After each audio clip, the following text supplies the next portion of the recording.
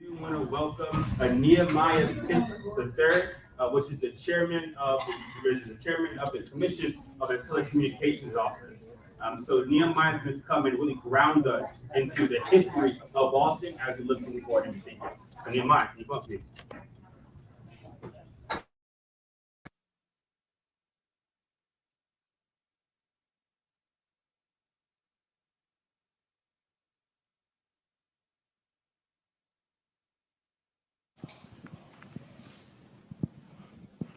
Hello, and thank you, everybody. Good morning. Hope you're all having a great Saturday here in Austin, Texas. I appreciate the warm welcome from Michael, and delighted to be here as part of the 5th year anniversary of ReThink Austin and a focus on emerging technology. As Michael mentioned, I do chair our city's Community Technology and Telecommunications Commission. I've been honored to serve in that role since being appointed by Ora Houston, the first representative from District 1 in our newly formed, as of 2016, 10-1 system of government here in the city of Austin.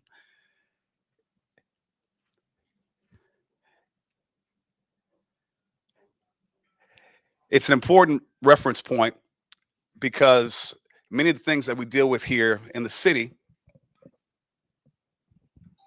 in fact, I'd argue really all of them have historical roots and systemic dynamics based upon legacies that we've managed, survived, creatively strived as BIPOC people, and frankly, as all types of people in this region. And that's an important framing as well. And when I'm ready to get to the slides, I'll be able to, okay. It's important framing as well because where we sit here in Central Texas, in Austin, is actually one of, if not the most continuously inhabited and populated areas of the Americas by humans.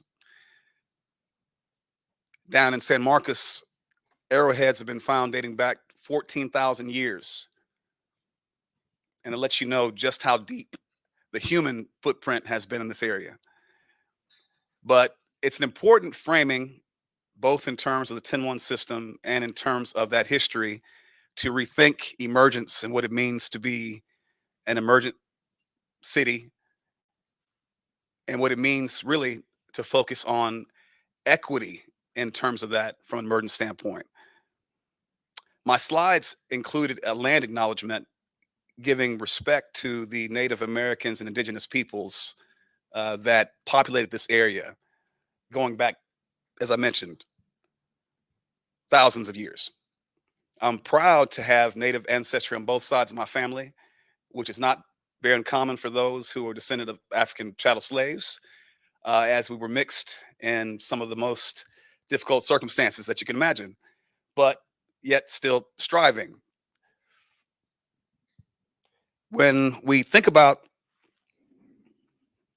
that, I'll go ahead and show a little bit of that now here, at least in terms of the land acknowledgement.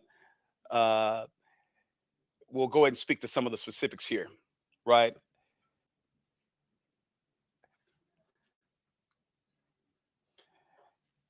And as is mentioned, these were the homelands of the Tonkawa, the Lipan Apache, the Lister del Sur Pueblo, the Texas band of Yoki Indians, the Coaquiltan, and other indigenous peoples not explicitly stated here.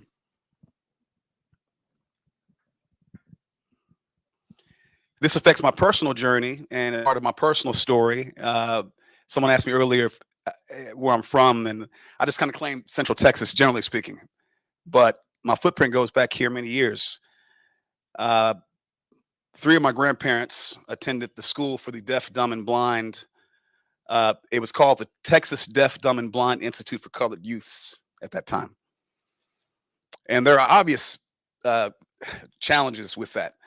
But the reason why I like to speak with this and share this slide in the context of rethinking is because this talks about how even at a time when there were many confused about what it meant to be equal, to fulfill the promises of this country, about the outright humanity about BIPOC people. There were those that understood the need for special needs, even amongst that time. There were those that understood who fought for abolition and fought for equality, that fought for inclusion at that time. And it's an important reference point because that's what we're looking to do today. That's what we're looking to continue today. That's what I've been doing in championing as my fight as the chair of our city's Community and Technology Telecommunications Commission, fighting for inclusion and equity. But the framing in terms of the city plan and how we went to a 10-1 system speaks to then how dynamics change. Unfortunately, or fortunately, since it turned out the way that it did, our country went to war to emancipate slavery. Unfortunately, the president that led that effort was assassinated. And so a lot of the progress that was made towards that point got stalled out. That resulted in delays in the Emancipation Proclamation coming to Texas, 2 years. That's why we have Juneteenth. And prior to that, we actually had a presence, at least after emancipation, I should say, because prior to that, Africans were treated as chattel. There was lots of issues, but prior to 1928, when there were other changes made, like were made when we had the 10-1 system in 2016, there were freed persons communities dispersed throughout the city. Most people are unaware of this history, but I'm very proud of the city of Austin for putting this on Front Street and making this accessible for everybody in terms of knowledge. I want to give credit to Sam Telford, the then principal planner for the city of Austin, for sharing these slides, which I presented to the commission and then presented to the community on the record at one of our commission meetings. When I talk to people about growth here in Austin and they talk about their challenges with traffic or with you know, different things that they get frustrated about if they've been there for a while and they feel like things have changed against their will, I try to remind people about this. Rethinking really does require an important grounding in history if you're going to rethink with the truth in mind. Displacement is something which has been occurring in this region for thousands of years. The land acknowledgement speaks to that. This dynamic clearly speaks to that. We now have people fighting for Barton Springs to remain a park. Well, it didn't always used to be a park. Although I can appreciate their fight and why they want to try to keep Peter Pan Golf, for example. I appreciate that. But we have to be okay with change too, especially if it makes sense. In this case, the change was rooted in ignorance and with miseducation about the humanity of BIPOC peoples. So it was okay to displace them and to push them around cities and to put them all in their own place, so to speak.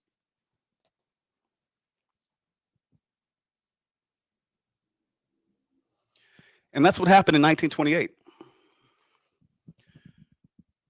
In 1928, the city decided to deal with what's called the segregation problem. And they put every population of color in a designated place, beginning with the Negro, since the biggest challenge was because of the fallout of the emancipation of slavery and the dynamics that I described earlier. We're talking about formalizing a plan that included restrictive covenants, that included redlining, industrial zoning, that included segregated public housing, again, with everyone having their own place.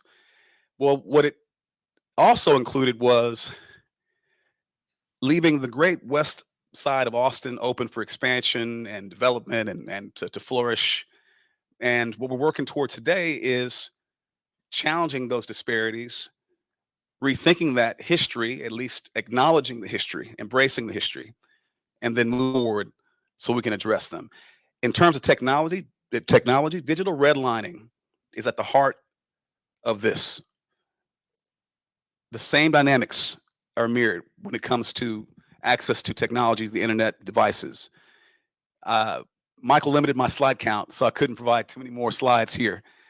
But the same kind of data footprint is applied to this map if analyzed from a standpoint of the cities and what it means to be divided as a city.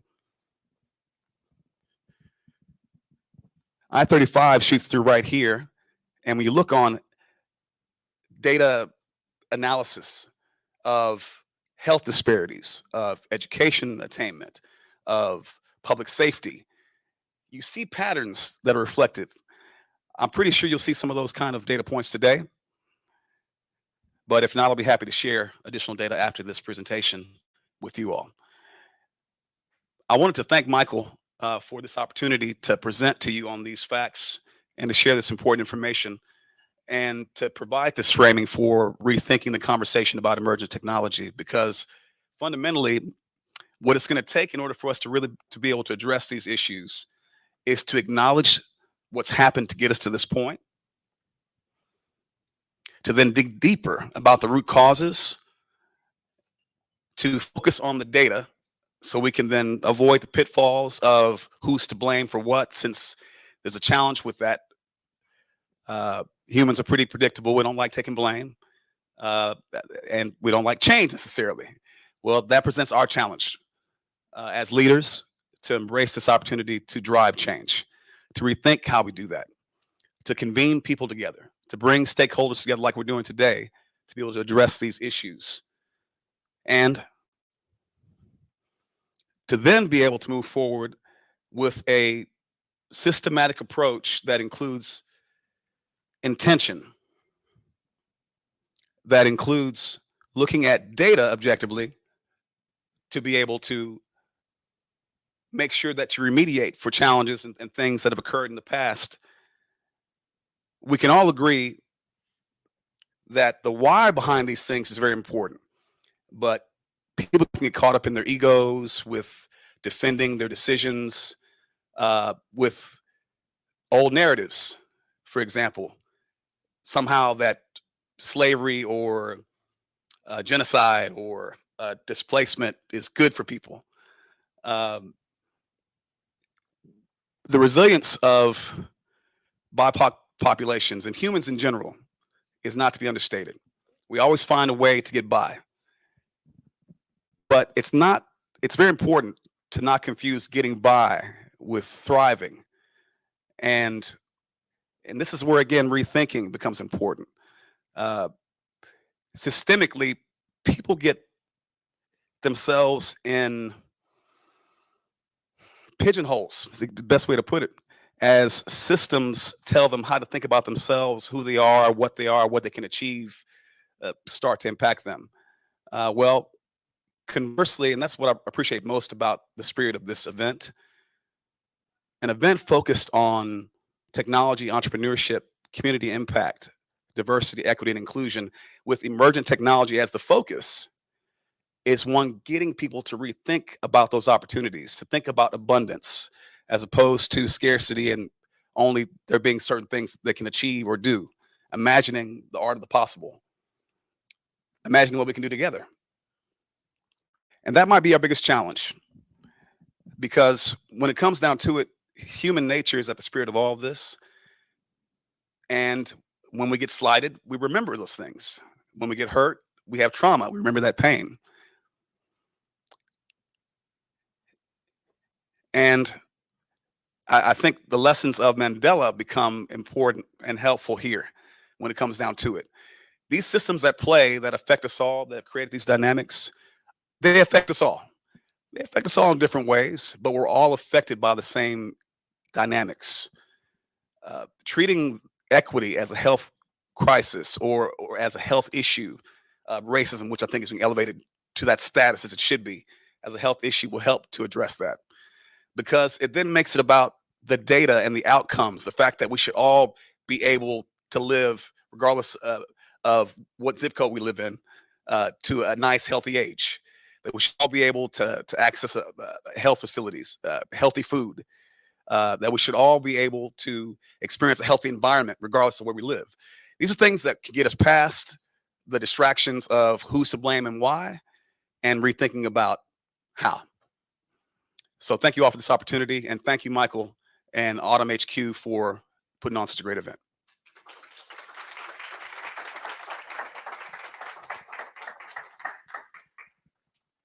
Thank you. Thank you, Nehemiah. As always, it is a pleasure to have you come and just ground us into the history of Austin, because there's a saying that if you don't know where you've been, it's very difficult to know where you're going. So thank you, Nehemiah. Can we have one more round of applause, please? Beautiful. And then let me get this clicker. Oh, right here. All right. So now I am very excited to transition to our Rethinking Education session. We started with the history of Austin, and now we're going to go ahead and start with our youth and what the future of learning looks like. So I'm very excited to welcome a AUTMHQ board member, but also a friend of mine, and also the great name, Michael, to come up. Can we get a round for Mike Gates, please? Thank you, Michael.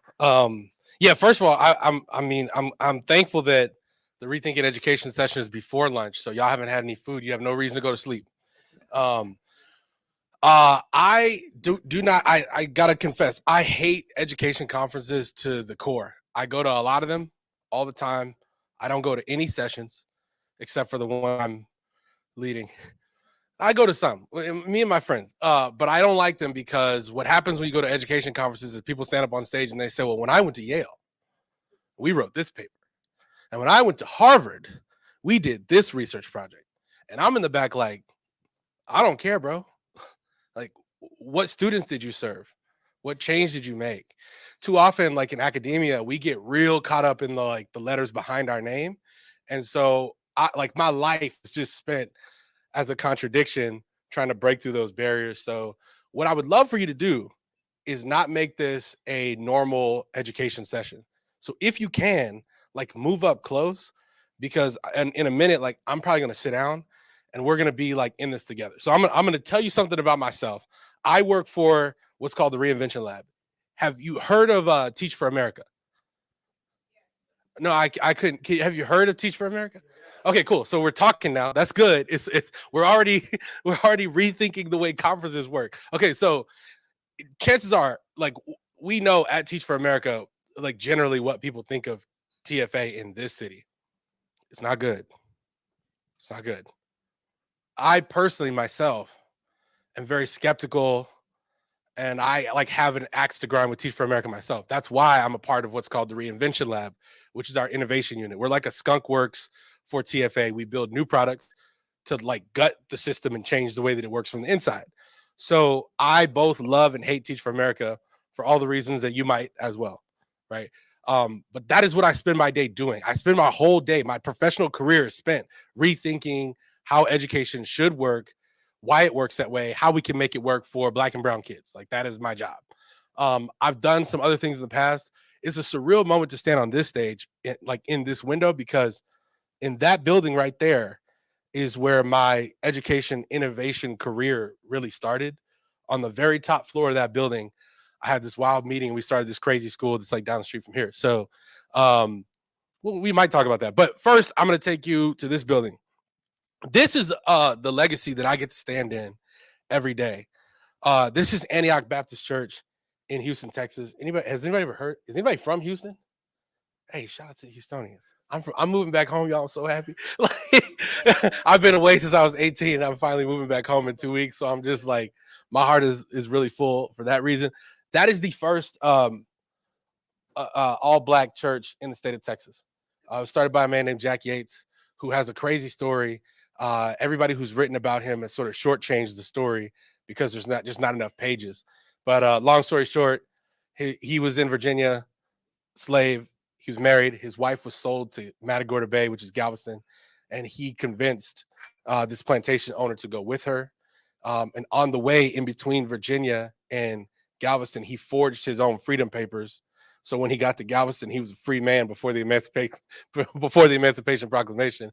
And he was like, oh yeah, them too. So freed his family. So it was a great story. And as soon as he was quote unquote free, he hightailed it as far as he could away from Galveston. Emancipation Proclamation happens. So then he starts building a church, and inside of that church was the first one-room schoolhouse where he had everybody in the neighborhood looking at him, and he was like, I can't teach all these kids at once. So he just had them do work tasks. So he was the first project-based learning school in the state of Texas, is what I tell people. So that's the legacy that I get to live up to. It's very intimidating. It's very difficult, but that's my goal here, is to keep that legacy going through this work and this communication with you guys. So the other thing is, I grew up going to black church. Anybody been to black? I don't want to assume. If you've been, you should be more proud of that. You should raise your hand. If you've been to a black church, you should raise your. Okay, yes. Okay, now I see. So since we all have this understanding, for those of you who have not been to a black church, you might not know this, but it's a participatory event, meaning that it is not like where the pastor goes up there and he speaks and everybody's like, oh, that's wonderful. No, we're in it together.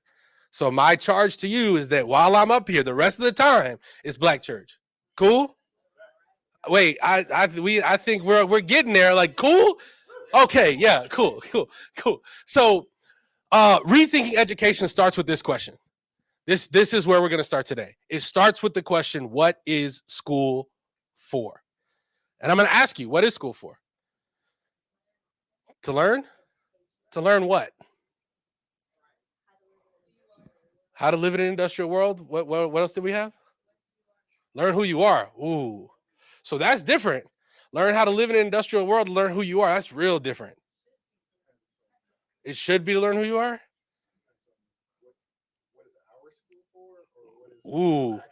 That is a good, what is our school for versus what is school actually for? That's a, anyone else? Prepare for the real world. Ooh, real world. Yeah.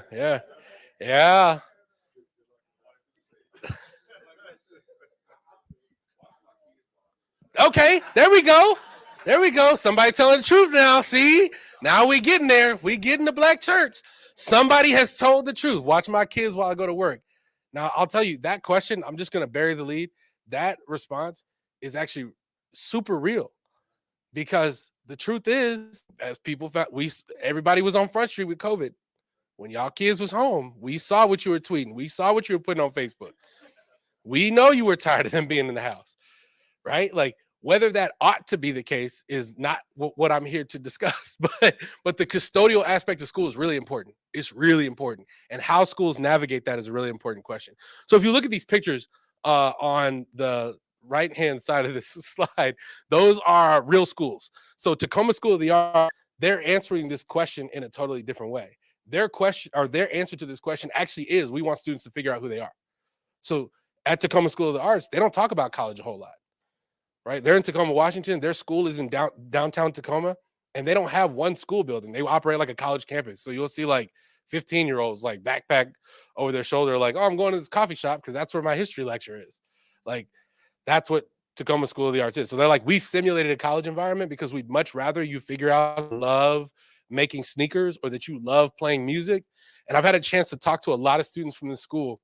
And what I love about them is that they're all weird. They're all like weird, like nerdy kids that are like, they're really into very specific niches of things, like, and you can see them popping up on TikTok now, right? So they're like, did you know there's a connection between like Marvel comics and baseball history? Like, that's the kind of kids you find from that school, but they've designed for that. And it started with answering this question. This picture, that's my good buddy Ray. We've known each other more than half of our life. That is a school called Alpha. Alpha is like, it's like over there somewhere, I think. It's on West 4th Street. They have one campus there and then one campus in the old Thinkery building, which is at Spyglass. I don't know. Alpha is about efficiency.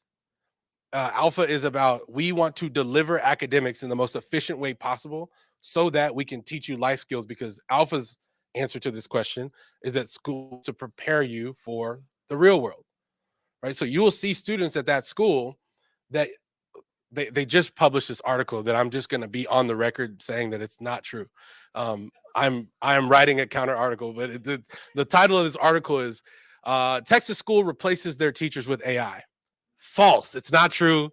It's not true. I built the school. I'm telling you, it's not true. Like, we had at Alpha from day one, we used like Khan adaptive learning software in place of direct instruction so that the adults in the room could design and build experiences and projects to help you prepare for the real world, right? So it was like, you know, design an app that does this thing for the community, right? A kid built a coffee shop locator app because this is Austin, Texas, and there's a million coffee shops in Austin, right? So if you look at the bottom, totally different vibe. That's a Big Picture Learning School. If you've heard of Big Picture Learning, they're one of the I consider them the OGs education innovation. Since the 90s, they've been running a school model where students spend half of their day in an internship. So they actually like leave campus, go to an internship. They've got this amazing advisory model. And Big Picture Learning would say we're answering both of these questions, the question in both of these ways at the same time. So we're going to teach you who you are, and we're going to get you a job. Like they're doing it. So how you answer this question is really important. And the reason why I front loaded this question is because before this is over, I'm gonna kick out. I'm just gonna prepare you. I'm gonna kick out a very difficult challenge that will make you uncomfortable. Y'all remember a couple years ago when they were closing down schools here? These parents would invite me to these sessions. They'd be like, "You should come speak about school innovation." I was like, "I don't think you want what I'm selling," because I would tell them the thing I'm going to tell you later. And I'll tell you about that later. So when it comes down, so once you've answered that question, what is learning for? Then you have to interrogate these next few things. All right, now is where I told you I'm gonna sit down. I promised you. Now is where we're gonna have like a real conversation. I want us to build a school like right now. And here's why we're building school. Rethinking education or education innovation doesn't always mean school. It also doesn't always mean software product. It also doesn't always mean education nonprofit. It could mean all of them together under the same roof. There's a school in Denver, Colorado called Embark. They are a school that owns a co-working space where they do professional development for educators. They own a coffee shop where they employ the students at the school, and they own a bike shop, like all in the same block. So like it could be that you mash them all up. If you choose one, it could be that you choose none and come up with another way. But the reason why I always focus these sorts of conversation on school is because, quite frankly, to my man's answer, like most people need somewhere for their kids to be that is safe while they're at work, right? So like the school building itself, the school as an entity is a great place to start rethinking education. So now let me ask y'all a question. Now I really need y'all to talk to me. What should school buildings look like? Not prisons. Are we sure about that though? I mean, why not? Okay, no college campus that looks like prison, but that's assuming that the purpose of K through 12 is to go to college, right? Okay. For the most part, designed to foster. There's open spaces, there's grass, there's vegetation, Yeah. parks, and quiet spaces, and noisy spaces, and social spaces. True. And it's designed for you to encourage Mm. learning. Whereas most elementary schools follow a standard architectural pattern that is very similar to the way that they design prisons and other public facilities. That's true. The term ontological design says designs us back. Yes. If we design things that look like prison, we're more likely to feel like prisoners. And so therefore we need to understand what kind of mindset we're creating for our young people. I just want to say Ruben's one of my heroes in education. I'm just gonna say that's why I always say form follows function and function follows form.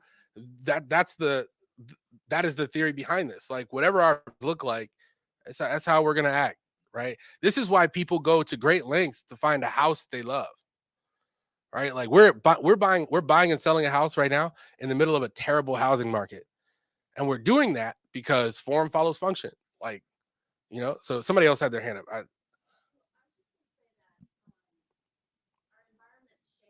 Mm-hmm.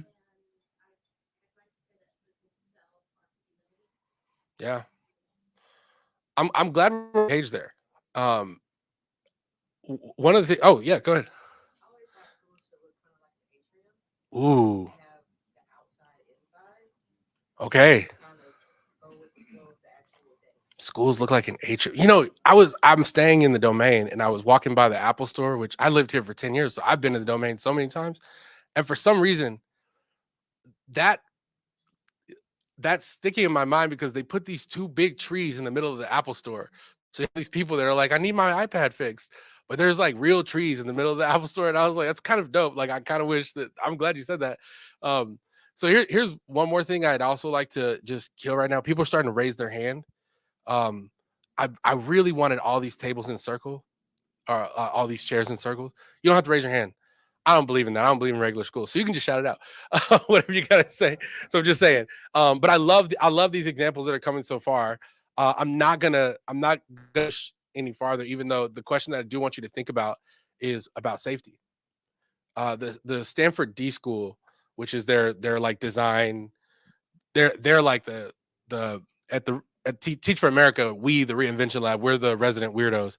At the D School, they're the resident weirdos at Stanford. They did this whole analysis on school safety. And there was this page where they're like, it does suck that many schools look like prisons, but when you have to protect 1,000 kids at one time, I kind of get it, right? The question is like, how can we achieve public safety, that custodial nature of school, and have these inspiring architectural, because security is a problem at the Met too. That's a good point. That's a good point. This building is quite secure. That building is probably very secure. That building is probably very secure. Yeah. But it's your approach to security. There you go. A lot of people need to realize that a lot of what we characterize as security is really theater. Feel better about the safety, because the reality of it is this: if somebody really wants to do something, they can figure out how to do it regardless. So even at the airport, all that you go through in the airport, it's called security theater. It's stuff to make you feel like you're safe. It's not actually making it any safer. Anybody who's walked anything through the security can tell you that. Yeah. Any number of things that are on the band list that you walk through with, because it's not what they're looking for. It's designed to make you feel better, not designed to make you safe. I love that. Yeah, there's not necessarily a reason why you need those slender windows or windows with burn. That's a good point. The theater of security. I love that. I mean, we know the building La Zona Rosa, or LZR. We that's where we put a school in that building, and people said the same thing. They were like, "What about security?" We're like, "We have a giant iron gate, like, and people that carry. Like, we're good. Like, all the doors were locked down, you know." So yeah, that's a good point. So what we just talked about is actually not written up there, but it starts with the where. Like, I really do. I have disagreements with a lot of my colleagues about this, about how redesigning school does not necessarily start with the where. But I think if you're building a brick and mortar operation, the look and feel of that building makes so much sense. If you've ever taken a tour of Google, which is I don't even know where to point, but Google's around, the Google building. The first time I went in there, I was like, oh, I get it now. Like, I get why everyone's trying to find these jobs in tech. They got coffee flavored ice cream, ping pong, like a full competition ping pong. They're like, if you don't know how to cook, we got a chef. They'll teach you how to cook. Like, we don't need to talk about how they just do that so you never leave work, but like, you extract the toxicity out of big tech culture, and you have something really special there. I used to ask the question, why can't school look like this? So the next couple of questions that I want to engage you guys with is what, how, and when of learning. Specifically, let's talk about when, because somebody already surfaced the like most difficult part of this. A lot of people in the country right now are calling for a 4-day school week. A lot of people are calling for 4-hour school days as opposed to 8-hour school days. Yeah, I got to change the work schedule. So what do you do? Like, what do we do about the when? What do we do about the timing that school actually takes place? Anybody got any ideas? So there's a study that came out that said that you're not any less productive if you work 36 hours a week than an employee. This arbitrary number that was created by the industrialists was like locked into a certain amount of work based on like labor demands, because we do a lot more. Yeah. And so the study shows that if you do reduce the amount of time that we work, you can actually have more peak productivity and better quality of life. And so if we match the work and school dynamic together, we might actually have a better quality. We don't even take enough vacation in this country. We don't even take enough vacation in this country compared to our European partners. And they have better healthcare, better quality of life. And so we're asking ourselves, why are we working so much, and for who, and what's the purpose of it? It's if we're not fully getting ahead and the disparity of wealth is growing, we need to ask ourselves, we need to rethink what's really going on. It's really a change. work, you have to address the work. I'll give you my line. So it's a chain. There's no one thing you can address at one time that will solve the entire problem. You have to adjust how we work, for one, in addition to the way the prisons or the school system is set up. And then you have to prison/school system yeah.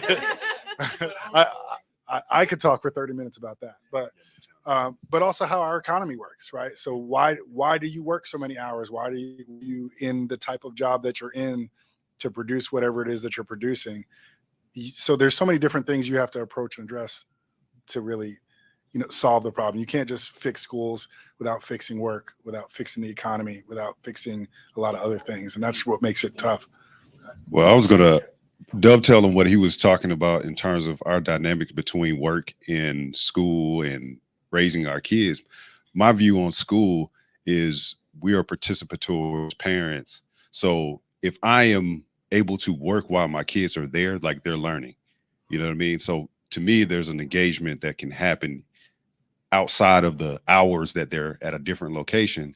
I'm still working, right? But I can have my kids next to me and they're learning just as much as they would probably learn in the classroom or elsewhere. So to me, it's not necessarily has to be a matching type thing for the school day, but you need to have the mindset in your work environment and your leadership that companies are running to allow that, where my kids can be at work with me, right? Like why is that like a taboo thing? If we want our kids to be engaged and hopefully go into these fields that we're in. So that's Everybody calls them crazy. But I have a counterpoint to that one. Go ahead. That's kind of an elitist statement.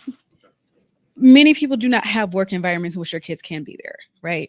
So when you mentioned earlier about the safety aspect of it and being there with your kids, there is safety for their kids to be in that environment without them, because what they are doing is not safe.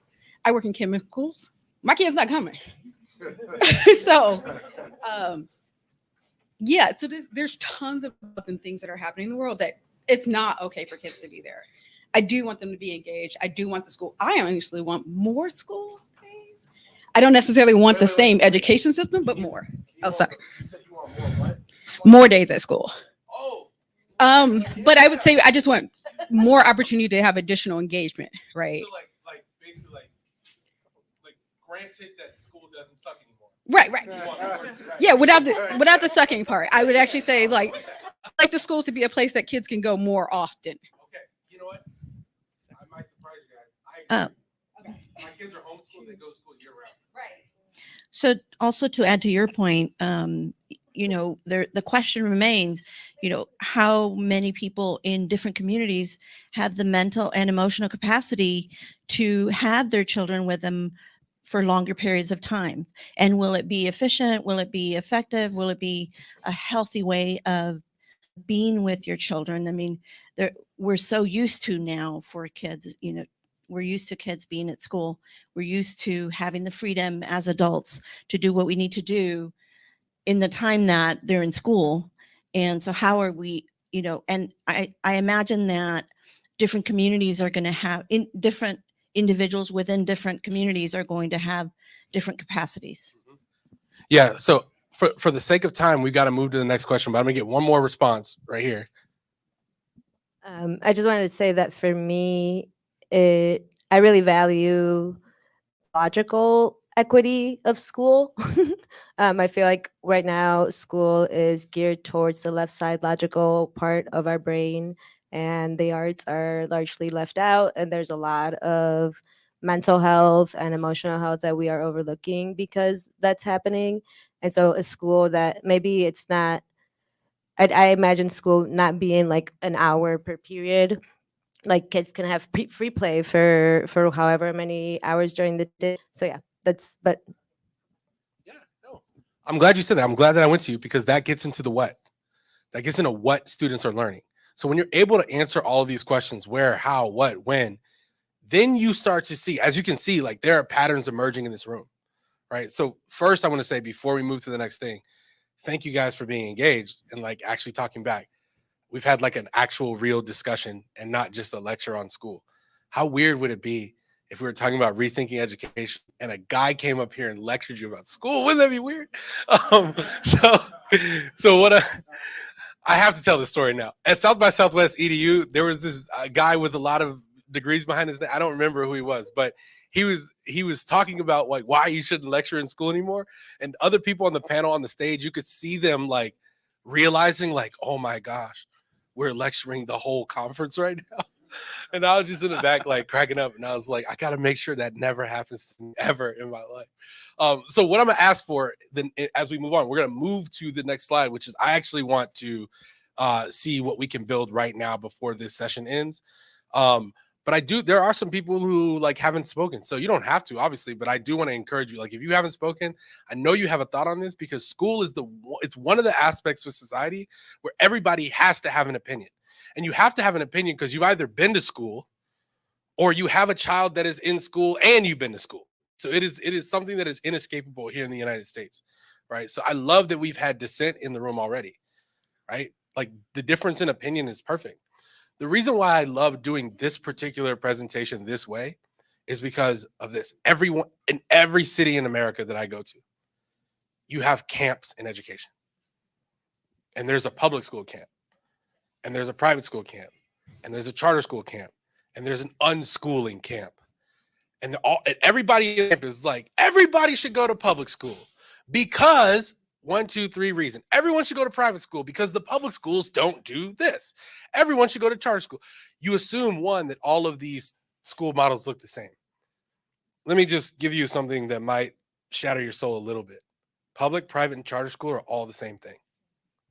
It's what we call the industrial model of school. They're just financed differently. So it's the difference between a conventional loan and FHA loan on your house. Like it's one is down payment assistance. One is you got the down payment as a gift. Like that's all it is. So when it really boils down to it, St. Stephen's ain't anything all that different than LBJ. And they're not doing anything all that different than Idea Public Schools. I'm not saying that there's not a reason why you would choose one over the other, but when you boil it down to its most basic component, they're all the same thing. What I really believe is needed, and we've seen this happen in this room, and you can't run away from this now because it happened organically, and I didn't tell you it was happening. There's a need for more school models that are built from communities. Here's the part where I told you I was going to challenge you. I don't want to build it. I've done that time and time again. I actually think you guys have to be the ones to build these school models. Remember I was telling you about the conversation with the parents? This is what made them mad. They wanted me to say, Austin ISD, you're tripping. Don't close the school. I would stand up and say, hey guys, I'm sorry, but Austin ISD is going to close your school. And I can't do anything about it. I don't have enough degrees. I'm not smart enough. They don't know me enough for me to look at them. They would have the Austin ISD, board members and assistants. I was like, they don't know me. And me looking at them saying, I'm an educator and I've been an educator for 10 years. And like, that's not going to change their mind. But what will change their mind is if you say, all right, we'll put all of our money together and we'll start our own school out of Joe's house. Or I know a guy who's got a building, I was on you guys know Preston James from Div Inc. I sat in front of Preston and I was like, let me start a school out of your co-working space. He was like, what does that take? And I was like, just give me the space. I'll tell you what, and so he and I were working together for almost a year to try to use the 8 Houston Tillotson. Like they had this learning and innovation space. Like we didn't get it across the finish line, but it takes that, right? It takes that consistent pursuit of getting the community voices in the room and you guys answering all these questions, the how, what, where, when, why of schooling together and building the schools that you need, that you want. Everybody else building schools in this city, they're too far removed from you. So how much time do we have? 5 minutes. We're going to build a school in 5 minutes. Oh, 10 minutes. We're going to build the school in 10 minutes. So if you're watching at home, put your responses in the chat. We don't have to agree on this, right? If we had more time, I'd put you in groups and you guys would build your dream school. But let's pretend for a second that we're all in the same community, because we kind of are. One of the things that we know is that you care enough about Black and brown people to be in this room. You got up on Saturday morning and you came early. You came before lunch, like, to a session like this. So let's assume for a second that that's all of our goal. We want to build the best school in the city of Austin for Black and brown people. So now let's go down our list. Where is our school going to be housed?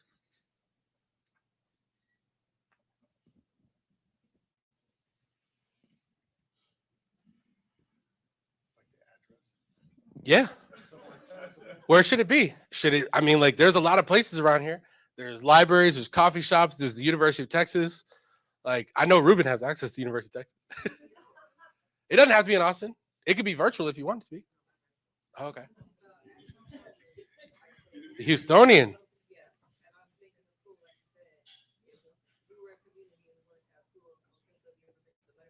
Yes.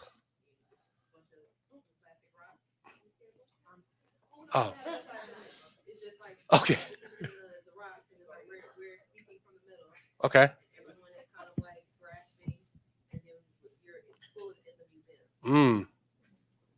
I do know of like several schools that do meet in museums. Ruben. Geographically speaking, one of the best things that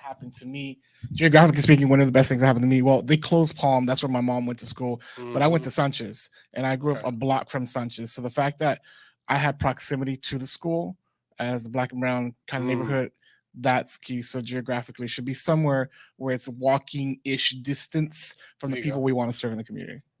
Okay, so do we like those two? Like somewhere where like nature's invading the space, and somewhere that's walkable for the neighborhood.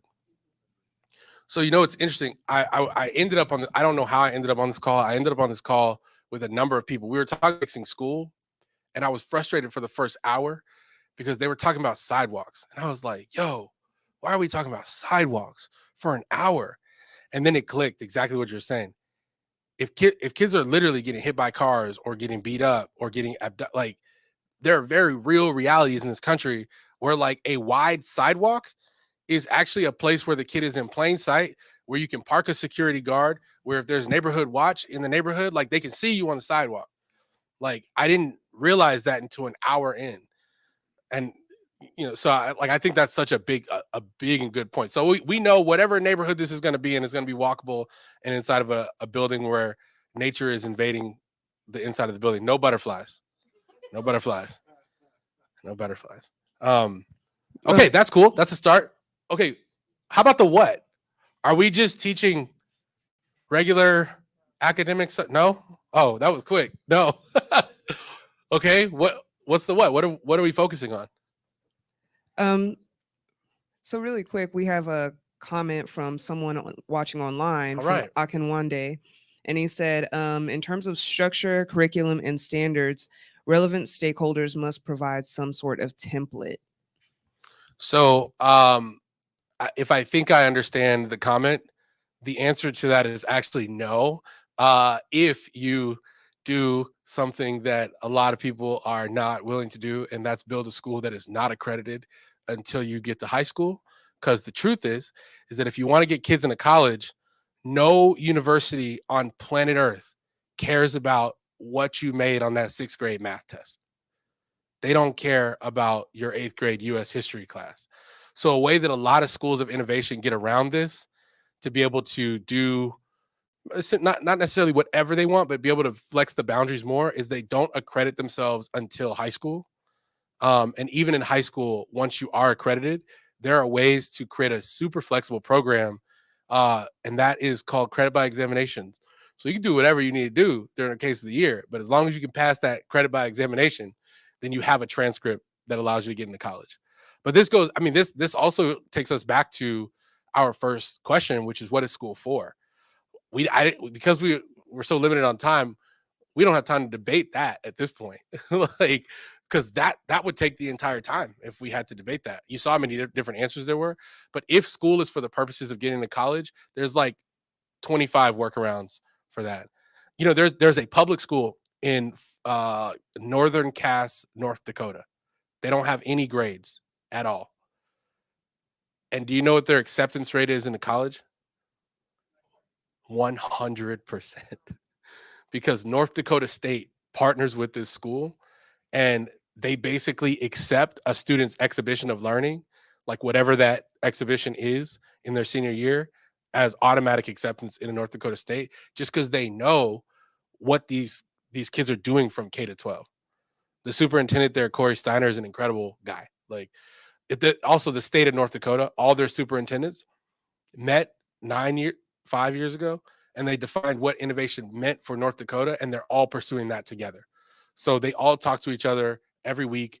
The Fargo Public Schools superintendent is married to the neighboring superintendent, and like she says that her cousin is not this, but they look alike, so we're like, y'all are cousins. So, but that's just a cool example of like how to work around. So like when people do talk about like standards, and like you can write your own standards, that's what most private schools do. That's in a roundabout way, that is like that's what a lot of charters do. They approach standards in their way. So that's a great question though.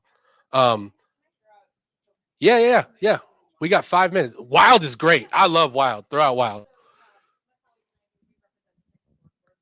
Yeah. And I was a previous educator, academic advisor at the college level for years before working for the agency. So what if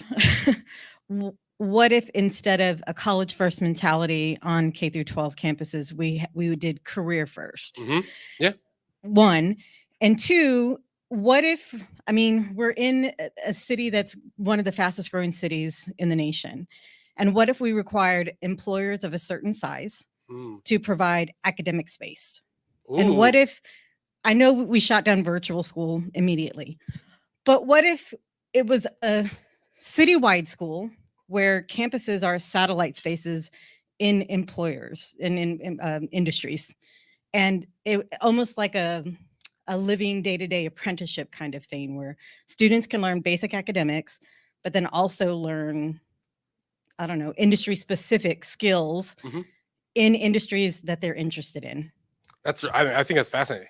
Like, I will also say, like, a lot of times in the school building space, the hey, this is a wild idea holds people back. That idea is actually not so wild. Like, it's not like boring. It's a fantastic idea, but there's a way to do it. There was a project happening in Austin that lost funding. It was called Tiny Schools, and it was exactly that. It was, how many public spaces can we use to have school? It wasn't necessarily satellite. It's like, hey, like Terry's teaching economics, but he's doing it like at the Whole Foods coffee shop. Like, if you can pull up there at 3:00, and if not, get on Zoom. And it was such a cool project. Yeah, I think it's a great idea, especially because like I happen to know a guy that runs this organization who has connections with people like Oracle and Microsoft, and he's back there. And he actually, like, we built the learning app. So I think that's a great idea. Like, cool. So let's just keep going really quickly. We got like 1 minute. So we know that, like, we know a couple things about our school.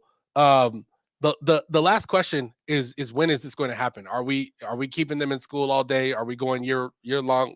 When? What's happening there? And we got to get answer fast. First couple hours of the day.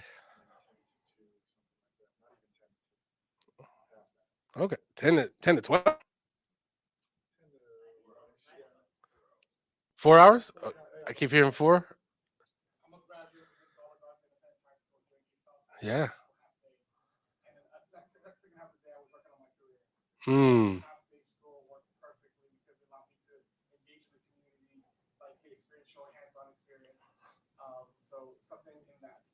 Okay.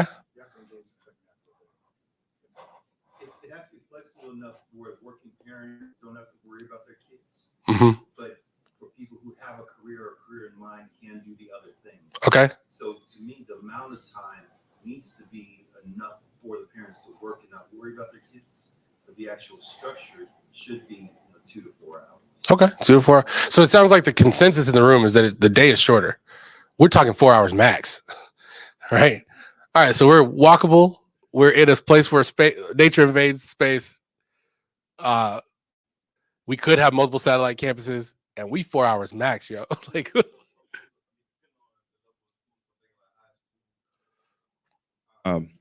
So thinking like high school and right, like extracurricular. So do we have teachers who can teach or be available after hours?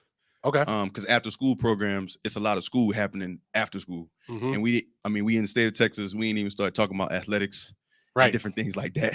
So I think teachers and educators or even just adults who have knowledge to share in any domain being available after school hours. Yeah. I mean, obviously, like not like too late, 7, 8 p.m. like kids need to, or young people need to get their sleep too. But Right. I'm thinking about like what's available after school and for how long, and can we get consistency with people being available to do that?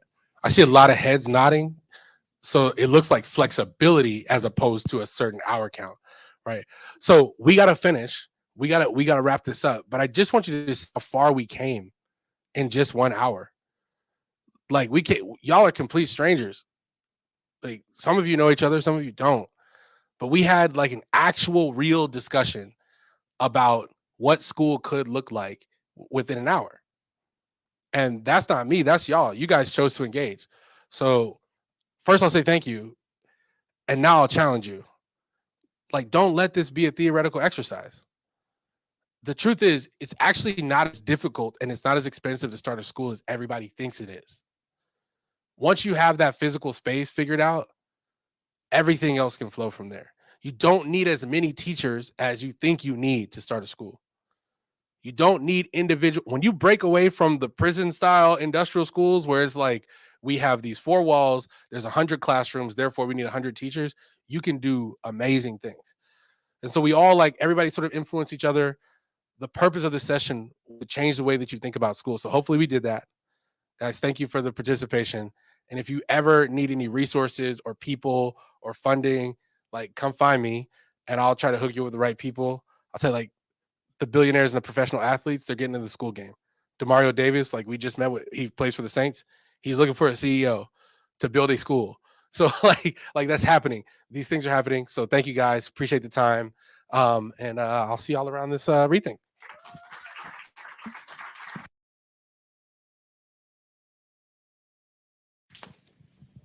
All right, Mike, thank you again for a Rethinking Education session. One more round of applause, please. All right, Mike, don't go too far because you're about to do your interview right now. So we're going to have a quick 15-minute break as we transition to our next session. During that break, we're also going to have a one-on-one interview with Mike Gates. So feel free to stay here and listen to that, or feel free to mingle and engage with any of our showcases we have going on. Thank you.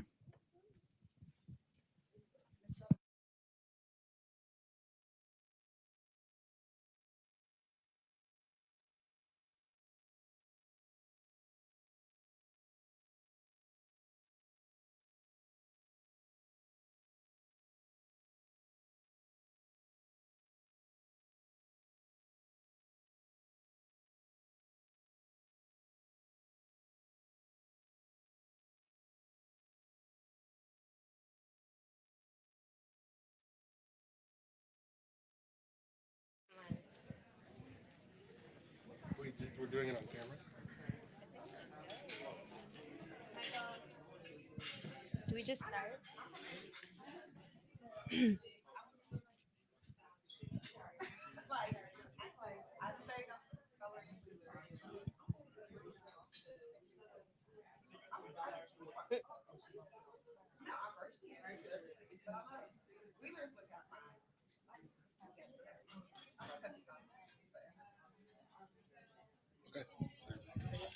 Hi, everybody. My name is Roselia. I'm participating with MediaTek Ventures and sitting in for Paul to interview Mike here. I did the incubator with MediaTek earlier this year, and I love geeking out about education. I have a 10-year-old. She's in 5th grade. I'm here with Enrichly. Tony's back there. We have a tech booth over there. And I just love everything you spoke about. I've been working with children for a long time, so I just really want to pick your brain about everything that we discussed. So your big question of what is school for? I don't know if you've heard about Sir Ken Robinson, and how. So he has this TED Talk. I love TED Talks. Two of my questions reference TED Talks. So That's okay. that's I have two of them. I know? Oh, okay, I have to listen to it. So Sir Ken Robinson talks about how schools kill creativity and how the educational system as it is now was built for the Industrial Revolution, and just what that did to the subjects that are taught, and how I briefly mentioned just how the arts and the right side of our brain isn't really engaged. So that just what school is for. I wanted to ask you just what are like your top 3 WTFs of I don't know if you want to call it the public or the private or the whatever school system, because you're a homeschool parent. So there was a reason why you chose to do that. So just top 3 or top 3. Yeah, I think so the traditional school system's biggest problem is that it has a scale issue, which is where things like Sir Ken Robinson says, when he says schools kill creativity, he really means like standardized school in a box, right? Because the focus is on moving a mass of students through a system, and we've all agreed in society and at a government level that all of those kids should get the baseline same amount of stuff. And because that's the case, they have crammed so many baseline same amount of things in the day that there literally is no room for creativity on the part of students or teachers. So like one of my biggest WTF moments is that teachers are abused, right? Like if as a teacher in an American traditional school, you fight an unwinnable battle.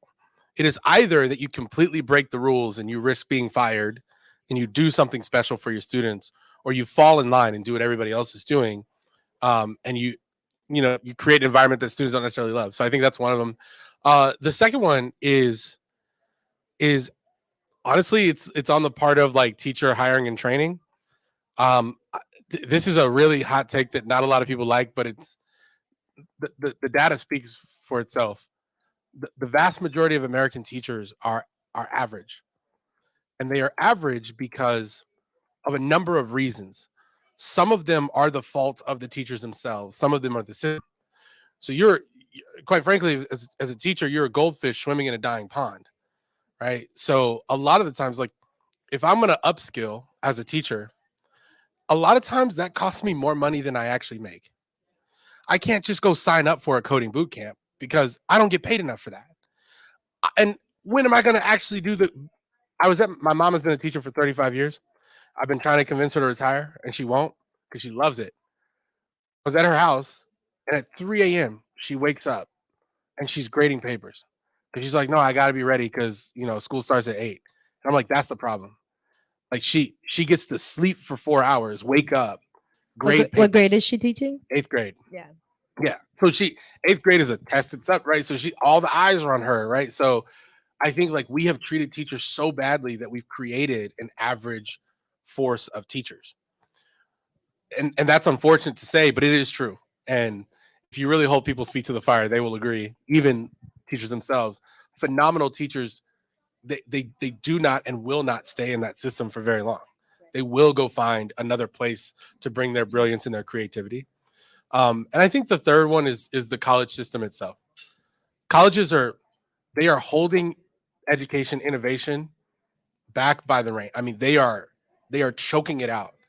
There's some really cool schools in the city of Austin, whether it be Longview Micro School, whether it be Alpha, whether it be Acton schools. And those schools often only go up to 8th grade. They don't want to start high schools because they know that when it comes down to getting into University of Texas, when it comes down to getting into Rice, they don't care that what you were doing was super valuable. They don't care that you were getting to know who you really are. They want to know what you scored on the SAT and can you write that acceptance essay. If University of Texas were to say, okay, you can write me a college acceptance essay, you can shoot me a college documentary, you can submit a poem, then you might start to see schools get a little more creative. But until the university system changes what it's looking for, you will never see K through 12 at scale change. Right. Yeah, it's a trickle down effect, right? Totally. That's what we're working them up to. 100%. Yeah, and I'm actually in a couple of classrooms this semester, and just seeing. So in Houston, the TA just took over. Just took over. That's where my mom teaches. I'm sorry. I went to HISD. Is that why you're going back to Houston? No, I'm not going back, but you know, I'm a product of HISD schools, so you know. so they just got taken over by the state, and the first week you heard about teachers crying. Yep. Everything was unorganized. So not only are teachers like subject to a very structured way of teaching, but then you have all these other things on top of them, and they're trying to manage just their own emotion, Right. and their own like biases and their own like just classroom management. Yeah. Yeah. I feel Like, when for do you the get instructors. to be a human being? Right. You know? And like yeah. actually connect, which is how children actually learn when Right. you're actually like engaged with them. Yeah. So thank you for that. No problem. The next question is about, what do you envision? We talked a little bit about ontological design, and just you were asking us what we envision, but I want to hear a little bit about what you feel would be your ideal, and then also because you've worked with different designs, right? Like you've built different designs. Mm-hmm. So it's two different questions. Your vision of what you would prefer, and then what's been your favorite design that you've been around. Oh yeah. So what I would love to see. So I always use this analogy. I ask people, when was the last time you went in the grocery store and you were like, gosh, I hate HEB because there's too many varieties of chips. I just don't like all these options. Nobody does that. But in school, I think there should be one option or the other. So the greatest thing that can happen to American education is if there are so many different models of school that no kid can say, I don't have an amazing place to go to school. And like, if there's a lot, it would take a lot to get there, but there are some real bright spots in the nation. Like, I think of like Rooted School. My guy Jonathan Johnson, he created a school where you can get the goal is to, by the time you graduate, you have a full-time job offer in tech and acceptance into a university. So he's like not fighting the who am I. He's like, look, like, this is a very real need to get you money. Then there's schools like Nuvu in Boston, where it's like all about play and, you know, like self-discovery. There's the whole Montessori model and the million different ways that can look. There's a company called Higher Ground here in Austin, and they're like, we'll put a school anywhere. We'll come to your house and install a Montessori school. We'll put it in a hotel. We don't care. Like, more efforts like that we need. I know people hate when I say this. Everybody, I know why they're upset, but like when Bezos Academy launched, people were like, it's just another billionaire. And I was like, yes, but it's a tuition-free early childhood school. So you're basically saying, because I hate Amazon, I also hate that you're giving people a free educational service. Screw you, Jeff Bezos. Like, no, we should be saying, yeah, Jeff Bezos, build your school. Elon Musk has a school that is on the campus of SpaceX. It is the same model that we built here. We built it that they scaled. Like, he has that school. You can hate Elon Musk all you want, but like, he should have a school. And so should Zuckerberg, and so should LeBron James, and so should Michael Jordan, and so should the community down the block. Google should start a school out of their office. University of Texas has a high school on campus. Like, all of those things should exist. You should have farm schools. Like, so, but in terms of the model that I like to be, we homeschool because there's a lot of reasons why people homeschool. We homeschool just because we think we can do it better than everybody else. We basically, most innovation efforts are trying to scale one-on-one tutoring. So we just have this one-on-one model where like you have a combination of some adaptive learning app, and adaptive learning apps, they just recommend content based on how you're doing. Some adaptive learning app, and my wife, who's like a dope educator, if you ask her, she would never say that, but she is. And it's that combination of like smart technology, that, and then I come in and I'm like, now we're gonna do these crazy projects that are like kind of weird. Like, we're gonna go to the mall and try to convince strangers to play hide and go seek with us, because like that skill will map to skills one day, and it'll map to compliance gaining, and it's like it'll map to like, can you hire a great team, right? So it's just a combination of that's my favorite model. And that's a collection of models around the world that I love. So We talked a little bit about how much time do we have? One more minute? Then never mind. I just wanted you to share a little bit more about your kids and how you view education. And you spoke about it a little bit, but just what is education for you? Yeah. So for me, the what is school for question is sometimes this might also frustrate people, but I think school is to live a meaningful life. And the reason why I use that answer is because meaningful means so many different things to different people. For us in our house, it is that they have a profound knowledge and sense of who God is, because we're Christian. So that's important to us. We can put that in our school program. It's also that they have a command of whatever academics are required to where they can go out and get whatever career makes them happy. So like truly, if it's like my brother is a tattoo artist and he has a 2 degrees in psychology. If you ask him today, he's like, I don't care about, man, I'm paying back loans for something I don't care about. I could have been doing this since I was 16, right? Like, you know, I met a kid who started working in a Sprint warehouse when he was 14 years old. He's 22 years old. He makes $170,000 a year, and he like is the manager of this Sprint warehouse. And he's like, "No, I'm good. Like I can do what I want. I play on an esports team. I have a lot of fun. I'm done with work every day at 3. Like I want my kids to be able to pursue whatever path, and they just need the tools to pursue whatever path. So, you know, it's be the designers of your own life." Well, thank you so much, Mike. And thank you for AUTMHQ for hosting and for MediaTech, wherever we are. Great to meet you. Yeah, you too.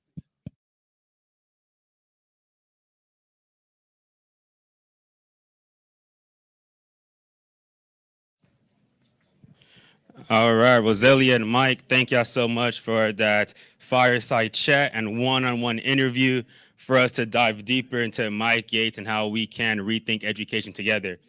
So we're going to transition into our rethinking technology session.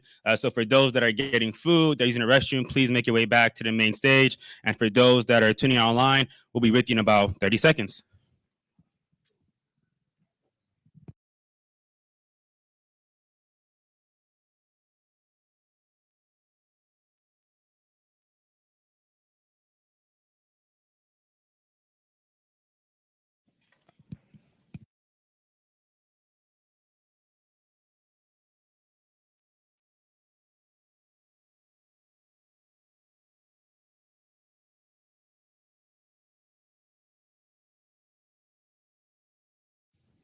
So for our Rethinking Technology session, we have Alex Seguin, who's the Director of Technology at Austin Urban Technology Movement. And then we also have Maria Brown Spence, who's the board member of Austin Urban Technology Movement and CEO of Hearts to Heal. Can we get a round of applause, please?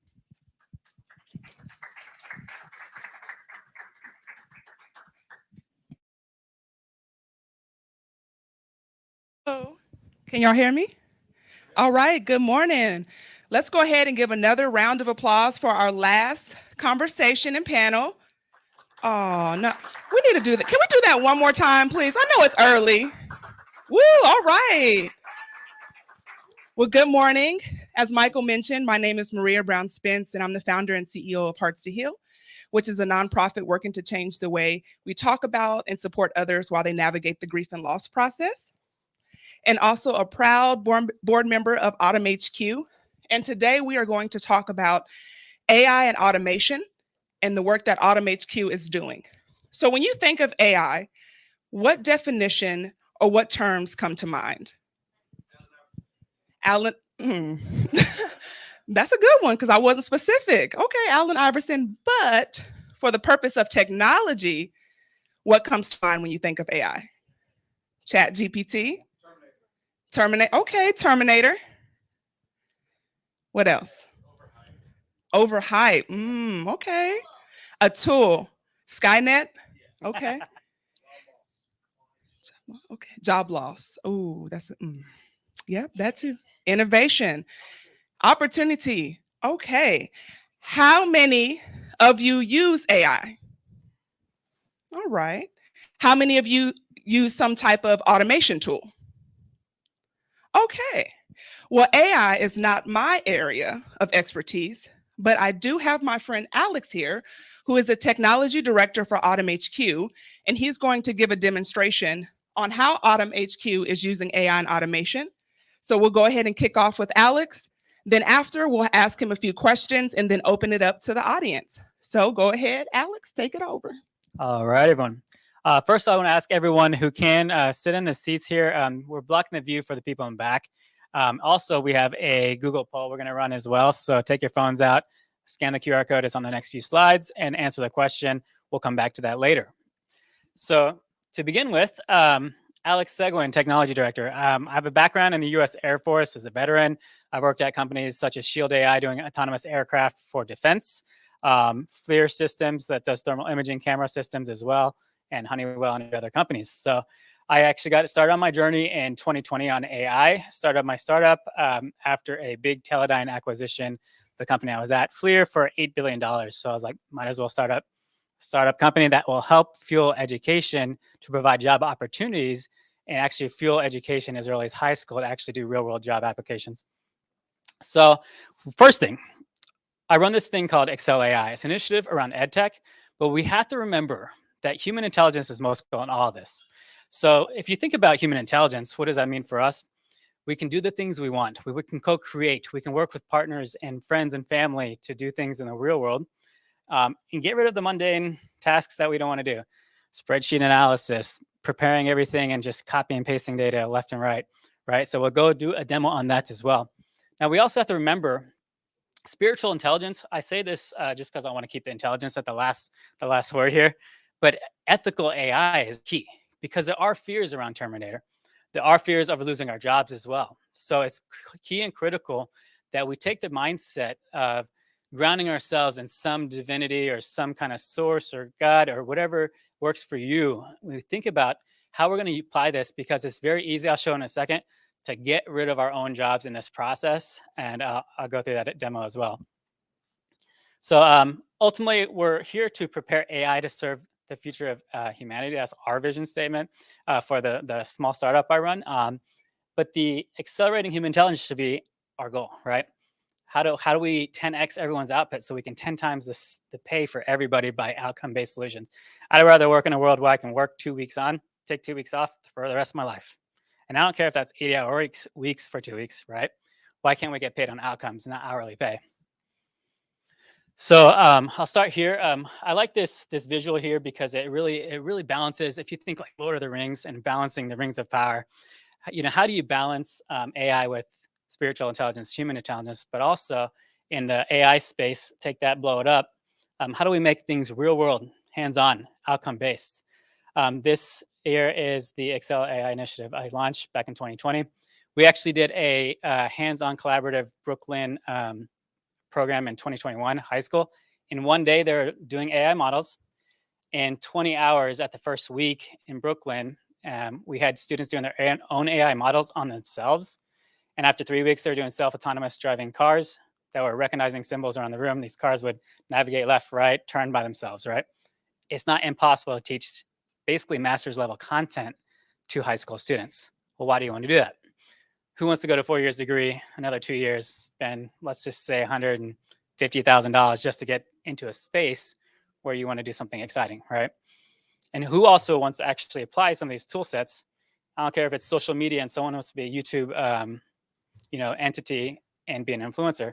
Use all the tools you can to get your word out there.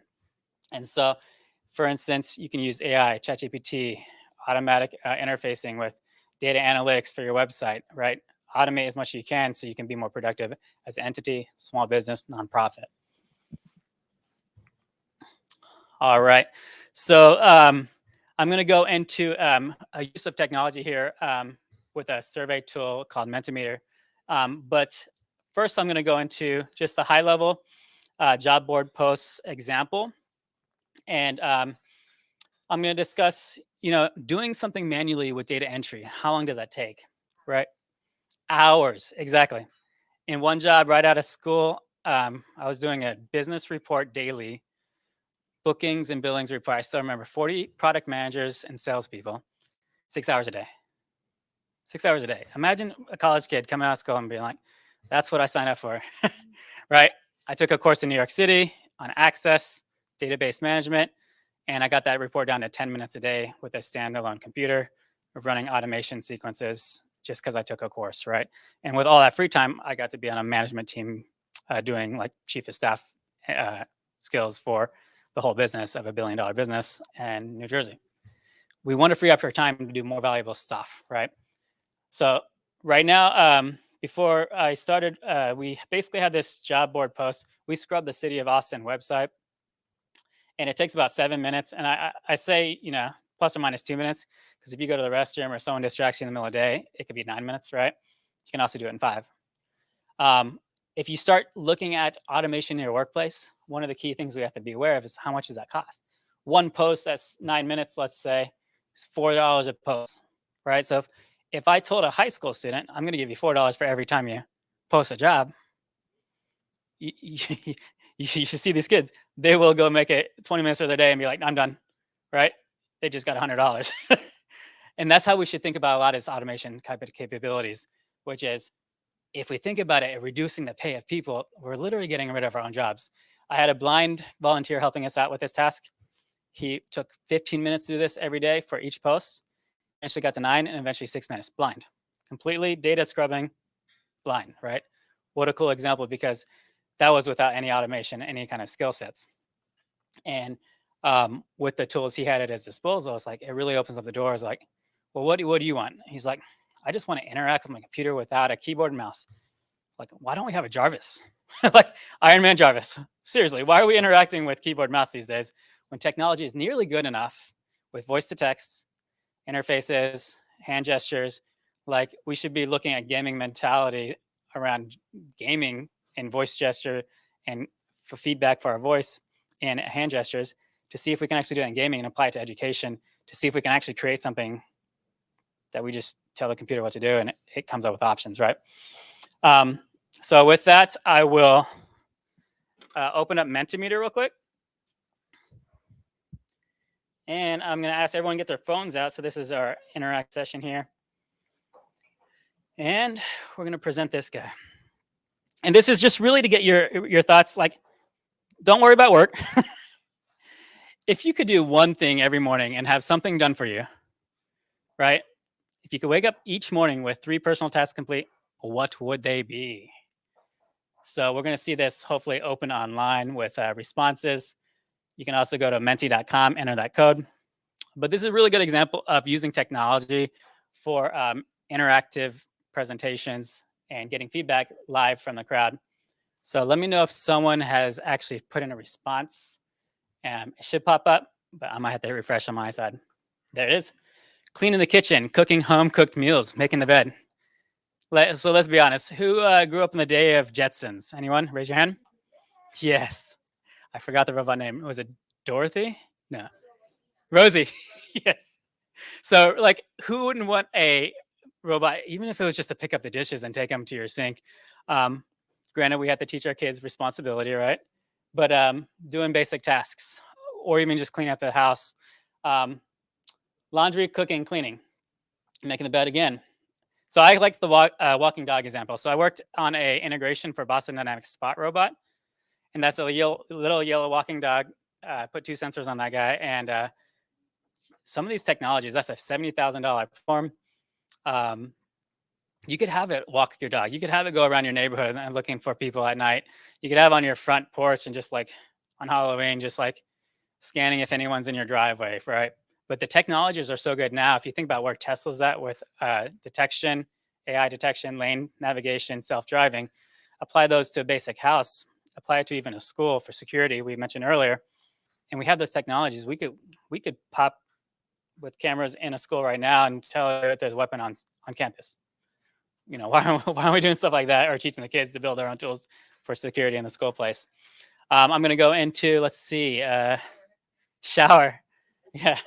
There's a funny video online actually on the shower example. This guy built this own little contraption. He walked through this thing on a conveyor belt. Really funny. It's like, kind of worked, but I think I would do it if it was good, right? Let's see. Breakfast made, meal in bed, make lunch. So this is actually a good one. So there are autonomous kind of robotic arms, I believe now, that do cooking. And so what if you could have cooking, or at least just like an assistant you put in your house, and someone could cook on your behalf while you're like getting, like, they just put the fruit there, you walk off to your stuff, and someone's like actually cooking from somewhere else and doing that task, right? A company called Hapex out of San Francisco, I believe, does gloves for, they have like 2mm air dials where you can literally touch a microphone in virtual and feel the thing in your hand. So you think you could be a bartender from your home in your pajamas, you know, like, yeah, I mean, it'd be a little weird, right? But like, you could also maybe deliver food or cook food or do other things. Like one of their good examples is they teach fire department on how to turn the knobs on the fire truck before they go in the field. So you don't have to always go out in the field. Another good example is autonomous aircraft. Flying a drone, like I was at Shield AI, $1 million aircraft, vertically takes off, horizontally planes, and it goes into what they call ISR mission, surveillance reconnaissance, right? They want to make some of that autonomous, so it just goes and does this fixed pattern. The cost to do a flight for just a test flight, you got to get like a $2,500 permit and someone on site, and hopefully steal their 40 acres of land so you can fly on their land. It's like a $5,000 to $10,000 task every time you fly a little aircraft, right? All right, so with that, auto delete all spam emails. So these are a little more. We're gonna go to the next example. Let's see if we can go here. And what repetitive task would you like completed for your day-to-day job? How are we doing on time? What's that?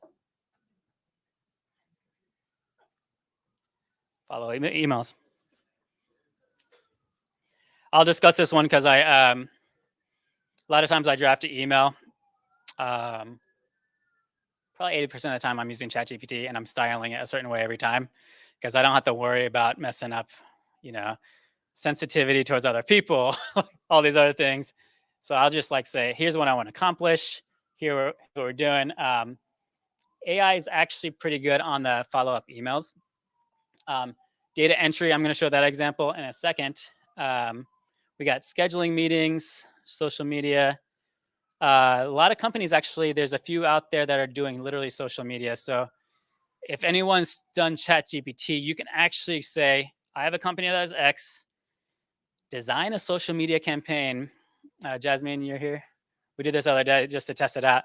And it was really cool because you can literally have it Facebook posts, YouTube posts. I did a video script the other day and it nailed it.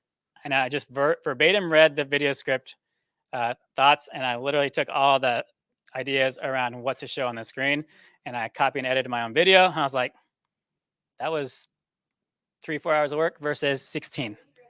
Yeah. So what example did you use? So we're going to go a little off script. Social media, yep.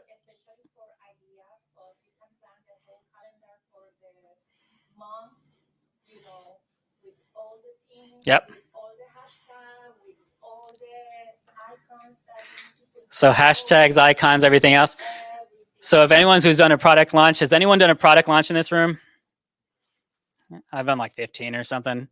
It gets pretty like repetitive, and you kind of understand, like, usually you have a 90, 60, 30-day plan on marketing assets, what videos you want to shoot, what hashtags you want to use for every single launch, right? So it takes a lot of work up front. And then you make sure that your numbers are literally monthly.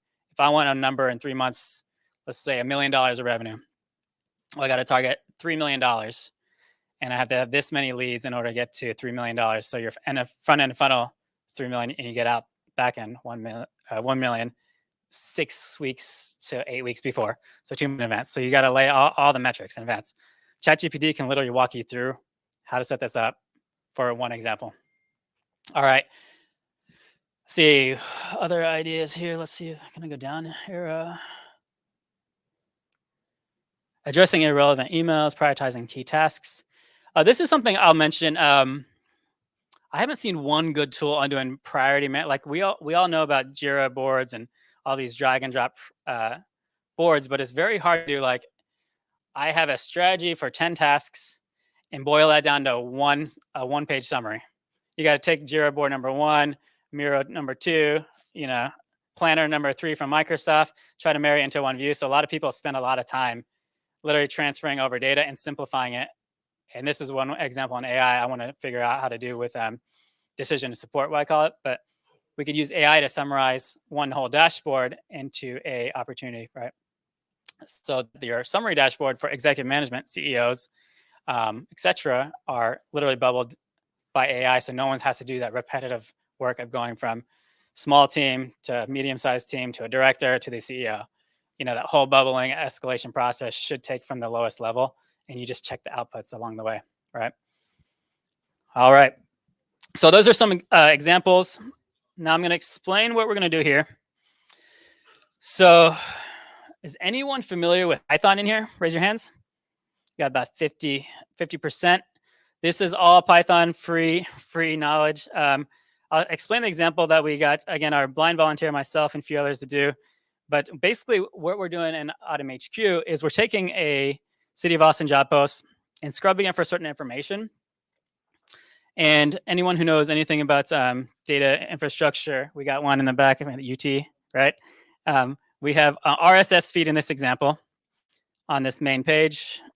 And we just go through the RSS feed, go to each link, and auto set the extract. I programmed this all with ChatGPT just so it was possible. I know no code. I mean, very little code. And so this example here, it says production, City of Austin. All right. So in this one step, I basically take all jobs CSV, create this. You'll see this hourglass figure. It's going to go through all these job links, pull them from online individually. Once this hourglass is done, it's already done. We have all jobs CSV created. And I don't know how many lines this is, but what I can do is go and see how long this takes. So I got a CSV here called all jobs, right? And just, I think it was 1 minute. We can look at this download. In 1 minute, we get 46 jobs. 46 jobs. Okay, what do we have here? Well, we have job responsibilities all set out. We have hourly pay. Hey, look, this job is $31 an hour, and it's wildfire mitigation specialist senior. So you're in one step able to do data scrubbing. This is not with any add-on features and functionality, right? So we talked about that post earlier, and it was, we said 7 minutes per post. This was 60 posts an hour, roughly. Let's say. All right, so that's cool. Not impressive. Maybe it is to some of you. What I really like here is the next step. Now, just so you're aware, I'm using AI to summarize all the job descriptions. 20 words or less, website scrubbing into AI, API, and now we're getting all the job descriptions in real time. So you're literally seeing them as fast as it can generate. Why use ChatGPT when you can use an API direct, right? And that's what kind of my message here. You can literally do all these examples, and now we have a job description. We'll see if we can find that fire one. Let's just read one of these off.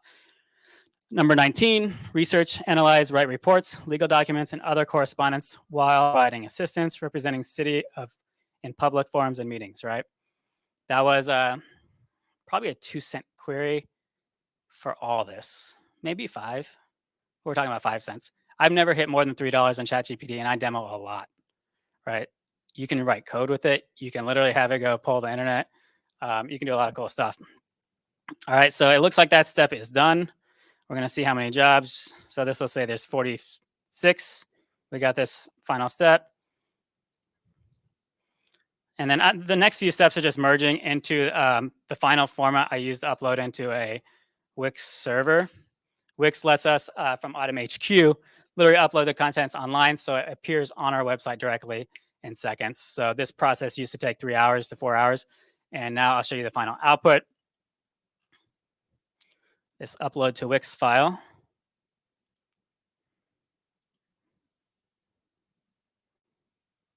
All right. So the key thing here is there are other fields I've added in here. If you notice, this compensation was here earlier before. I'll zoom in. But we basically also scrub this for salary projections based off of 2080 hours a year. So we do calculations, add to the content as well. And then you can see here on the first column, if we go to job summary, we can see directly that 20-word summary, which has been added. So now you can start doing valuable data additions. So what do you do with something like this? Well, once you get it to 3 or 4 hours, you basically want to now see what can you do extra, right? What if we can provide a service to all Austin jobs and seeing where all the tech jobs are trending? And AUTMHQ now knows the most about where the market's going in technology. What if we can create slowly what I want to do, which is something like Jarvis, where we can literally pull it to do these tasks and give it to small business and nonprofits, right? We charge on a per usage basis versus subscription. I'm very against subscriptions, only because OpenAI's model, what they're doing is they're bringing it down to something affordable. But by doing that, you can tackle 1 billion people. So your TAM, if you're 1 billion, think about it. You can also do stuff like this, where I've literally translated each one of these line items to 6 languages at once in 15 seconds. Like, what do you do with that? Chinese, Spanish, French, Russian. You can literally unite the world with like polls, voting. City of Austin I'll show an example. You can literally start polling people, bringing everyone in consensus decision making, where now we can moderate with some of the tools and never take the human out of loop. Remember, AI is not good by itself right now, and I don't think it'll be for a long time. But what if I can pull each one of you instantly, like we did on the poll earlier, and now get your feedback, and now we actually get to talk about very good content for next steps. People are really good at this. Last presentation, Michael, where you at? Yeah, I mean, people are naturally good at this, right? Now you could take the average person, like let's say in school, and they can build this like master expertise level and start at the lowest level with some of these technology tools until they can do it literally real-time moderation. It's a pretty easy thing to do if you face your fears and you just practice, right? We should all be pretty decent at talking. Okay, so example number 1, I'm gonna stop and ask questions here. We're gonna also go into more content, and then we're gonna do questions after that with the 2 of us, Maria and I. But any questions on that demo? A little fast. Does any like raise it? Yeah, one in the back. Yeah, no worries. Yep. Thank you. If we wanted to be able to utilize this in other ways, for example, my use case is I'm a VC. Yep. So what I want is like data scraping of high net worth individuals so I can contact those that like align with my investment thesis, right? Yep. So like, is this the way you have it now? Because like, familiar with low code, no code, I'm a Notion and like Fibery Obsidian addict. So love the no code movement, but having not coded in a long time, that initially comes off as a little bit intimidating. Oh, yeah, for sure. And I do appreciate the walkthrough, but I'm wondering how can we access this after the presentation? And then like conceptually, do we have the tools that we need from this presentation to be able to like run with this for our personal use cases? Or is this kind of like really tailored to the job search aspect? Yeah, so this is for any website scraping in general, right? So I'll answer that with the vision here is to, I have this vision, Michael's heard it before, but like automate with Automites. What if we had a whole team that can do Microsoft integrations with this tool as a back end, and we set up an app on your Microsoft server, so you have a Power Apps running, and you do it to your example, and we help you fine tune it to the next level. And there's actually a advantage by doing it this way, because we get little like almost like micro customized niche applications. Then we can pull all that into our knowledge base and make sure that everyone gets the latest and greatest at all times, right? So instead of one Power App, it's like, no, I want 5 versions of a customized solution. Why can't we do that? Well, it's because everyone has to go recode every time. Well, Power Apps lets you literally go set it up in 4 hours or less. And I've done a few app examples. Now you just run Python in the back end, Power Apps on the front end, and you turn the average into like an app developer. But you can definitely apply this capability to high net worth individuals. If you're on LinkedIn, have it do that. Like pull what, I mean, Google's doing this already behind the scenes, just so you know, like anytime you're using your Google ID, they're pulling your information. If you went to LinkedIn, they're mapping that out. Facebook probably does the same. So they're pulling your whole profile. TikTok's probably doing the same. So TikTok has like all 100,000 attributes as you as a person, including how long you watch a certain video, whether it's 2 seconds or 3 seconds, and they'll dial you in more, right? I recommend for all you, by the way, try to beat the TikTok algorithm. For a whole week, I was just clicking on spiritual stuff, and it started just feeding me spiritual stuff. Like you can literally make it work for you if you're disciplined. I'm a fellow TikTok addict, so I get that. Yeah. So my follow-up question so to that. you can apply it, and that's the goal. I'll show you a polling example in a second where it's even more impressive. And yeah, the key is like, how do we get a little bit of funding to do just that little project work? And for the polling example, I have an India quote for $15 an hour, $5,000 to get a polling example that's scalable. And like I coded it in 20 hours. Now I thought about it for a year, but you know, you can literally use ChatGPT to code. If no one knows how to code here, just ask it, how would I do this? And it'll tell you. So I think that's where the future of AI is going on that point, which is, again, imagine no keyboard, no mouse. What are you going to do? It's like Minority Report meets Jarvis. And you're going to have this capability where you can, if you want, maybe like, I have this business idea. Let's test it in the lowest way possible. $500. And like all of a sudden you have 30 posts online from 30 different venues, including other languages, and you get to test your idea and you just got 20,000 likes and followings. It's like, that doesn't even compute for most people because it like, unless you think it's true, it's not going to happen, right? So like, that's where the world's going. Do you think that with OpenAI's like newest update that's in the pipeline, that like third-party AI applications are going to lose their footing in the marketplace? Yeah, so this is a VC. This is like anyone who bets like AI is gonna like OpenAI and they're using that as their big idea. I would even touch them. Like I'm like for myself, I'm thinking, how do I model the human brain? Right. Well, kids know how to learn. We know how to learn. We know how to optimize our own learning. We also know how to like push out negative thoughts in our minds so that we can always stay dialed in and focus and open up what I call our neural net with aligning our heart and mind. Like this is a skill set that literally helps us all interact and make connections better in the world, right? Having a higher power, God, source, whatever you want to call it, helps us literally have an open mind and heart so we can tackle the things we want in life. Anyone who thinks that there's not going to be an OpenAI equivalent, like I'm going with the standpoint of, imagine you have your big four, now OpenAI, Google, Microsoft, Azure, Amazon. What if they just all disappeared in 1 year because someone else came up with something better? You should be able to take one offline, put one off online as fast as possible. If we can do that as a civilization, we're better off. So it's like if I have three best friends and one of them's good at programming and my friend went overseas for an overseas assignment, I'm going to find a programming friend locally to like, hey, I need some help on something, right? Like you're gonna fill them in with someone else, like just like we do in the human world, we're gonna do with the AI world. So like think of everything as like various AI APIs. How do you tap into the most of them? Whoever can get to 100 first and be able to take it off and online in a day, like that's what I'm shooting for. And that becomes cloud and non-cloud. So edge compute, which means a robot like a Tesla self-driving car, or a robot like R2D2. That's a mascot I like to highlight, right? If you had R2D2 and everyone was working on it and everyone could build this functionality on this robot, that's what I want to do, and do laser tag robots, by the way. That's kind of like, that'd be fun. But if you did that as a collaborative network, then you're adding functionality as a team. Well, how do you accelerate this thing as fast as possible? It's going to be probably after collaboration and some checks and balances like polling and other things and contribution and DAOs, like things that give credit to where it's due. And if you contributed this for 3 hours, I'm going to give you money or stock or whatever to get people incentivized. And our systems today are not incentivizing the behavior, which is how do you accelerate innovation? So that's my 2 cents. Other questions? All right. So let's go back here.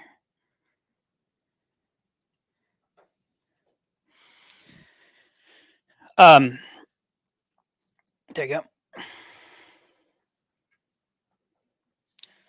So I mentioned the 7 minutes to 5 minutes. We went from $4 a post to $2.88 a post. How I'd think about this in your own companies is like, what are you going to do with your free time when you can get something down to like 48 cents a post, right? You go from 270 minutes to 15 minutes on a task. What are you going to free up your time to do? And how are you going to do something more creative, collaborative with your coworkers to generate something more value, right? In this case, just to highlight, we did $130. We dropped it down to $7, and we added something cool, which is an AI job summary. That's value. There's value in that to summarize that for all Austin, for instance. You can sell that service. You can literally do a synopsis report with data analytics and show what's trending. And you can literally have a real-time weekly report on what's going on in Austin, right? There's other things you can do as well. So then you can start selling these services and potentially getting people to go install these capabilities like apps, Power Apps, Python capabilities on individual people's code, or even just teaching people. Hey, I'm going to teach you for an hour. I'm going to get you up and running. How can I do that? So I think we have to rethink education in a lot of sense. How do you go from education to real world? And everything I see in the world, what's going on now is we can not only educate, we can get people paid for doing so. And I know I could generate a robot that updates every day and like is equivalent of us going to sleep every night. Our neural net does this anyways as humans. We could do it as a collaborative function for a robot system if we all had access to work on this and add functionality to something like that, right? All right. And then this example, I'm not going to go into detail, but what I do want to highlight is one of the highest risk decision-making is in the defense world. So Shield AI wrote a few papers on this. The autonomous aircraft, the reason they're targeting it is because we're losing pilots, 1,700 pilots a year. Decision-making in the real world, like you have to have multi-domain fusion, which is like robot 1, 2, and 3 with 3 different sensors, all targeting or watching something. When you look at the upper right here, it says decision speed, risk score, and effect speed. Decision speed is like, I used to make a decision in 2 hours and I have to go through 5 people.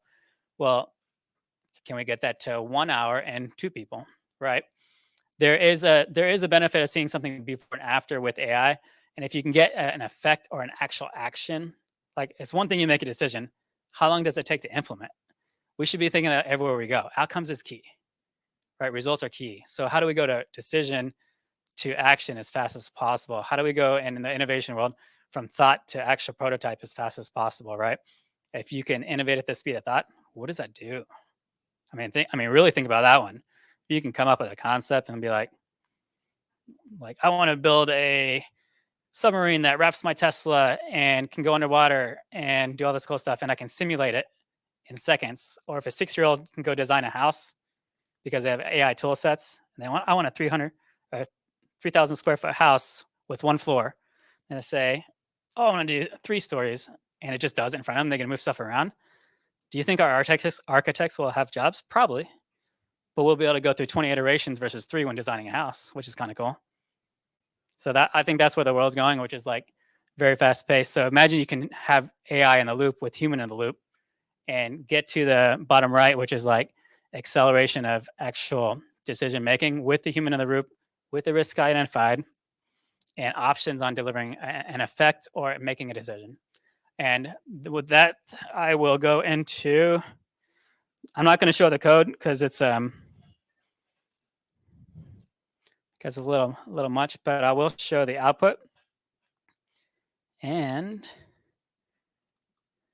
basically, I'm simulating. Here's what's fun. You can use AI to simulate data results as well.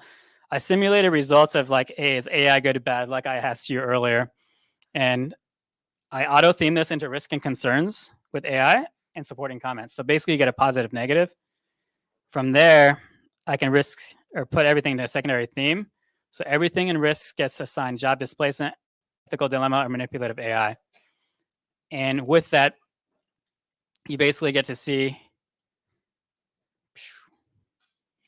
how many people responded in a certain theme of yours. And what this does is it lets you have meaningful conversations as quick as possible, right? Again, good moderators do this naturally, but when you actually can do this and poll, and then I give you the chance of like, hey, what do you guys want to talk about? And let you guys decide, and I can moderate. What if voting was like this? What if candidate literally interviews or debates had to be addressed. Like everyone wants to talk about job displacement. All right, go. Right. And we ask the group, we ask the people, we let the experts on the stage, like literally pick and pull from risk decisions from AI capabilities. And we create something like this. So with that, I think it's our turn to have the Maria and I, and then we'll go into after that a one-on-one with me, I believe, and go from there. All right. Thank you so much, Alex. How many of you learned something new about AI today and how you can automate processes? Okay. All right. Give Alex a hand. We're going to go into some questions. All right. So one thing I have to point out is just a little fun rivalry here. I was in the Army, so we have Air Force. Yes, I know. How many military or veterans do we have? What branch? I say who? Back there? Army? Oh, I'm sorry, Alex. Anyone else that's in the military? Veterans? I see you hiding back there. What branch? Army. Okay. Sorry to outnumber you on that one, Yeah, but that's all right. it's all right. We got aircraft. So I know your career didn't essentially start in AI and automation. How did you get to this career path or even know that this is an industry that you wanted to go into? Yep. So I was actually a chemical engineer at UT. I got a business minor and was in Houston. And it was after going to Jersey and Chicago, I was like, I can't be in the chemical industry because it's too cyclical and everything moves too slow. So like it was really one of these things that was a mismatch to kind of like how I think, and like I like to launch products. And so the faster paced environment, the better. And old boss from Honeywell called me over and said, "Do you want to do a product management role?" And I said yes and moved to Seattle. So I've been fortunate to live in like New Jersey, Chicago, Seattle, and Santa Barbara, California, because I've been flexible. And key thing is just applying what you learn to every new job. So how many of you are currently in the AI space or looking to enter AI in some capacity? Okay, quite a few. What certifications or resources can the everyday person utilize to learn more about AI, and what certifications do you think are important to get in this field? For sure. So I started in 2018 with the MIT short course. It was 6 weeks, a few $1,000s, and it really taught you about like how to think through AI stuff. That said, I wanted to deep dive, so I did this 2-year Harvard Business Analytics program. But the best value I actually got was a UT course for $3,500, hands-on machine learning. They teach you as if like no code, and you learn some basics. And outside of that, I would say Andrew Ying's course, NG, deep learning AI, I think it's called. But some of these programs, but just you can watch videos everywhere you go and learn. The key thing is getting the hands-on experience. So practicing, developing something cool, literally asking ChatGPT, how do I develop this use case? And it'll show you some cool stuff as well. I would say that's the best value for $2 a month. You could probably do everything in those programs.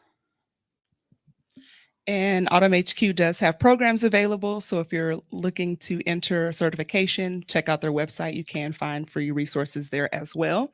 I know we have a few questions on the slide, some of these that you already went through during the workshop, but let's tailor this one specifically to you coming directly into the industry or starting your first opportunity with AI. I want to ask you, what was something that you did through a process of automation that you did incorrectly, maybe fumbled the process on, and how did you learn from that experience? Yeah, for sure. The first few reports, I was at BASF, a big German chemical company, and I was basically, there was a $150,000 a year program. They cut off because of cost savings. They said, "Here, Alex, here you go, figure it out." And I was like, basically had to automate a whole process that was in a system with the program, right?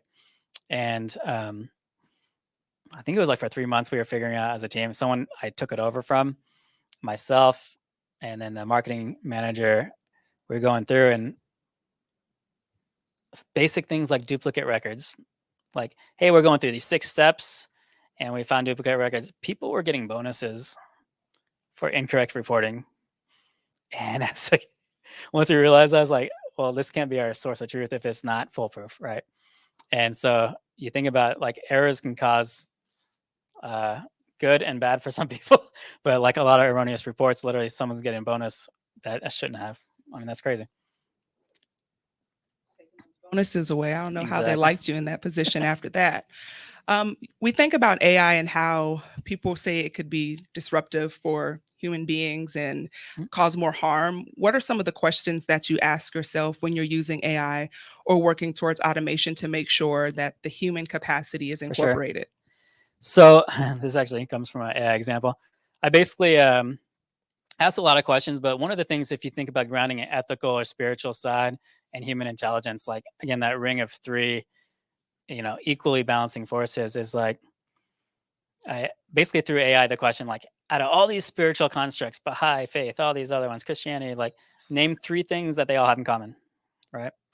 And it was universal connection, cosmic harmony, I called it, and eternal wisdom. AI came with them. I'm like, it's great. Like, in everything we do, like, how do we bound ourselves to connection, harmony, wisdom? And if we think about that, chances are we won't get rid of our own selves in the job process. Human curiosity and how our subconscious works, it'll drive towards subconscious elements. And if we're not careful, like, we'll literally create the thing we're afraid of, right? We should probably create that in a simulation first. Let people destroy themselves in a gaming environment, death robots, cool. Do it in simulation. But at the end of the day, it's like, how do we baseline our knowledge to like principles that humanity holds, right?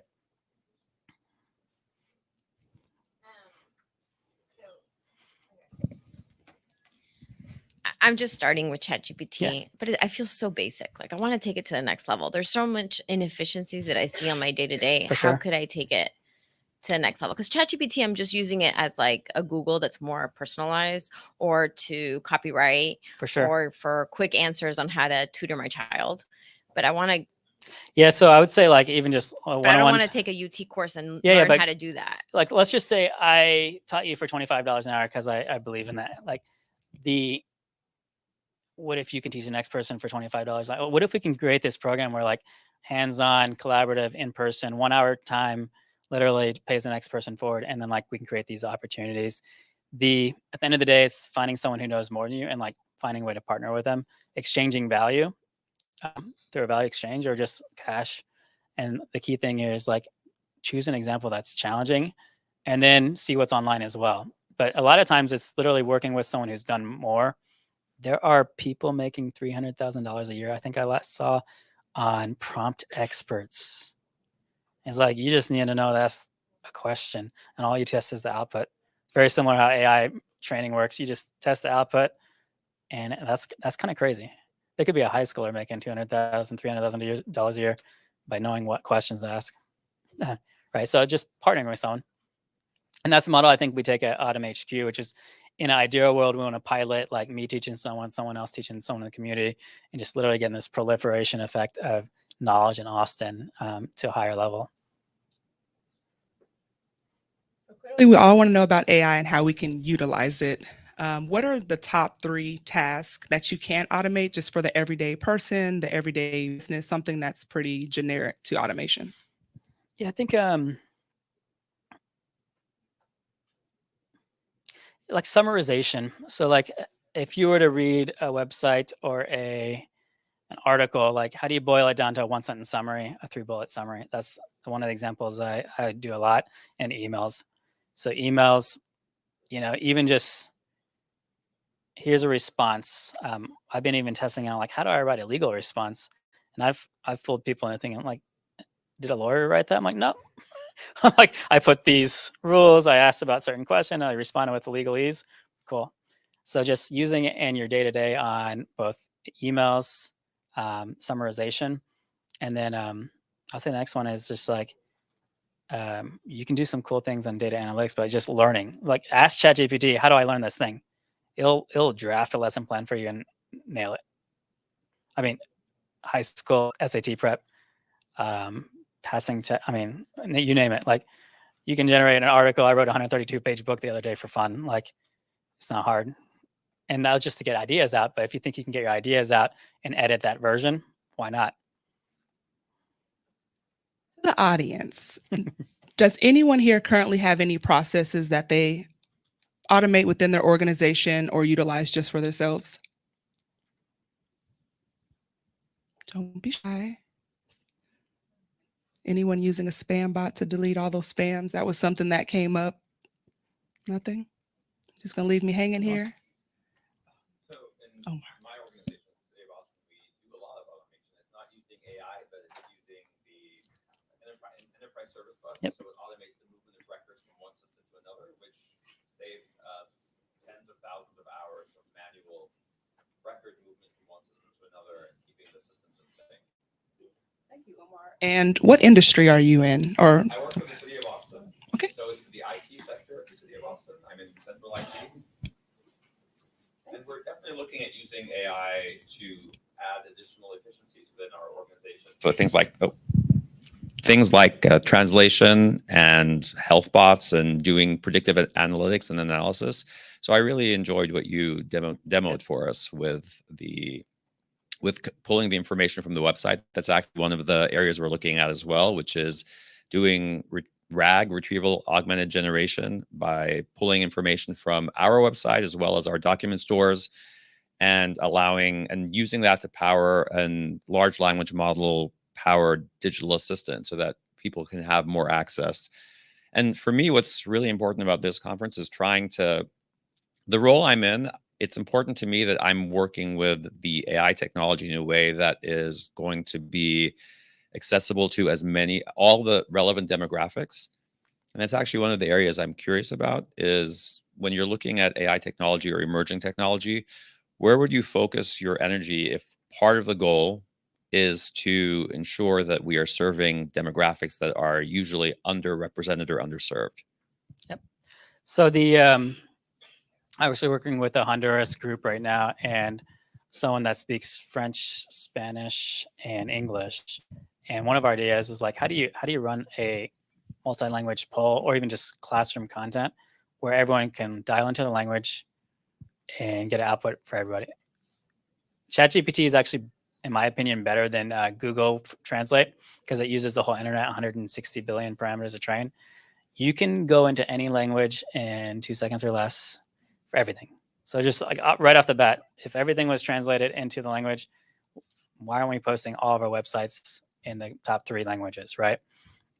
Or having an on-demand service that puts it in German or translates it in real time, so that language number 19 on your list can also get served, right? So just that whole use case around language and language modeling, like I would love to see the same kind of polls we did earlier where we can run a global conference. The United Nations is the example I come up with, is like run a global conference the same way we did with all the languages. You just highlight your native tongue, and the responses in your native tongue. You get a response in your native tongue, everything pushes back to English or your native tongue, right? We can run global polls. What do you do with that power? Well, hopefully someone's uniting the world somehow, right? And so I would push everyone to use it for translation and bringing communities together as much as possible. And then those, I'll give you an example of Honduras or Colombia, small indigenous tribes. How do we get those languages in a large language model because they're underserved? There's a lot of local people that would do that and do the training data. It's not hard. It's someone has to take the time, right? within AUTMHQ, what certification tracks would you suggest for someone looking to enter this industry or just want to learn more about AI, automation, data science? Sure. Yeah, so we have we're in the process of launching an AI cohort that will take people through real-world examples. And the idea there is to pilot with a group of people who can run through and get the basic knowledge. So if you want to literally go through 1 hour a week or 3 hours a week, you have that option and get hands-on experience. Cybersecurity, some of these other ones as well, and the technology sector will help provide the layer outside of your knowledge base to make it more meaningful to your job role. So all the tech jobs for sure. The one thing I can't emphasize enough is Python is preferred in the data science community. So just like accept it. Like I see high schools such as my alma mater from high school, like Pflugerville High School, they're like, oh, we're going to teach C++ first. I'm like, no, don't do it. And I can't convince them, right?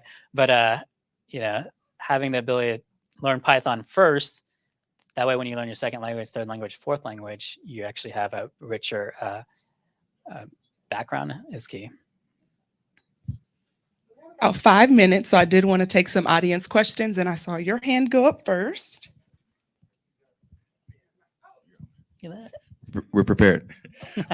So I work in healthcare. I'm Dr. Du. I'm a psychologist. And the question that you was asking earlier about trying to automate a task, I am trying to automate my clinical notes and like presentations. So, but the challenge I run into is capturing, so I meet with a patient and, the bulk or what we talked about, I have to capture elements of like the clinical presentation that need to be stated in the note. So that's challenging because it's like, well, what do I tell AI? How can I talk to AI in a way that it can capture what I needed to capture to represent what this person is presenting with and how they're doing and how I'm taking care of them. So if you have any insights on, from a clinical perspective, like doctors and healthcare, because I spend a lot of time writing notes as a psychologist, and I would love to reduce that.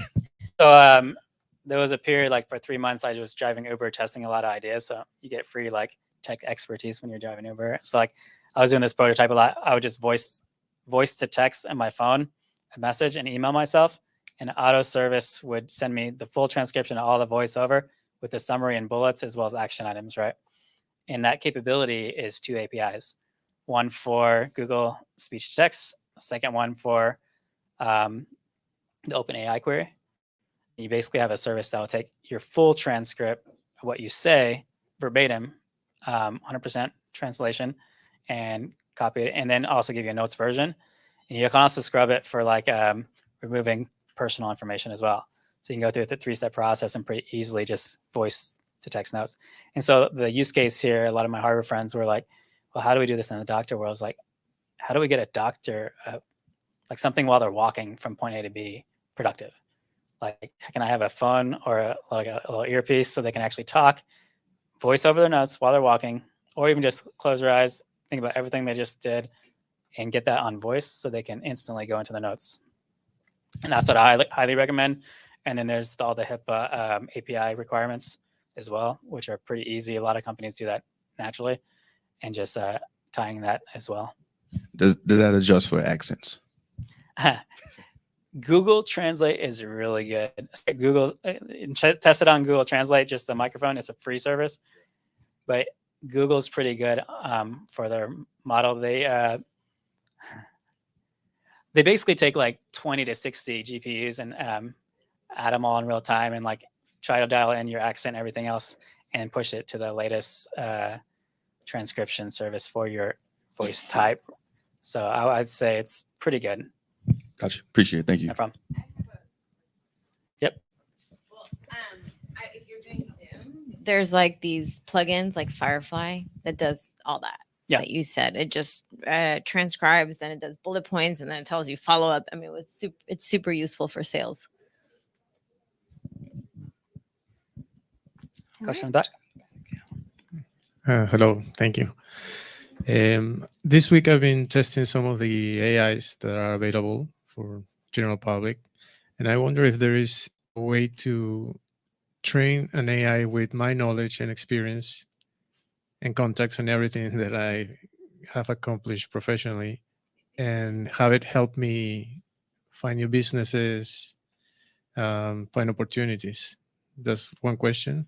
And the second one, is it possible to train an AI with knowledge of politics and have like an AI with, I don't know, all the knowledge about politics, and have it analyze what's happening now, and so the AI can tell us this has been done right or wrong, and anyone can ask any question about what's happening related to that. Right. So I'll go to second one first. The politics example is something like a real-time language learning model that someone has to go train. So like there's a few people tackling this, like scrubbing the internet and updating it every night, for instance.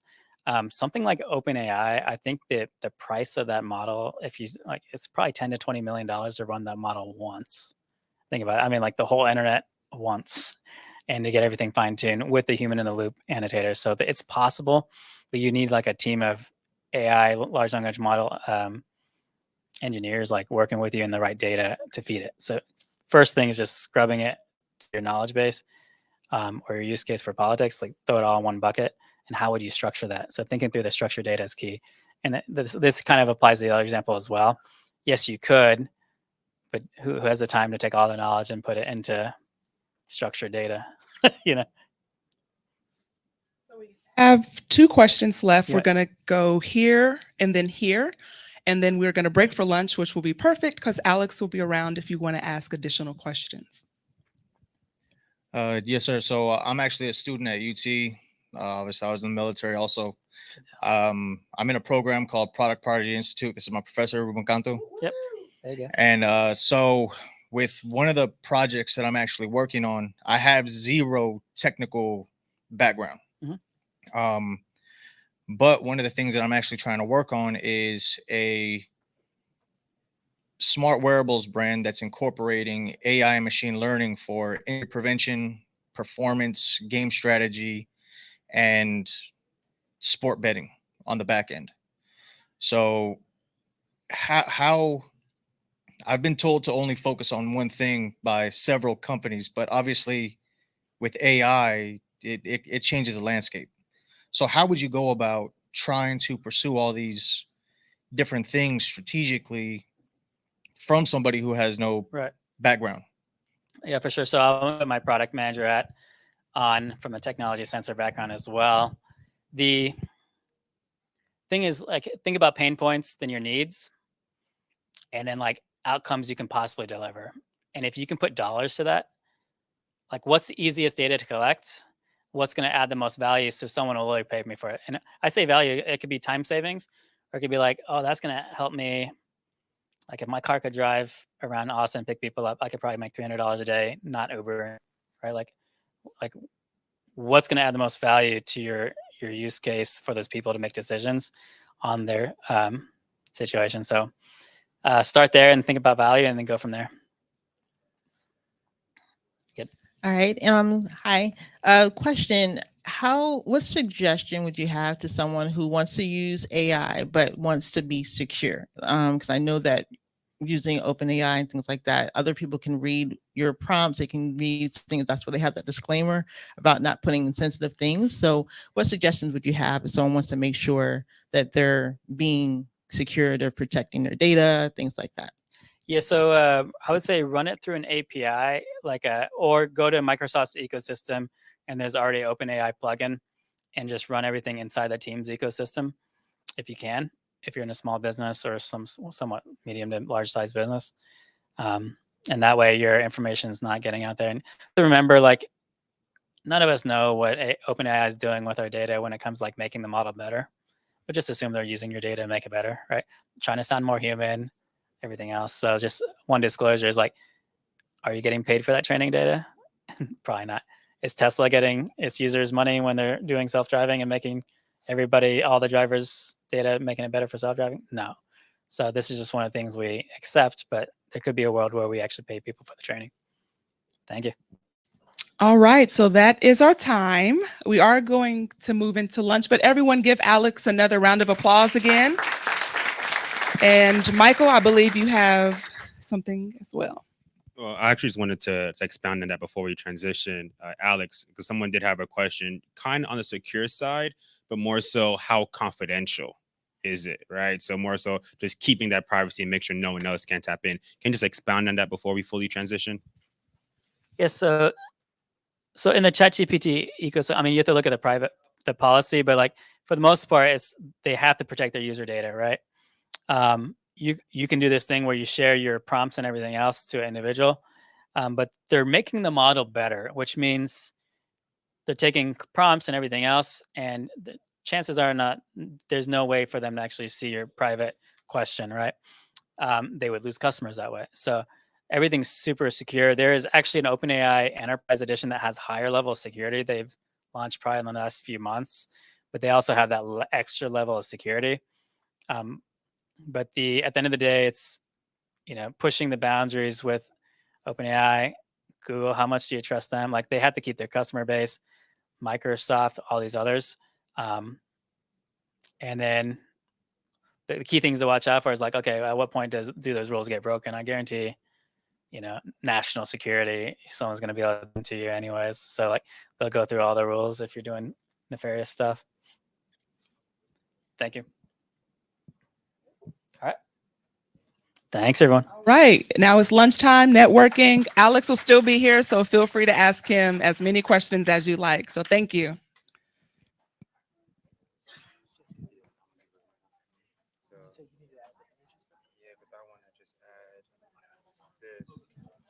Because it's energy and then policy. Huh? No, it's policy and energy. Yeah, but I want to just fix it because it's not. I'm not sure why it looks like this. It does.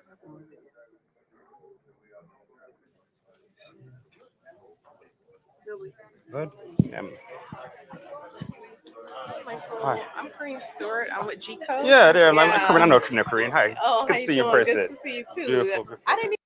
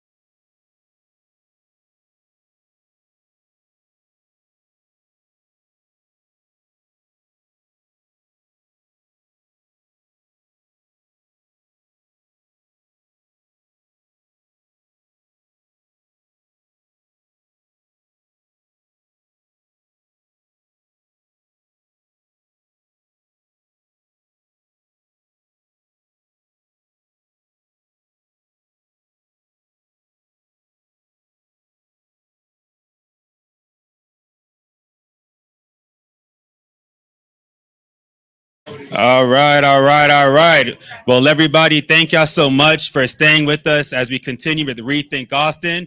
Right now, we're in the middle of lunch, so people are making their way back to the main stage. For those that are online, thank you for your patience. We had a great session when we started with Rethinking Education with Mike Gates. Then we transitioned to Rethinking Technology with Alex Seguin and Maria Brown-Spence. And now we're going to dive into an interview with Alex Seguin, talking more about what does AI really mean for us in the future. So I will take it away and give it to Media Tech Ventures. Thank you. Hi, everybody. I'm Roselia again with MediaTek. And I'm Boma with MediaTek. I'm Boma with MediaTek as well. And since we had such a long session of questions, we were kind of running out of questions. So if anybody has any, think of them. I do have one, but then I want to open it up to, we have two that we want to open up to the public if you want to. And just my question is, you talk about spiritual technology. How did you, spiritual intelligence? Spiritual intelligence. Okay. That's a phrase I coined myself.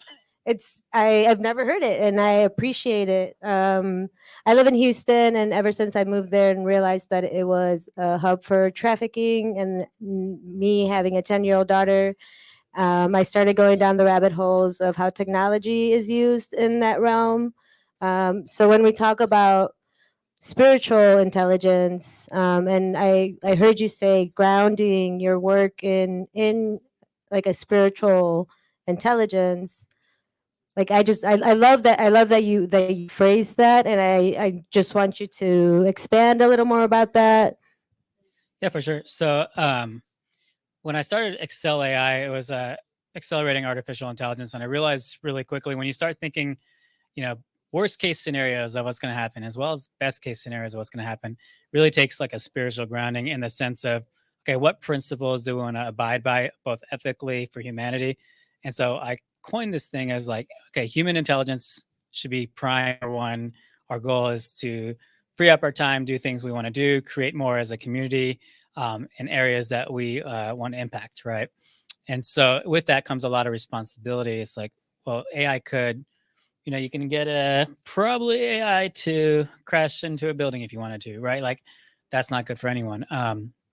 So what do you stand behind when you actually develop ethical AI? And so I came up with this like spiritual intelligence concept, which is, how do we apply the tool set, master our own minds instead of thinking worst case scenario in our subconscious, really taking us to paths we don't want to go, using that awareness to generate a new future that we do want to go into, right? So the concept around this was like this Unleash movement here in Austin around letting go, being you, being free. And, how do we do this on a large level? One of the things I think we should all think about is like loss, love, security in our houses growing up. How does that impact us? There's a few companies here today I talked to, and knowing about our biases around these basic three things are so critical, because how we see the world is how our subconscious projects from our own realities. Unless we're willing to let go of that, we're not going to manifest the lover of our dreams, right? And it's so critical to think about how we manifest our world into existence. And if you don't have control and awareness where you can be that observer in your own mind, it's going to be very easy to then use AI to get rid of jobs for cost cutting, for instance. Right. What else? Is that, do you have a follow-up? Yes. My question is, when it comes to AI, what would you say the low-hanging fruit is in different industries, such as the nonprofit sector or governmental sector? What would you say the low-hanging fruit is? Yeah, at the end of the day, it's how do we think of everyone in this room as 10 timesing their output? If we can free up the tasks we don't want to do to 10 times their output, for one, can we get paid 10 times much? If not, why not? But if we're working in a community setting where our mindset is just to be more efficient, so we can create in the areas that we want to bring communities together, create in the areas we want to free up our time, create in the areas where we want to learn more. Like a lot of people want to learn robotics, AI knowledge, right? Well, why can't we make AI that helps people design their own robot in a simulation world if we need to, because it's expensive. So for low-income areas, we do it in a simulation world. The technology is good enough, and so like at the end of the day, I think it's productivity. How do we focus on productivity, free up our time, human intelligence time, so we can work on value-added things instead of going through 20 years in a career and you're just doing what you're asked. And have you done anything really to create something in the area you're interested in? A lot of cases, not, right? I kind of have a follow-up to both of ours. Whose responsibility do you think it is to hold ethics, I get it, or to hold like these spiritual concepts as we grow and as we scale and as we expand? Because I feel like 2 or 5 years from now, the technology that we have available is, I mean, obviously it's going to be drastically different. For sure. Yeah. So, I mean, I told you the example earlier, which was like, I threw in almost like 20 different religious and spiritual constructs into AI and said, okay, what's the grounding? What's the similarities of all these things? And it was like Egyptian Ma'at principles, Christianity principles, Baha'i faith, like all these different things. And if we like unite as humanity, ask yourself what that is. And it's like connection, wisdom, and harmony. It's like, oh, that's cool. Like I use AI to come up with this cool 3 concepts that we can all actually stand behind for creating things, right? At the end of the day, it's the people who develop the tool sets. But thinking about worst case scenario, like I've been in companies that are literally, I want to target that object over there and with 3 different drones, and technology is good enough now just for everyone's awareness. You can take a drone with a universal controller and switch the video feed from any of the drones, any of the robots, take over any of the drones, any of the robots. There's 10 robots in your network, and tell if it's a Russian tank versus a US tank. Right? Yeah, exactly. And so you think about worst case scenario, well, why use it for war and other things? It should be a deterrent, but if we're not careful, we'll use it for bad. And so it's really up to humanity to say, like, we stand behind these principles to develop, and then to really like think worst case scenarios, like, well, let's make sure we're not doing those things. And I always like to think, like, what if we killed ourselves before in the past? Like, simulate in your mind, like, has humanity got to this point before? Okay, well, if we did, what stopgaps do we put in place to make sure there's at least some people ethically developing AI? That's right. Yeah, but who does that? Like, I mean, you say the people that are developing the tools, but like, do governments, like in school systems, and yeah, I think it's going to take government and something maybe even a little more global, right? Like, what would you, if there was an AI ethics board that was globally facing? It's like the closest thing we have is like United Nations or something like that. But how do we get something that anyone can agree to? And so again, that's the hard part, right? I mean, one of the thought exercises, like, okay, imagine Atlantis is real, and it was super high tech and super high spirituality in parallel, working together. What would they have done? And so it's like thinking literally through these scenarios, like, okay, let's just imagine a world where this is done before. Well, you want to make sure the technology is used for good, and then all these factors, like, I hate to say it, but like materialism, debt, all these things that get in the way. How do you counter those forces? Because the companies and the corporations, especially government as a corporation, will always pull in a direction, especially when biggest debt is, I think, U.S. government debt, right? It's like 25% of your taxes are going to debt. Well, how do we counter that? We stop getting out of debt. We develop debt-free education. We show there's a world to live where you don't need thousands of dollars. And then we have to be spiritually grounded to make sure that we don't have a almost like this trajectory to put ourselves out of existence or out of work, right, which seems to be what's going on. Yes. Let's hope humanity survives. Thank you. Any other questions? Good. Cool. Thank you. Thank you. Can we give a round of applause for Alex, please?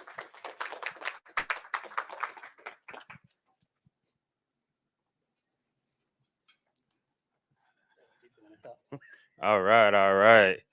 So we're going to get situated for our next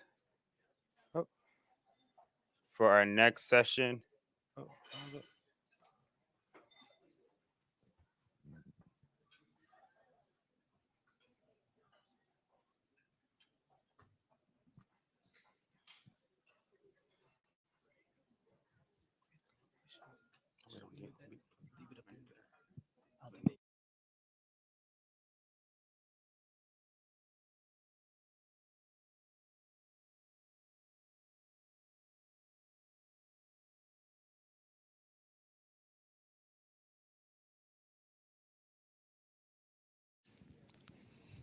Hello, hello, hello. Yeah. Okay, so it's good.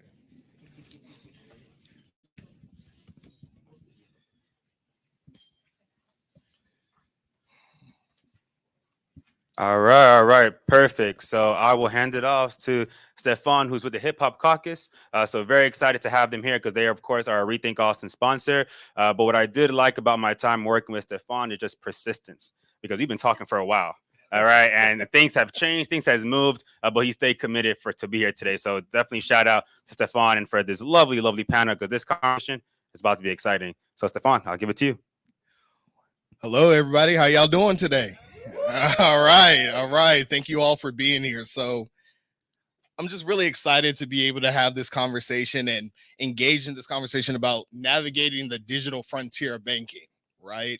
So what we're going to do to root this conversation, we're going to talk about how the greenhouse gas funding and private capital can be able to build up minority depository institutions to meet the needs of the next generation. So it's going to be a very great conversation. So what we'll do is we're going to root this conversation in the National Bankers Association's report, Navigating the Digital Frontier in Banking, Challenges and Opportunities of Mission-Driven Financial Institutions, and the Alliance African American Equity Impact Scorecard. So again, my name is Stefan Cowart. I'm Director of Economic Justice at Hip Hop Caucus. I've been in the banking industry for the last 20 years. And so my first panelist, we have Chevelle Shangokoya.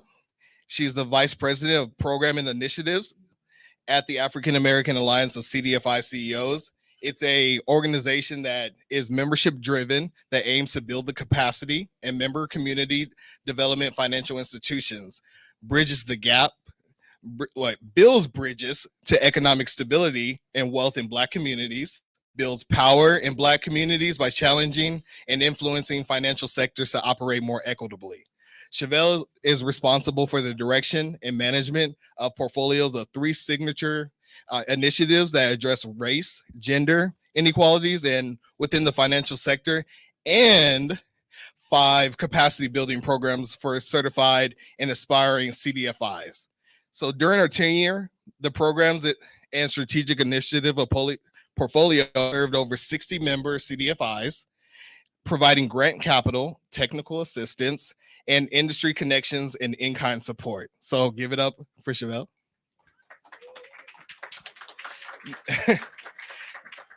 Next, we have Carl Romer, the research manager for the National Bankers Association Foundation.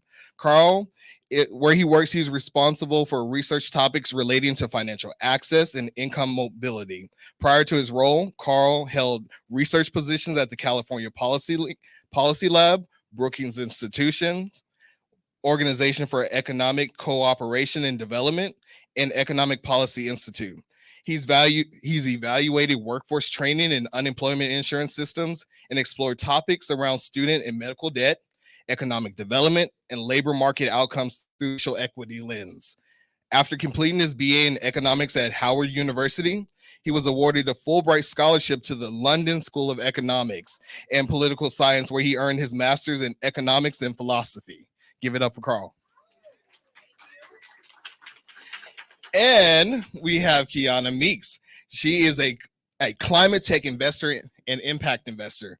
She is the general partner for Black Tech Capital. They provide pre-seed and seed funding, investing in underrepresented founders in climate tech and clean tech. She has experienced the racial equity issues facing underserved populations across the South.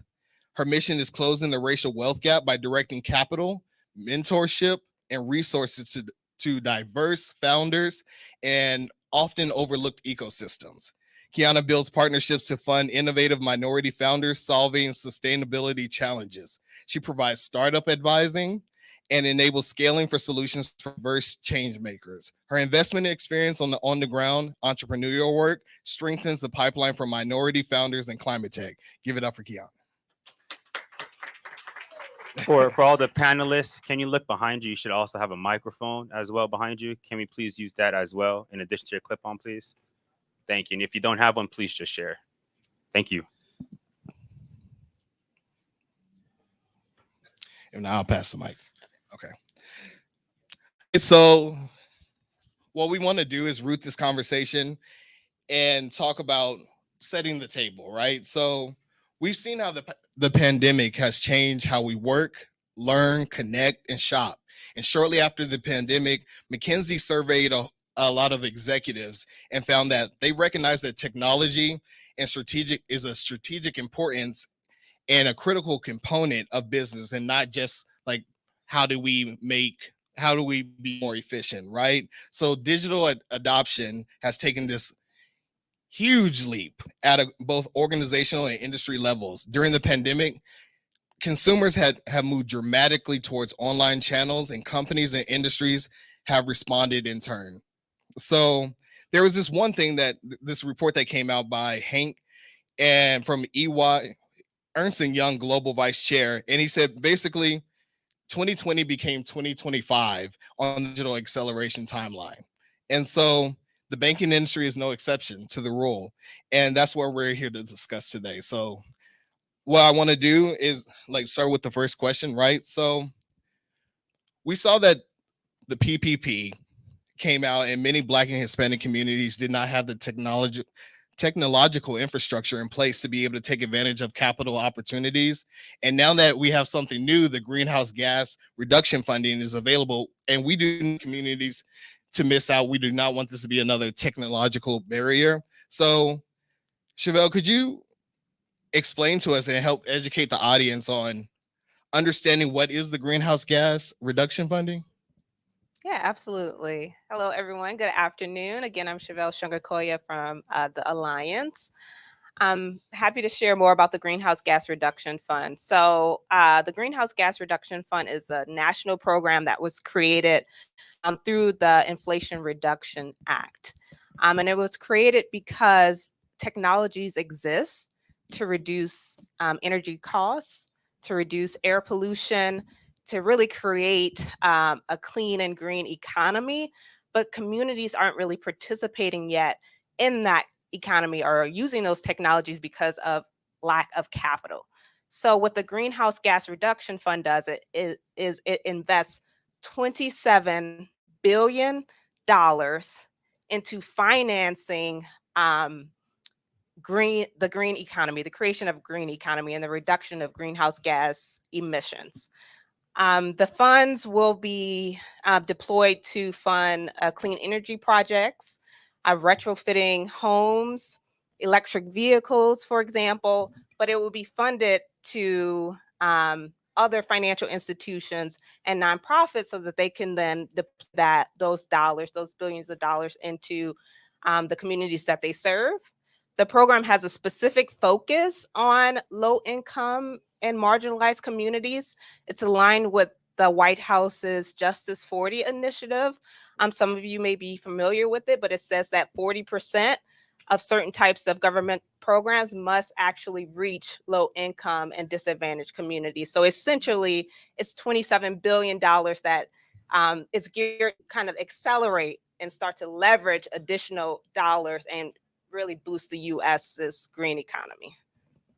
I appreciate that. So the way that we're doing this conversation is like we're starting with the greenhouse gas funding, and when we get this access to capital, we want to redeploy it into financial institutions so they can be able to build up their technology, and so we can ultimately redeploy it into the community. So Carl, access to capital is something that minority depository institutions who are historically undercapitalized and undersupported can benefit from. Could you tell us about the report that you put out, Navigating the Digital Frontier in Banking?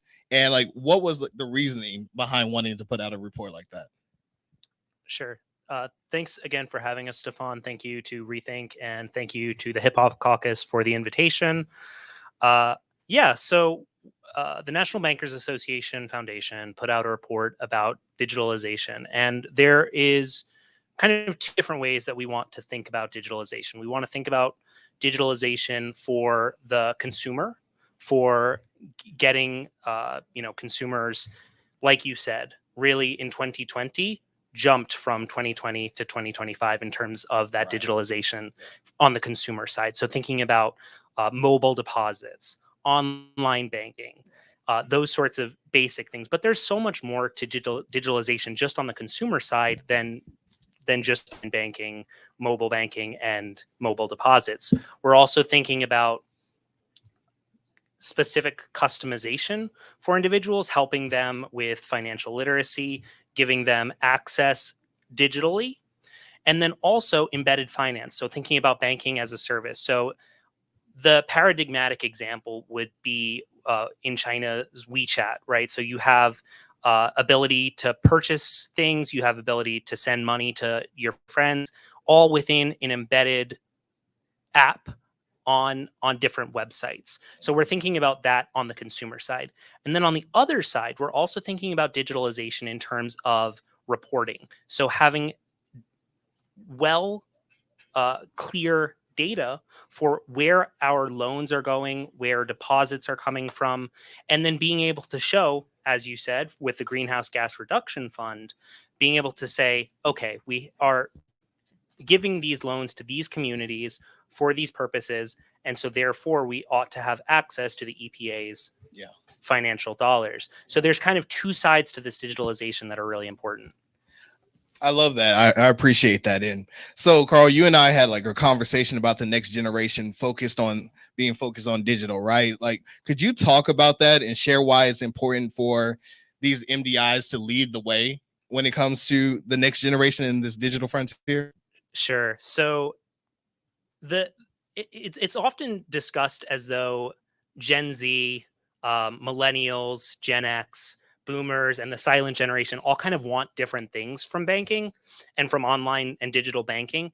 And I don't really know that that's the truth. I think that Gen Z, boomers want the same sorts of things. They want their banking to be easy. They want it to be accessible. They want it to be, maybe Gen Z wants it a little more to be on the mobile side, but I think that we all kind of want the same things in terms of online and digital banking.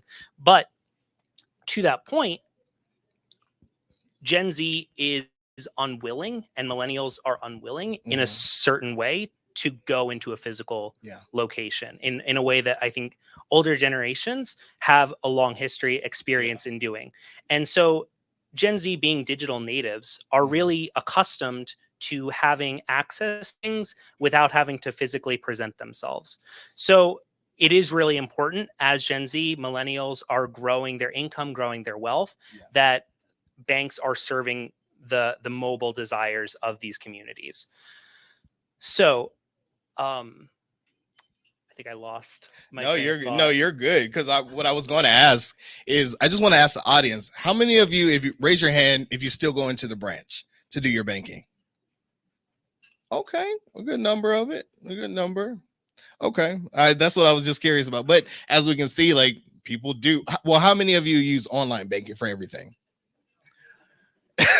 Okay, so this is a very relevant conversation to you all, right? So I want to switch it next. Kiana, like, let's talk about digitalization and how it's allowed entrepreneurs to become like more active investors in their community. Like, could you talk about that a little bit more? Yes. Hi everyone. I'm again. And following your lead, thank you so much for putting this together. I know how someone called Stefan persistent, and that's precisely what you are, in the most beautiful, absolute best way. I am following your example. But yeah, when it comes to how digitalization plays into making entrepreneurship and investing in particular easier, before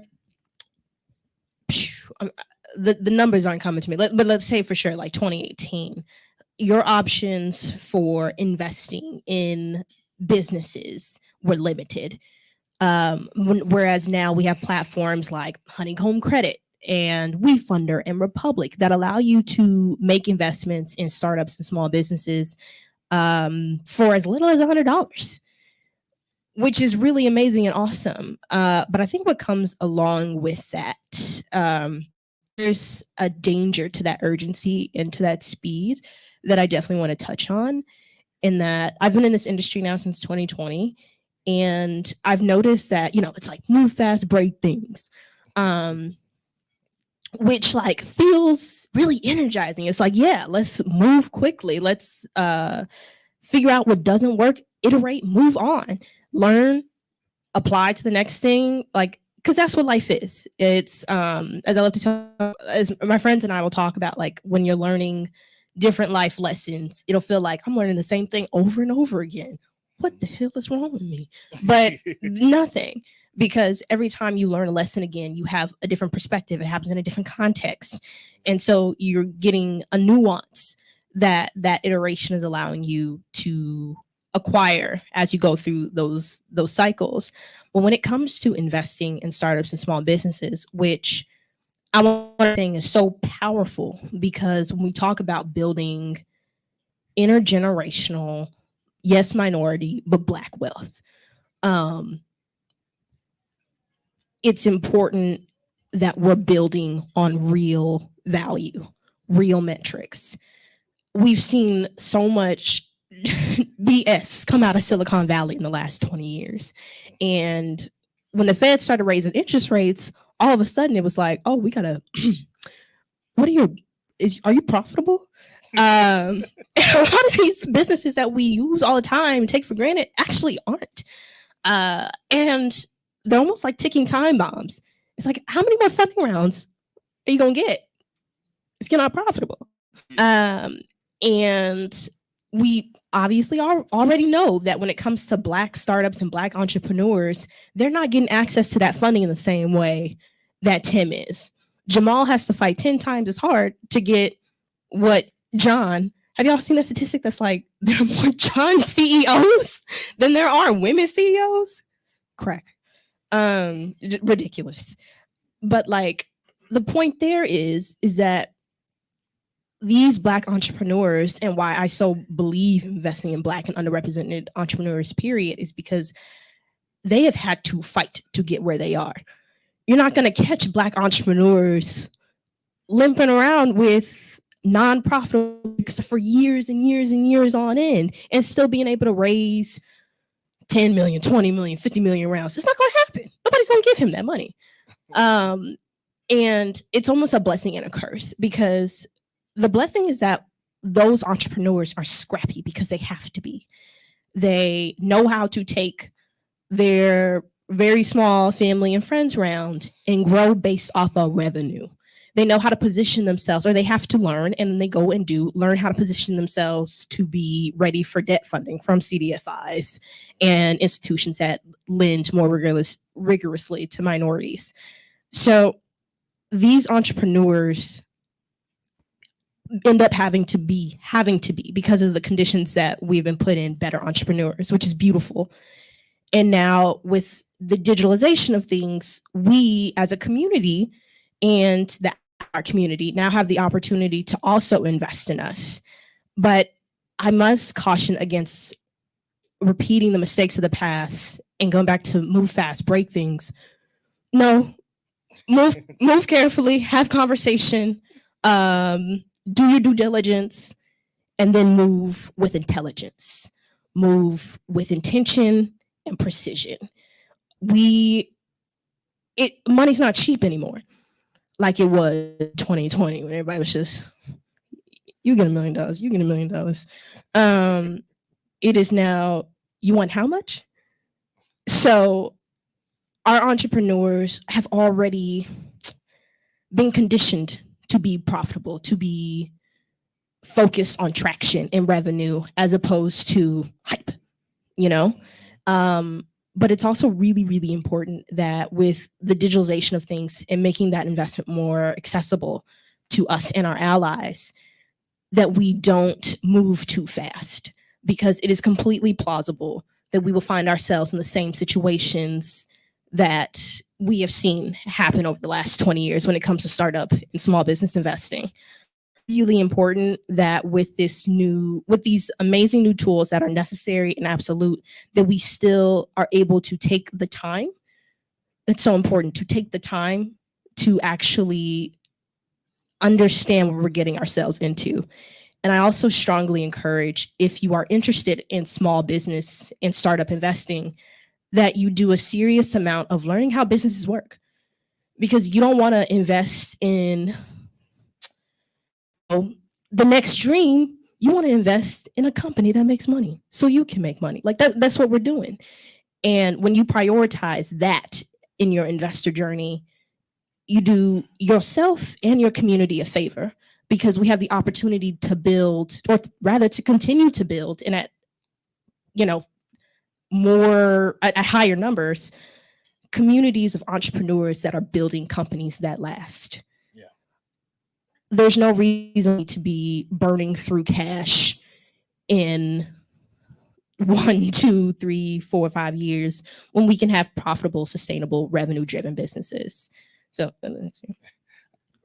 So I think that you brought up the point about how many CEOs named John there are in comparison to women, and I think that that's at the managerial level, right? The very top of the managerial level. It's also at the small business level, right? So you see a lot more of the majority racial group in this country owning a disproportionate amount of small businesses, large businesses, at the managerial level of those businesses. And you see, not just because, or not at all because, Black people, Latino people, Asian, Native people don't want to own and operate and manage businesses, but it's because, as you said, they're not getting as much capital as white businesses are. And so this past year, my team at the National Bankers Association looked at where minority depository institutions were lending to. And we found that minority depository institutions, in terms of P loans, gave significantly more both to minority businesses and businesses that operate in minority places, and to lower and middle income places, right? So minority depository institutions have and can leverage the type of relational banking to give to both minorities, lower middle income, and really kind of ameliorate this real and significant problem of underrepresentation at the managerial and the ownership level. I appreciate that. And so one of the things that it brought up for me is that I say this all the time, the ability to fail your way into success is like this incalculable, right? Like it's not, it's a privilege for some, but like it should be a right for everybody. We should all be able to have that space to be able to build our way into success. And that's not always the case. And so that's one of the reasons why we're really excited to have this conversation. And I wanted to talk about the racial wealth gap, right? So, what we've seen is that it disproportionately affects Black and brown communities, the communities of color. And what I feel like is that the African American Alliance Equity Scorecard is this response to the crisis, right? And a means of holding organizations accountable to their impact. So could you talk about that, Chevelle? Like what are you working on over there when it comes to the scorecard? Yeah, thank you for that question. I'll start with a little bit of context, which I think we're all in this room are aware of this. The racial wealth gap exists. It's persistent for decades. In some areas, it's getting worse. I've recently seen some studies and insights that said that Black communities were the only communities that didn't benefit from what we saw happen in terms of the housing market during COVID. The lower interest rates, a lot of people were selling their homes, gaining new assets. Black people were the only community that coming out of this growing market did not benefit, right? So in that area, I would say that it's worsening. But given that context and the murder of George Floyd, when we saw corporations commit billions of dollars towards Black economic mobility, I saw a McKinsey study said that it was estimated at $350 billion were committed. So that's over 10 times the greenhouse gas reduction fund that we started this conversation with. So the African American Alliance of CDFI CEOs saw those movements as an opportunity to start to define what accountability looks like for those dollars, so that they actually build wealth in Black communities and promote a kind of a shared justice framework, and not the traditional charitable framework that we see typically with these types of investments and committee commitments. I think the current structure is that a lot of white-led organizations tend to get the funding directly to serve low income and disadvantaged communities, right? BIPOC communities, Black, Indigenous, Latino communities. And what happens is we tend to just build up those organizations, and they might be doing work in these communities that has a benefit, actually addressing the economic disparities that exist so that we can actually come out of this environment and not need charity anymore. I think because of the persistent wealth gap, I think the answer is no, right? The financial institutions haven't been doing what needs to be done to close the racial wealth gap. Even CDFIs, which are, we're throwing acronyms around, but they are loan funds in communities, right? Credit unions and communities, CDCs and communities. They exist to build up communities, but they're not doing enough to close the racial wealth gap. So that's the context. So we developed this impact framework that financial institutions, whether they be CDFI, MDIs, or larger banks, can use when they're vetting projects that they are choosing to invest in. The tool looks at 5 different categories, like, are you building Black leaders? Are you shifting power to Black people? Are you creating jobs? Are you promoting economic development? Are you thinking about Black people across different intersectionalities, right? Not just the Black people that are easy to access, but those who might be low income, disadvantaged, women, returning citizens as well. The scorecard looks at a number of factors that really build on equity building blocks, right? And financial institutions have started to implement this scorecard into their lending practices, right? And what they're finding is that there are a lot of, they're finding that some projects in their portfolio aren't impactful in terms of wealth building, right? So that starts to make them shift their strategy and also look at their internal policies for systemic racism where it exists, right? Because if you truly care about wealth building and community building, and your underwriting is saying this is too risky, right? The financial analysis doesn't make sense. Though I agree with you, we have to have strong businesses, but we have to realize that our systems inherently are racist, right? And we have to shift them towards more equitable frameworks that serve the communities that we intend to serve. So that's what we're working on at the Alliance. And we're happy to have right now 15 CDFIs, community development financial institutions, that have committed to using this framework in their organizations and really shifting more towards equity building and shifting how they think about risk and impact.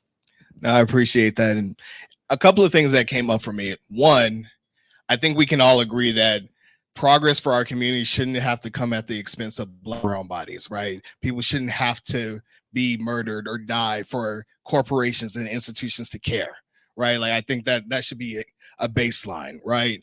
Also, I believe that there's this opportunity that we're sitting here to be able to hold these institutions accountable, right? Like, we saw all these, and I'll just say it, statements of platitudes that came out like in 2020, and it's like, well, how are we holding these institutions accountable? And I think that the tools, the groups that, all of us in this room have an opportunity to be able to make that change. And it's like, I wanted to also just ask you, could you talk about the Community Builders of Color Coalition?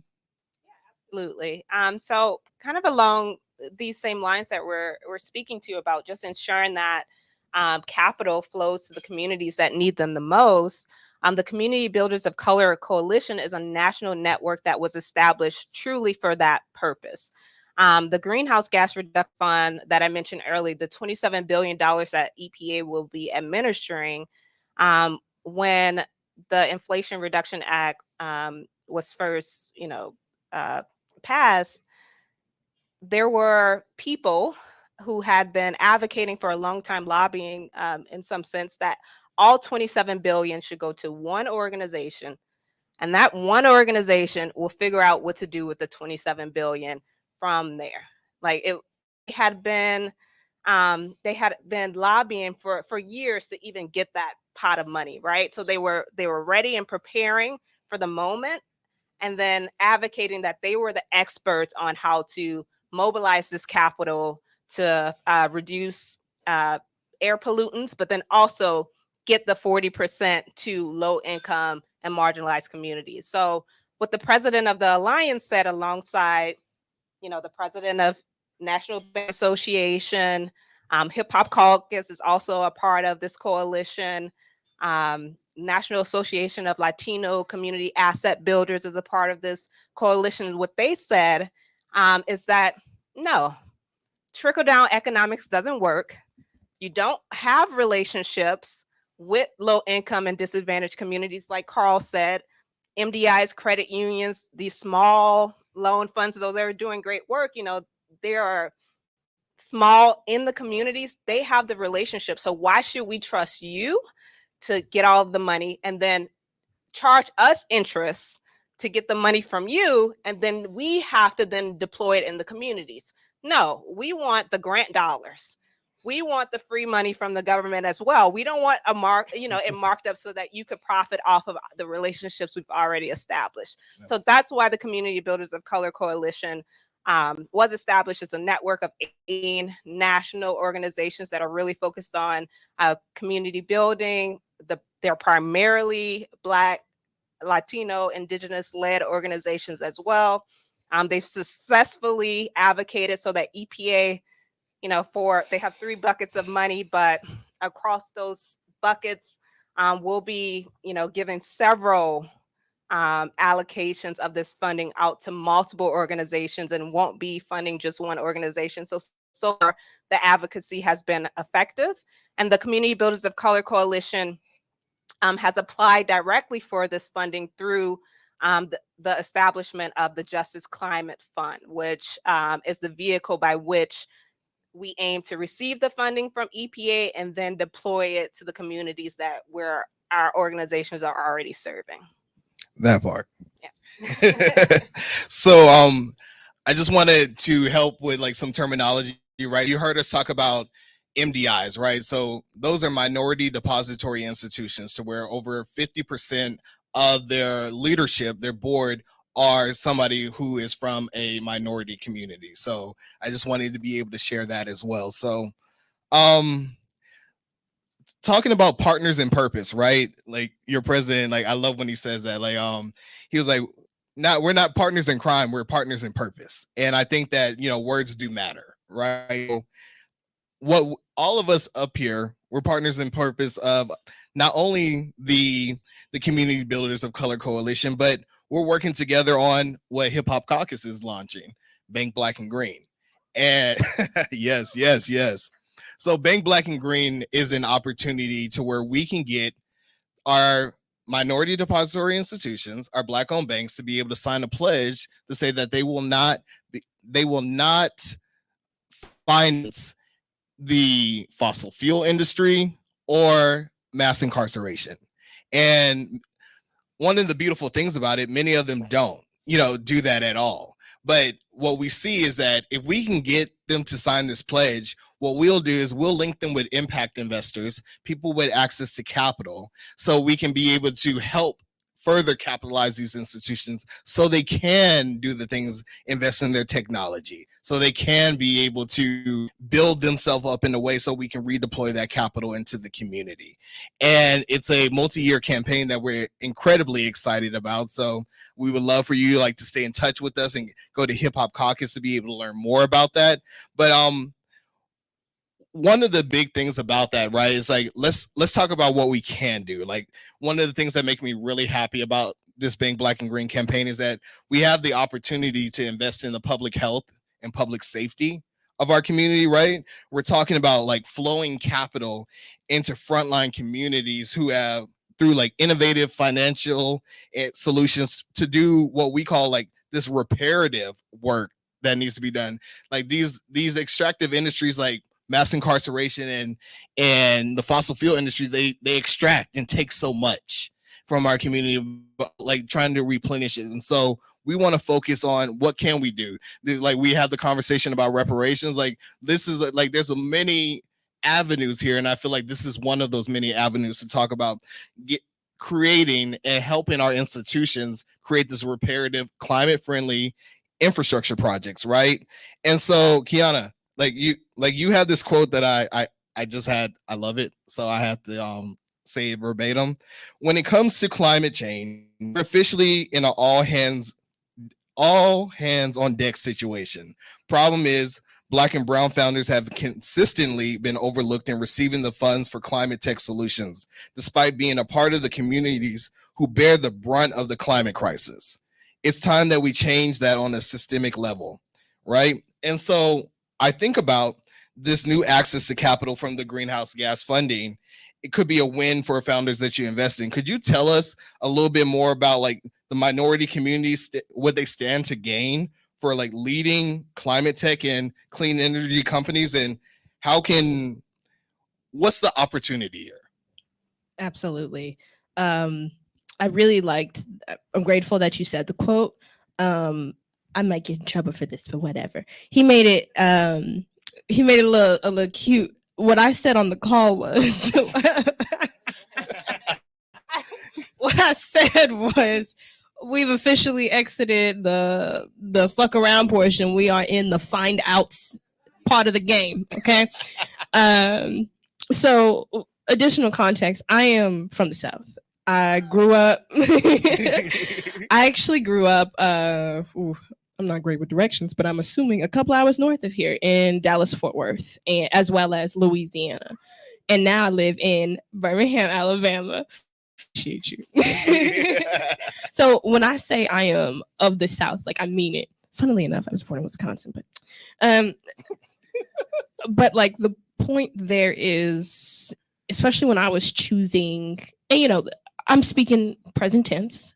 I don't know what'll happen tomorrow. If I open my eyes, I will be very, very happy. But I say that to say, as of right now, the reason I chose to stay in the South, I went to UC San Diego for my undergrad.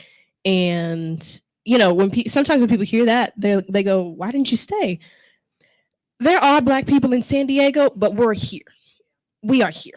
And so when it comes to being on the forefront of addressing the racial wealth gap, and especially as that relates to climate, I needed to be here.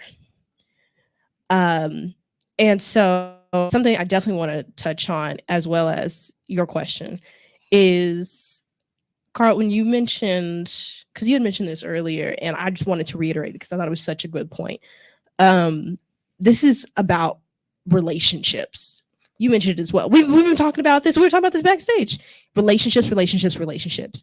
American culture has a nasty habit of being isolationist, individualistic, extractive, to the point of harm. You can't do those things without causing harm to other people. And so when we're talking about building communal and intergenerational wealth, the communal part there is key and clutch. And so when we're talking about the opportunity that Black and brown and minority entrepreneurs and investors, I see a whole room of potential investors. It's about relationships, the relationships that you have with each other, the relationships that you have with the community, because another reason why the Black Tech Capital thesis is investing in minority-led climate tech startups is, I don't know if I said that before, but that's our thesis, is because these founders are experiencing the problem on the front lines. Why am I going to give Jimmy John $1 million? Jimmy John's never experienced this firsthand. If he read about this in a paper that he did for college, I'd rather give it to Shaquille. Shaquille lives in Dallas. He knows the problems that his community faces, and his pursuit of the solution is authentic. It's grounded, and in itself is sustainable, because I know that he's not going to walk away from this problem because it got hard, or because he ran out of funding, or because there was a misstep or he made a mistake. Because if you're on this is life, period. Y'all know this. You've been alive for a while, apparently. Life is literally just constantly mistakes, constantly. And you have to be willing to take that in stride as you continue to build for your community. It's essential. It's really important, because that pain, the mistakes that come on that journey, it's just inherent to the process, and it's supposed to happen. It's not, oh, we're not good enough, or oh, like whatever kind of shame-based excuse you want to make for it. Mistakes are inherent to the process, and they're supposed to happen. So each time they do, embrace it as the lesson that it is. That turned into a little aside. But when it comes to why, or like the opportunity that is presented to our community from addressing the climate crisis and putting funding into minority entrepreneurs to address the climate crisis, it's that these founders know the problem and they're willing to stay and see it through, regardless of the other circumstances. And it's our job as allies, supporters, mentors, investors to help them do that in the most effective, relationship-based, sustainable way. And sometimes sustainability doesn't always look like literally what's easiest. And something I love to say this, is that the definition of a business is an entity that solves a problem for a qualified buyer. And that definition is so powerful because it breaks down the very important things about running and creating businesses, which is that what you are doing is solving problems. There is a hole in the market, whether that be from lack of innovation or because someone else is not fulfilling that need. But you as the entrepreneur need to have an intimate understanding of the problem that you are solving. And it is those entrepreneurs who know what because the solution is going to change. There's new technology coming out every day. So like, you can never get attached to your idea about the solution. You have to be invested in the problem.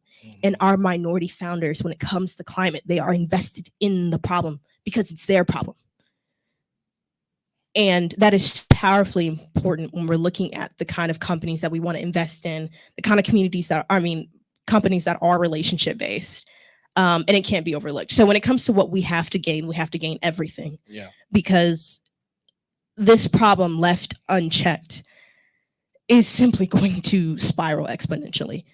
We don't have the luxury of time anymore, particularly between now and 2030. We really have to put, pedal to the metal? Something like that? Is that the same? Okay. We have to. We don't have a choice. But the beauty of minority entrepreneurs in the climate space is that they get that. They know that. And these problems that are now, I say sexier because they're in the media now, but talking about it now. We've been talking about environmental justice for decades. The last century, minimum. So these are not just individuals, but communities who deeply understand the problem. And so when it comes to what we have to gain, it's everything. Because we're protecting us. Because this future is coming. I cannot stress that enough. This is happening. And no amount of avoidance is going to absolve you from dealing with the consequences of climate change. Now, granted, I don't think a soul in this room contributed to, the explosion of the fossil, outside of being a consumer. And I don't want to discount how much power consumers have, because they do. Especially when we come together as consumers of a collective consumers union. We'll come back to that later. But maybe you weren't the exec at Exxon that read the study in the 70s and said, let's discredit it. But we do have to solve this problem now. I think as a community, minority communities in the US, and obviously particularly Black people, we have dealt with a history of those in charge creating problems that we then have to figure out. This is nothing new. We just have to put it to work and do so with haste. Yes. One of the things that makes me think of, like, we have to do business in a way that, one, only that doesn't compromise the ability of the next generation, but we have to do so by prioritizing climate. Like, can just a real quick follow-up, like, could you like tell a little bit more, what is climate tech and what is clean energy tech? And like, you know, so people can understand why this area is something that we should pay attention to. Yeah, essentially, climate tech and clean tech refer to startups, innovations that are addressing the climate crisis. So that might be sequestering carbon, aka, you know, taking carbon out of carbon intensive processes and putting it somewhere where it's not in the atmosphere. And other the big categories there are mitigation and adaptation. So we're definitely in a portion of the process now where we need to have a heavy focus on adaptation, and still be investing in mitigation. I'm never going to say don't do that, but we need to prepare our communities, our homes, the places, our third spaces, which we know that we have to fight to protect anyways. We have to fortify, literally, we have to fortify the places in which we live for what is to come and what's already here, frankly. So when it comes to what you consider climate tech and clean tech, if it is addressing the climate crisis in some aspect, and not every aspect of the climate crisis is like direct, because if you see, you know, a renewable energy company, it's like, oh yeah, that's climate tech, sure. But I also want to say that, like, I don't want y'all to limit the impact that stands to make to just things that are like obviously there, like renewable energy. When it comes to adaptation, it's like, what are things, whether that's like data, there's such an opportunity when it comes to putting data in action. There's an amazing founder, her name is Dahl. I don't want to butcher her last name, but it starts with an A. She owns this amazing water company that is the first Black woman, that is the first of its kind to collect the kind of water related infrastructure data that we need in order to put things in action. So don't be like, oh, you know, I'm not an engineer or I don't have a science background, I can't contribute my gifts to this, because it's just not the case. Definitely, if this is a space that interests you, and obviously our survival is near and dear to all of our hearts, be hesitant to limit yourself in what the definition of like climate tech is. Because if you are, within reason, protecting communities and fortifying buildings and homes, there is a climate tech argument there. And especially when we're talking about getting access to grant funding and loans that are sequestered off for minority entrepreneurs, you might absolutely have an argument there. So don't limit yourself because you don't fit into a box that you perceive. I want to add on to that just a little bit beyond the climate tech space, and just comment on how the Greenhouse Gas Reduction Fund will create financial products for any type of consumer, right? Any type of business. If you're doing projects that improve the energy efficiency of your home and of your like lifestyle, right? So retrofitting your home, like just reducing how much energy your home puts out into the environment. As you know, maybe you're refinancing your home at the time, and you go into a bank or a credit union and you want funding, or you want to refinance your home, they will start to offer you additional capital to retrofit your home, right? To update your appliances, or tax credits for you to update your appliances in your home, right? These are the things that we as a community have to start asking our community banks, our credit unions for, because other communities that might be more affluent, like they're already creating their products around this, right? They're already educated on it. So anyone in this room will start to have access to these dollars, even if you're not a business in the clean tech or climate tech space, right? So I just want to call that out there. This should touch all Americans, right? This is just, it's entrepreneurs as well, right? We want entrepreneurs to have access to the dollars that will be allocated towards clean technologies, right? Manufacturing, there's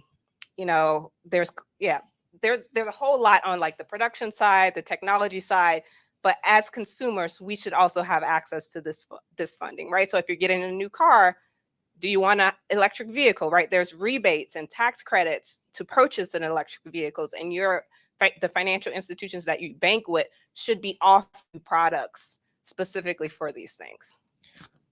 I appreciate it. I just wanted to end it with saying that I think it's an opportunity for us all to be partners in purpose in this conversation. I think that we all have a role that we can play in this. It comes with our minority depository institutions, our impact investors, our organizations who are organizing people to be able to make a difference, because these are our communities. Like we're talking about fossil fuel, these mass incarceration industry who see our communities as sacrifice zones, like to see, or you can just put some industry up there because you think that you're offering some type of nice wage, but the impact that it's having on our communities, we talk about Louisiana, Texas, West Virginia, Ohio, like there, I can go on, but so many of our communities live in what we call these sacrifice zones, and I think that we all have an opportunity together to change that. And thank you all.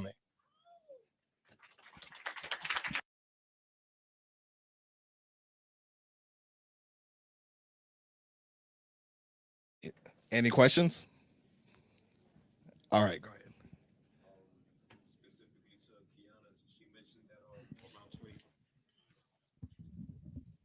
Thank you. Check. Specifically to Kiana, you mentioned that by 2030, around there, we have to get these things figured out. Why that specific frame? Yeah. So, oh, great. The alphabet soup in my head isn't coming to me. But when it comes to the surveys that have been done by international teams of climate scientists and people that are on this, it's really our target year when it comes to implementing clean technologies, when it comes to what's the word, phasing out the fossil fuel industry. That's the timeline that we have before shit hits the fan. And there's already some brown specks on the ceiling, don't get me wrong, but right now we have an opportunity to mitigate before things get really bad and the situation goes beyond what we're able to fix. So when it comes to putting things into action, the time is now. And 2030 is, and you'll see around the world when it comes to like climate policy and laws, that's the clock that we're all racing against. Dan.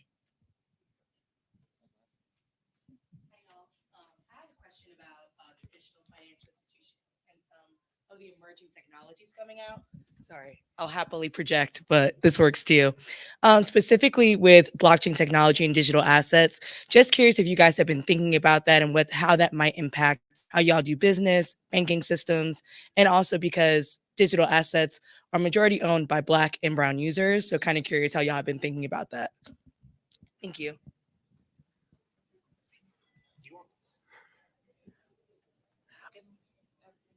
Yeah, I don't think that we at the National Bankers Association are thinking too much about blockchain, to be totally honest with you. That's a little bit outside of our wheelhouse because the institutions that we represent are banks. And I think that the blockchain is typically attempting to point to failures in the banking institution, which are real, but with solutions that we are not thinking about. Yeah. When it comes to, oh, sorry, I lost you. Oh, hello. Certainly, like blockchain, yes, I think it's a technology that has a lot of potential when applied in innovative ways to like really valid core use cases. I think we saw with NFTs and crypto, it put a really bad taste in a lot of people's mouths. And so now when you say blockchain, people automatically think like Sam, which is not what we want them to be thinking. But I think when it comes to like blockchain 3 generally, a big power of that is DAOs. I'm really excited about DAOs, and which stands for decentralized autonomous organization. That was a lot of the big words, but like essentially an organization that can be founded with a charter on a smart contract based off of principles and not who you know. It's really, really powerful and really cool. So especially when we're talking about putting collective action into use, which, and I was saying this backstage, I think the linchpin to solving the climate crisis is employee ownership and unions and collective bargaining power. Because when the collective gets that power back, or not even say gets, that's the wrong verb there. When the collective takes back our power from the monopolies that run our society, we have the opportunity to then put things into place that really serve us. And I think DAOs have a lot of potential in playing a major part in seeing that through. I'll just add and say that, to your point, we're talking about financial technology, right?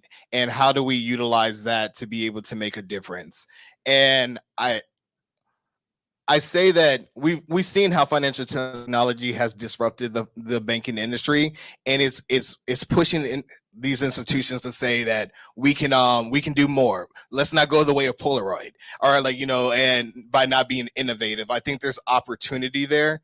The one thing that I would say about it is that with all technology, and I was having this conversation with the Uber driver as we're coming up here, is that it's about consumer protection. Like, how do we ensure that when our communities get a part, that they're not coming on the tail end of it and losing a lot of money and resources? Because that we saw that happen in 2020 as well. Like with the crypto, everybody was investing in it, and unfortunately, the people who were in power, they made their money already, right? And so we're coming in the tail end of it, and so many people are losing. And I will sit there and say there's an opportunity for us to be able to collaborate to make sure that we have these protections in place, so all communities can be a part of this changing ecosystem that we're creating. Hey, peace, panelists. Thank you for sharing your insights. I really appreciate the notion of DAOs. That's the first time I've heard of that. I'm gonna look that up further. My question is about internationalization. You all talked about capacity building with national organizations working together to build capacity and bring resources to local communities in the States. But clearly climate change and the issues around climate change is global. To what extent do you all know of plans being made, or maybe plans should be made? To what extent could plans be made to work with communities and organizations internationally to the same extent to learn from what's happening in other regions, and then bring resources to other regions as well? Because one thing you see, because you all noted how a lot of efforts from top down tend to not build capacity, but maybe help in the short term, but cause dependency, not therefore become sustainable. And the same thing happens in international organizations. You have big NGOs that go into communities, do the exact same thing. It's a whole neo-colonialism situation happening. So to what extent can the efforts that you all are talking about extend, and to what extent could that help your efforts as well? I think that the answer is yes. We are part of the diaspora. I think there's an opportunity for us to scale what we're doing nationally to a larger audience. And there's so many people already doing that, across the different countries. I think it's an opportunity for us to just further connect. So yes, absolutely. And time's up. That's all we have for today. Sorry.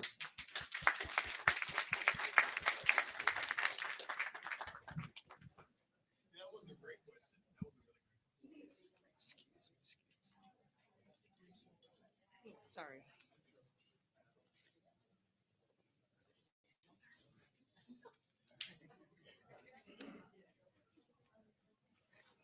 Thank you, guys. Excellent work, everyone. I definitely encourage you guys to continue that conversation on that question. And let's keep the dialogue going. I'll introduce myself. My name is Waziri Garba. I am the founder of Harlem Labs, and I'm actually a co-organizer of ReThink Austin. So to give you guys a bit of background, 5-6 years ago, Michael and I, just friends, this was before AUTMHQ had been relaunched.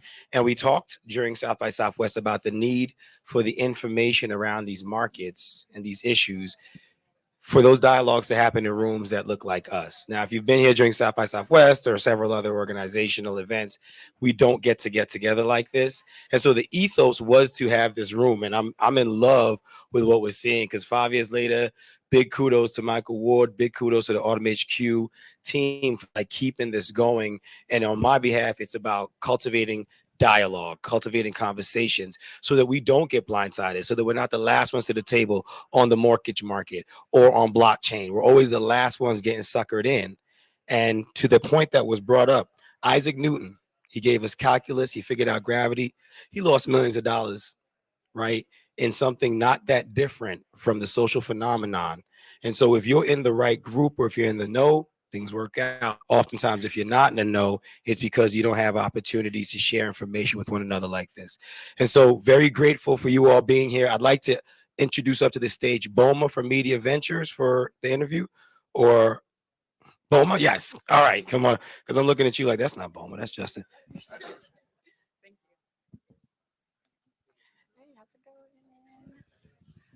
Doing good. Okay, this was a great panel. I really appreciate everything that everyone shared in your questions. And I have some for you. All right. Since you were dishing them out. But I know you mentioned about holding financial institutions accountable. My question is, how can we do that as just individuals? And just for you to expand on that. Well, that's exciting for me. Like, I love talking about this, right? So we go all the way back to where these institutions have made statements saying what they plan to do in our community and how they are supporting, right? We can sit there and say, like, we want to change banking for good. We want, like, these financial institutions have a social license to operate. And at any point in time, we can sit there and say that you are no longer serving the good of our community, and we are going to move our money to institutions who support our values. And it actually, to make it very relevant, in 2016, when we started the beginnings of the murders of unarmed Black men and women across the country, a group of people were wondering, like, how can we tell people that we do not appreciate the way that things are going? And so you started seeing people saying, let's move our money. And we're like, well, where do you move your money to, right? Like, you know, from the larger institutions who have not taken what we've said to heart. So that's a financial lever of power that you can be able to utilize, moving your money. And we came up with the Bank Black movement, right? Like, and so the reason why I say that it's been around, but what happened is that we said we're going to move our money from institutions who do not care about our communities, or who are not investing in our communities, who are not providing access to capital, to find institutions who look like us who can do that. And so we started looking at community and regional banks. And what we found is that there's a group of them, like minority depository institutions that I was talking about earlier. And we saw out of those, the Black, Hispanic, Indigenous, Asian American ones, the Black banks were bleeding most heavily. And so we made it a mission to say that we want to create some type of resource so you can be able, like, to make more informed decisions about where you do your banking at. And I think that, to answer your question more directly, is saying that we have all the power. We have the power to say, this is where my money goes, this is what you support, and I don't agree with that, so I'm going to move my money to institutions who support us. And economic boycott works. We saw that in 2020. Oh, that's good. I think sometimes it's easy to get in the, well, you know, we don't really like anything we do. We don't have any power. So let's just kind of let things happen. So it's good to reiterate that the power is in our hands. And it's completely with the consumer. So it's like these corporations, they only last as long as we say they have the opportunity to last. So if we want change, we support the ones that do that. Either they shape up or they ship out. That's true. And I have another question on that. So what I've noticed just in like social media and other things, that some influencers will say things like there was a lot of corporations supporting Black influencers back in 2020, and now it's like kind of drying up. Would you say that in the same way that we can move our money to other banks, we can also just work with other brands or even consume other brands that more align with what we support? Yes, I wish that we can do that more often. I've always sit there and said that. I'm like, when it comes to brands and things that are out there, I'm like, we have to ask ourselves, what are you doing for our communities? Like, are you just using us as a face to be able to extract from us? And it's an opportunity here, right? To sit there and say, like, let's support the local people, the people in our community, and build up our organizations who understand our needs, and we can be able to circulate. Like, there's a conversation about like circulating the dollar within our community. I think that we have to like say that we're no longer accepting that you just put some slap a black or brown face on something and that's okay. Like it's not. And so I think that there's a space for us to say, like, how do we support the person in our community, the person in our family has their own business. Like, let's start rallying around them and build them up because they understand what our needs. And I will say this also, we're not in the business of trading one oppressor for the next, right? And that whether when it comes to financial institutions or people in the community, we want to have good, positive business practices, and we want to support those who believe in that. And it's good that you touch on that, because another question that I had was, like, as we continue to grow and evolve and more businesses get funding and more of us are in these executive places, how do we make sure that we don't compromise the next generation? Kind of similar to what you mentioned. What do you think of that? How do we not it's about your values, right? Like what do you believe in standing 10 toes down, as they would say, in those in those values, right? So it is us really having this, what do we believe as a community? What do I believe as a person? What are the things that are important to me? And make them and say it loud enough to where like the larger institutions hear it, because they're listening all the time. They're looking for new innovative ways to continue to make money. And there's an opportunity here for us to be able to show how we can prioritize people, over just profit, right? Like these things don't, for some reason, by design, right? Like I'll say this, like the system is working exactly how it's supposed to, right? For it's not broken. It works perfectly for the people who are enriched by it. It's just happening. It just wasn't built for us. And so it's an opportunity for us to be able to change that. I think they're like having events like this and people caring about these topics. You see us coming together to saying like, these are the things that matter. And I think that whether it's through just asking our influencers, our business owners, our politicians, to sit there and say like, these are the things that we value. And if you don't, we're going to find somebody else who did. We're going to like find somebody in our community and lift them up. Yeah, that's good. When it comes to diverse funds and we're giving these grants, we're trying to support each other, and we've noticed more litigation going towards like these organizations and these funds to support our communities. How can we protect ourselves or just combat that? Do you have any thoughts?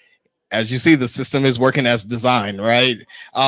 You wrap up because the whole purpose is that they're gatekeepers. They want to make sure that only certain people and certain industries have access to the resources, right? And so by design, they make this industry very like complex when it doesn't have to be. There's an opportunity here, like, and say that last part again, because I want to make sure that I, get that, right. I guess, how do we protect ourselves, combat that, the litigation, or just people continuing to poke holes and try to bring us down, basically? Ecosystem building. I think that like build with the people around you. That's one of my favorite quotes by Issa Rae, right? It's like, and I think that we have to understand the power that we have.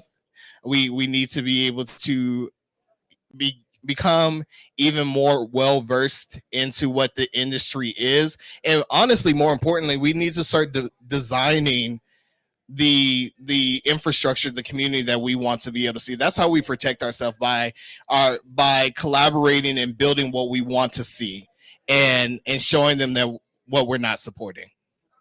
Yeah, I love that. That's my last question. So Oh, thank well, you. thank you. Yeah. Well, thank you for having me. Thank you so much. Hey. Thanks, John.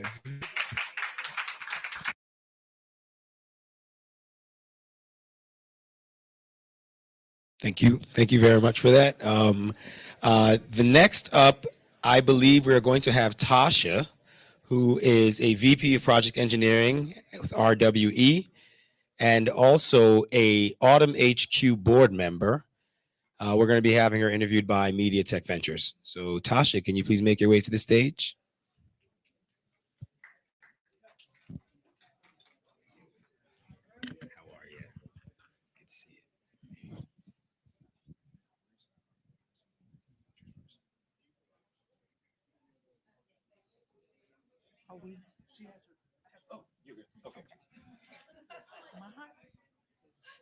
Can you guys hear me? Through the mic? No. This one here. Okay, not the little one.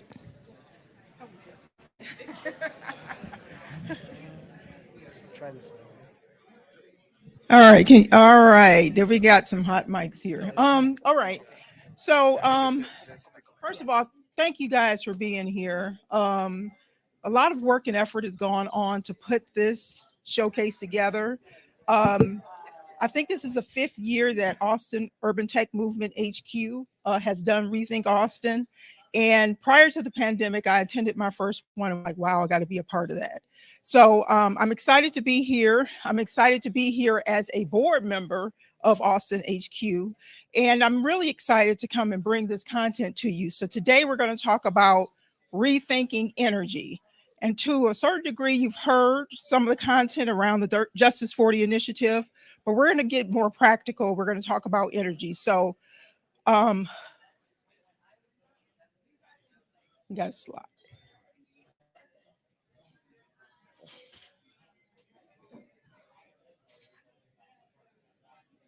First slide. So I'm going to give you a quick overview of what we're going to do here. We're going to break it up a little bit. There we go. All right. So first I'm going to show a video. And the video, can we go back to the agenda real quick? Yeah, there we go. So we're going to talk about the climate justice and is social justice. And I'll show a video so that everyone can kind of get level set around what the problem is.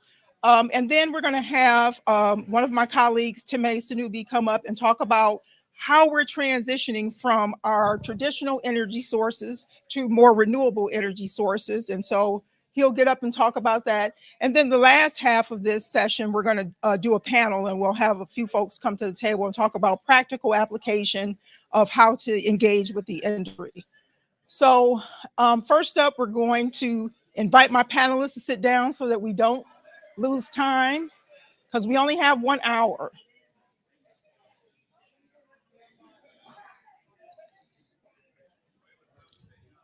Okay, and then I want to go ahead and Tamay, you have your, okay, so let's go to the next slide and let's start the video so that everyone can.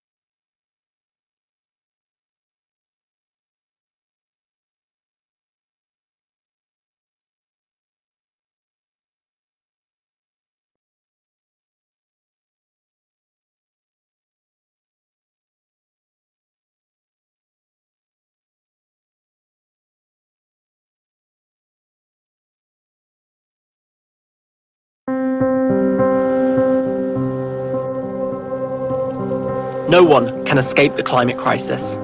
It will, whether we choose to accept it or not, affect every single one of us.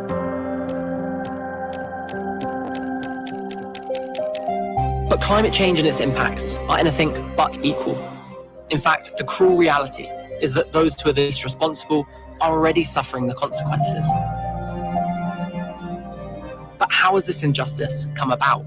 And how do we address it so that as climate change continues to worsen, we all stand a chance of weathering the storm?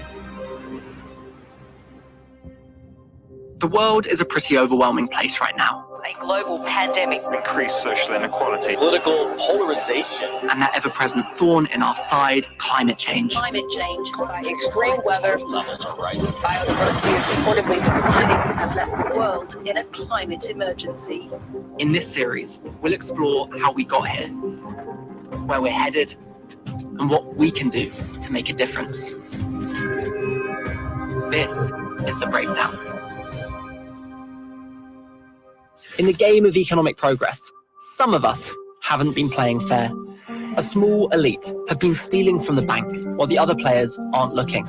And they've rigged the deck so that they pull all the good cards. Their tactics have built megacities, industries, airports, shopping centres and penthouses. And as they've marched around the board, scooping up the rewards, the other players have been told to wait their turn. At the heart of climate change is a deep injustice.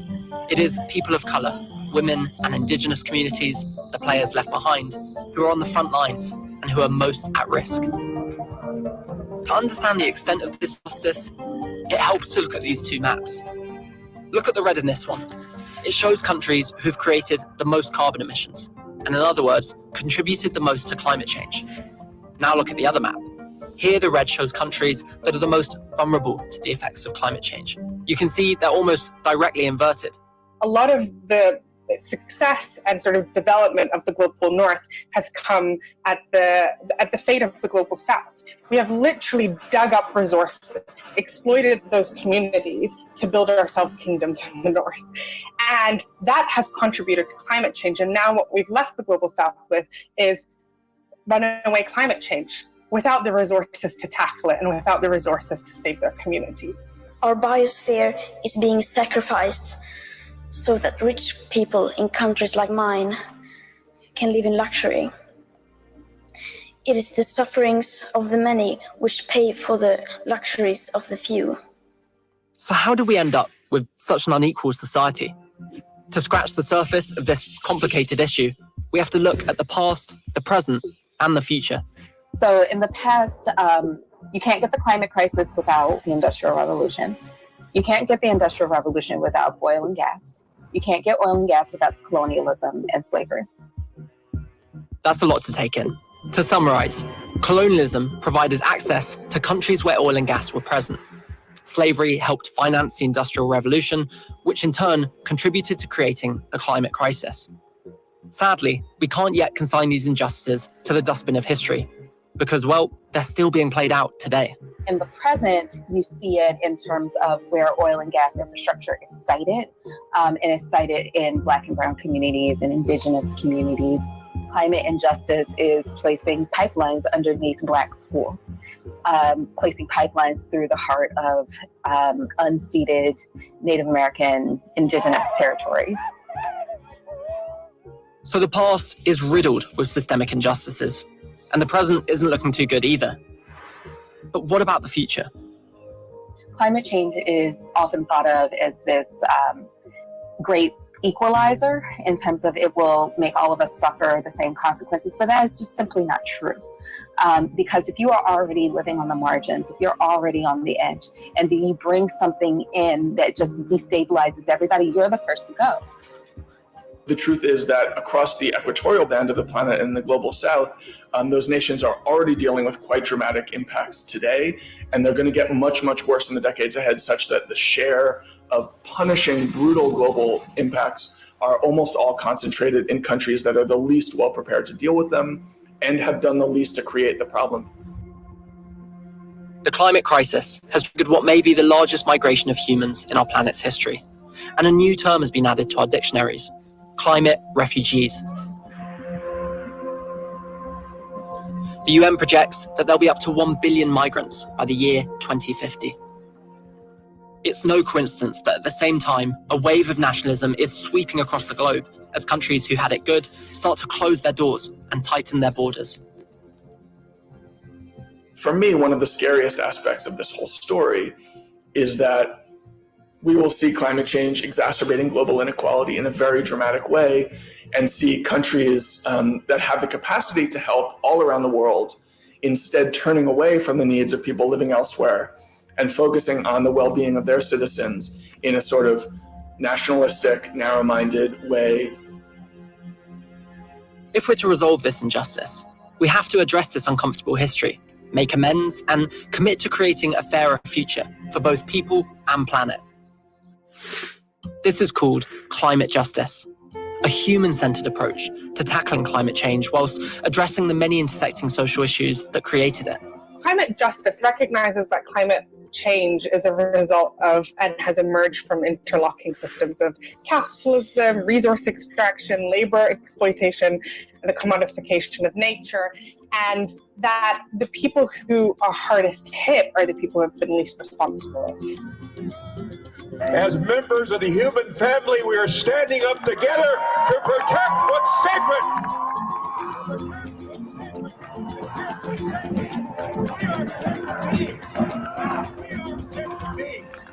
So what can we do? Well, there are proposed solutions, and one of them is called the Green New Deal, an ambitious plan that aims to tackle climate change whilst addressing social inequalities. So the Green New Deal is this plan that tackles climate breakdown while building a society where all of us can live better lives. The Green New Deal will rapidly decarbonize our emissions by modernizing our energy, our transport, our housing, our food systems. It will also create, and actually this is the most important bit, millions of green new jobs in the process. So there are viable solutions. To deliver climate justice, the environmental policies we create need to encompass human rights, racial justice, and gender equality. We can do this by supporting bold visions and by writing policy in collaboration with those who are the most marginalized, so that no one is left behind. The choice that we have right now is life or death. And I don't think death is a choice for any of us. If that is off the table, we have to do the hard stuff. Can we imagine a different future for ourselves? Can we imagine things working differently? By now, it's clear that the effects of our great fossil fuel experiment are deep, multitudinous, and often hard to swallow. Yes, the past and present are littered with injustices, but the future doesn't have to be. Climate justice might be a complex issue, but its aim is simple: for everyone to have access to a livable and healthy environment. Global North or Global South, it is our most basic human right.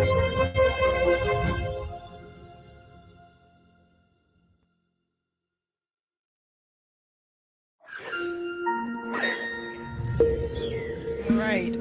I know that was a bit of a long video. To learn more about how to take action on the climate crisis, check out our I Instagram thought it was account. important to really kind of share the context. This is a global issue when we talk about climate change. And the same thing that's happening here in North America is pretty much happening around the world in terms of climate change, in terms of disenfranchisement, and the wealth gap continues to spread.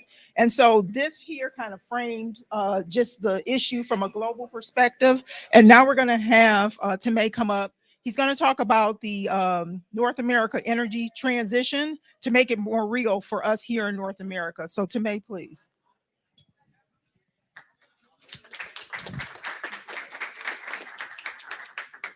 How you guys doing? How you guys doing? I don't speak on a microphone a lot. That's why I forgot. Anyway, my name is Temay Shanubi. I'm here representing DNV, and that is DNV, not DMV, not the Department of Motor Vehicles, but instead that stands for Det Norske Veritas. DNV is actually a Norwegian company in which we specialize in assurance and risk management. At that company, I work under the Renewable Energy Department, in which I do mergers and acquisition advisory. Here today, I'm presenting on, as Tasha mentioned, the Energy Transition Outlook. We put out a report every year that essentially it is our opinion on how the energy transition is going to unfold from now till 2050. All right. So my goal is to break this down into 3 meaningful components, right? That's going to be the challenge, that's going to be the current trends, and then that's going to be awareness and opportunity. So right now I'll speak on the challenges. All right, so what we're facing right now is essentially a climate change fight, okay? What climate change is essentially is the long-term shifts in temperature and weather, right? As that video explained, we have seen what the negative impacts can be from climate change, and we also see the communities it impacts, typically when it goes bad, right? The extreme impacts are going to happen in the following categories. What we may see is unpredictable weather, right? We may see really bad implications to our health, social, and environment. Right now, the U.S. Is responsible for 16% of all global emissions, right? And we are amongst one of the leaders of countries of similar economic size. What that really means is that we are huge contributors to the problem, but we can also be huge contributors to the solution. The second problem is energy equity. The video did a great job of explaining the negative consequences, right? So the way I see it is that there are 2 pathways, all right? There's a just transition and there's an unjust transition, right? An unjust transition essentially repeats the mistakes of the past, okay? And it would be a huge risk to our communities and a huge risk to society. And sorry, I said an unjust transition would lead to that. But a just transition would essentially, we would learn from the mistakes of the past, right?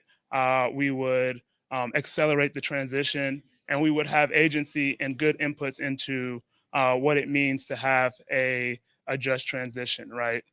So historically, what we have seen is that communities, Black and Brown communities, we get the short end of the stick when it comes to climate implications, right? Oftentimes, we are faced with pollution, right? We also are victims of poor infrastructure and victims of poor services that are required in order to just meet the demand that we need. African Americans and Hispanics also have high participation in weather-prone industries, right? So if you can imagine, as climate change grows or it gets worse and whatnot, communities like this are going to be extremely vulnerable. So that's why we need agency in that. And then also energy burden. Energy burden is essentially the percentage of gross income that goes towards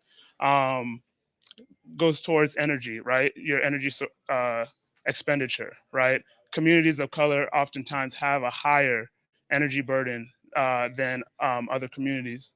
And then last is the labor force, right? So 8% of the clean energy labor force is Black and 13% is Hispanic or Latino. But the really concerning numbers is really in the leadership, right? As you see here, around 80% is male and over 80% are white professionals, right? So in leadership, in the people who make decisions, don't see a lot of people like us. So really, currently, right now, we're not really positioned to take advantage of the wealth transfer that's about to happen, and I'll go into what I mean by wealth transfer. All right, so before I get into that, I'll talk about the current trends. And this is really where our expertise lies. This is what the report talks about and really how we believe the energy transition is going to unfold from now to 2050. All right, so right now in this graph, what this graph shows is how from now to 2050, we actually believe the energy demand is going to decrease, right? We will see a lot of that decrease and really in the transportation industry. We'll also see some of that in the building and manufacturing and other non-energy industries, okay? Right now, we see a split. Approximately 80% of our energy sources comes from fossil fuels.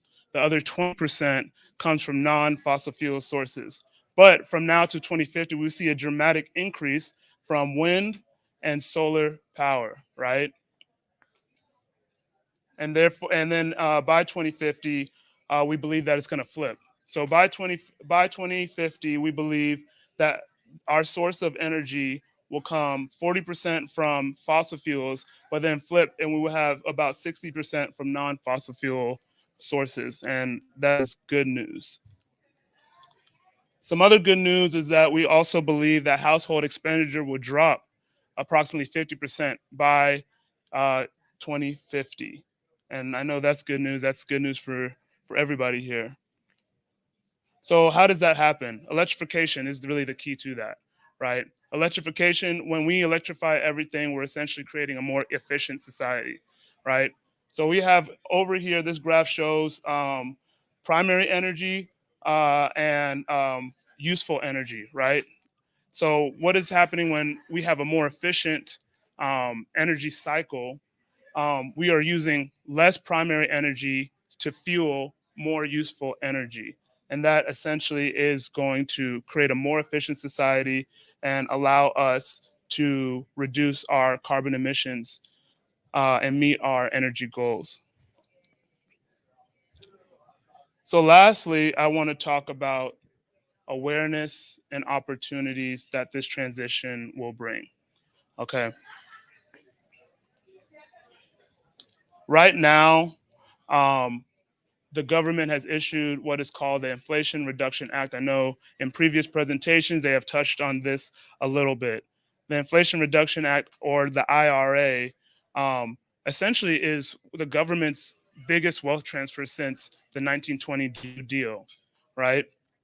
Already $240 billion has been allocated towards this, okay? And what it's supposed to do is open up investment towards clean energy, investment in there's socioeconomic incentives for minority communities, and essentially it's going to fuel and help this transition move forward.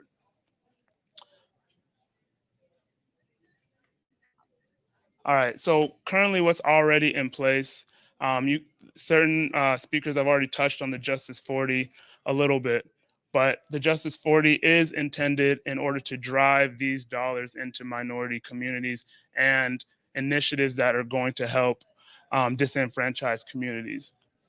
We believe that over $100 billion of the $240 billion should be applicable to Justice 40 initiatives.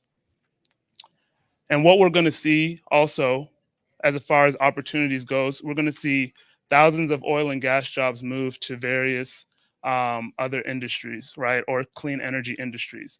And we'll see that in renewable generation, energy storage, the electric grid, energy efficient and electrification, clean fuels, and carbon capture. But right there, I think that is actually a limiting statement, right? It's not just the oil and gas, right? It's everything, right? I think this is actually a skill transfer, right? Meaning that if you have ambitions to help facilitate this energy transition, I believe that there is space for you in this industry, right? I also want to go back to opportunities like the Justice 40 and the money allocated for this transition. I want to make a point that this money is there for us, but it's only really there to the extent in which we are aware of it. So the awareness I want to bring is on three fronts, right? One thing I want everybody to think about is ownership. You know, a lot of the times that we think about the clean energy transition, it kind of doesn't seem like our problem, right? But I want to remind us that this problem is everybody's, right? And the solution is everybody's. And we're capable to do more. When we say, like, this is our Earth, this is our planet, and I want to save it, and I also have the capability to do something about it. The second thing I want everybody to think about is representation. On the previous slide, I talked about the demographic of the leadership. The cause and effect is going to be that people are going to make decisions for people who look like them, right? So representation is really important because representation allows for resilience, right? There's going to be pros that happen, right? There's going to be successes and there's going to be losses, right? do you want to capture the successes? Who wants a little bit of this $100 billion? I know I do, right? That guy does right there, you know, right? But in order to do that, you have to be aware of the opportunities available, right? You have to either, you know, from a knowledge share or an opportunist, from a skill transfer, you have to be aware of that, right? And also from the resilience standpoint, who is going to look out for you in the boardrooms when the decisions are made, right? Who's going to speak on your behalf, right? So representation creates resilience. And then the last one is, honestly, it's leaving me right now, but I think those are the two important ones. But ultimately, there's a job, there's an opportunity, whether it's your voice, whether it's your skill, in order to help fuel this transition. And that's really all I have to say. Yeah.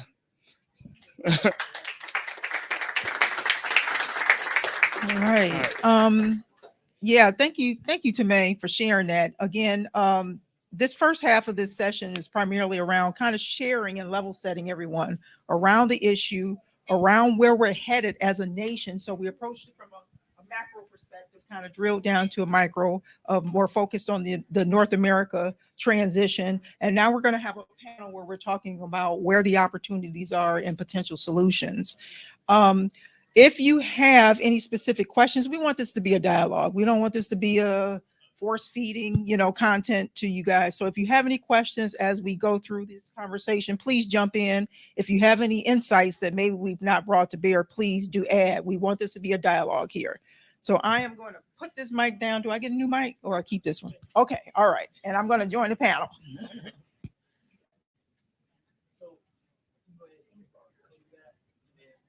I'll just borrow yours and give it back. Hey, I'm Cody Horton. I'm here to be your moderator today. We've got an amazing group of panelists here who are going to really dive in and talk more about Justice 40, clean energy, and clean water. And I'd just like to have the panelists go around and just do a quick introduction of yourselves. Hello, everybody. I'm so grateful to be here. Just want to start by saying that I'm Brianna Parker. I work at Elevate, and I am the director of the Justice 40 Accelerator. Okay, and I am Tasha McCarter, and I work with a company called RWE Renewables. I currently lead the project engineering team with the organization, and I am just as blessed to be here. Hi, my name is Shay Fabade. I'm the CEO and founder of a company called Varuna, and at Varuna we track water risk for cities. So we let them know what problems they might have with their water systems and provide recommendations about how to address it. And we also start to predict problems as well. And similarly, thanks for having me here this afternoon. Great. Tasha, I want to start with you. You mentioned that you're with RWE's business, clean energy business. Can you talk a little bit about more about what the company does and kind of what some of your role is? Sure. So RWE Clean Energy Business is the North America arm of RWE Global. And so we are a $30 billion company based out of Essen, Germany. And our entire portfolio, with an exception of a small few that we're divesting, is focused on clean energy. So our North America division is on building out capacity for with utility scale solar, wind, battery storage, and we're moving into green hydrogen. So we have a very aggressive and audacious goal to pretty much build out our portfolio to 30 gigawatts by 2030. We've had people talk. I want to stick with you just for a minute, Tasha. We've had people talk about the Inflation Reduction Act. Since you're in a business, how does that impact your business? Yeah, so prior to 2022, and I've been in renewables for about 12 years now, actually probably going on 13 years. And when I first got into the industry, and solar specifically, the renewable energy was a political football. Every 4 years when we would change administrations, they pull back incentives. Then the next 4 years, they'd give us incentives. And it was very difficult for businesses to plan and forecast around that degree of volatility. The Induction Act of 2022 has really kind of solidified the resources that will stabilize and grow the renewable energy industry. And so, as you saw in the slides, that was about a $240 billion investment into the economy. And I'd like to emphasize and underscore what Tomei said. This is the biggest wealth transfer to the people that the U.S. government is doing. And so the resources out there, but I'll go back to the IRA is a big pot of money that is really there to help companies start to really push and drive our energy transition. Brianna, I know you're doing lots of work with Justice 40. Can you talk a little bit about what is Justice 40 and what is the federal government trying to do? What are some of the goals and targets that are there? Yeah, so I work on an accelerator specifically looking so that frontline communities can access Justice $40. So Justice 40, the executive order that Biden put out there that said 40% of climate investments directed into Justice 40 communities, disadvantaged communities. So that means that it just has to impact those communities. It doesn't really mean that communities can access those funds, but all the departments are seeing, like, what would that mean for the Department of Energy? What would that mean for the Environmental Protection? So if I can just say, like, the Justice 40 Accelerator, we want to make sure that dollars are in the hands of frontline organizations so that they can implement the things in their own communities and it not go out the door, because it has. Great, thank you. Shay, can you talk a little bit about the historical challenges that disadvantaged communities have experienced as it relates to water, clean water?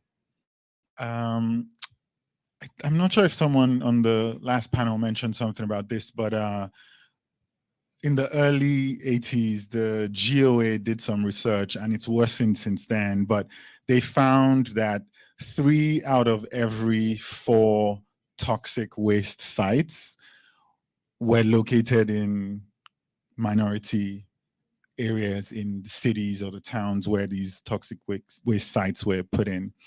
Why that's a big problem beyond just the toxicity of the waste at that point is that over several cycles of the water system, those toxins end up in the water the communities drink.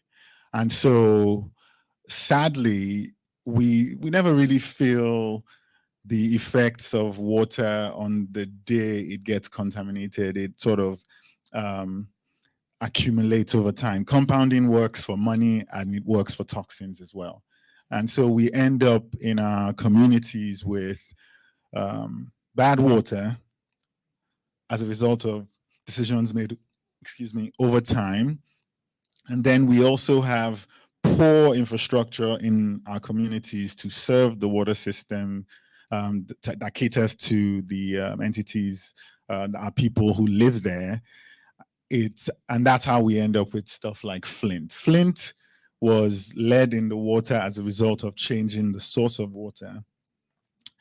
Interestingly, thousands of cities in the US today have worse water than Flint, but no one really talks about it. So the hope and the desire is that some of the money that is coming into the work to fix the infrastructure, fix the systems, address these systemic inequities that have existed in water for decades now.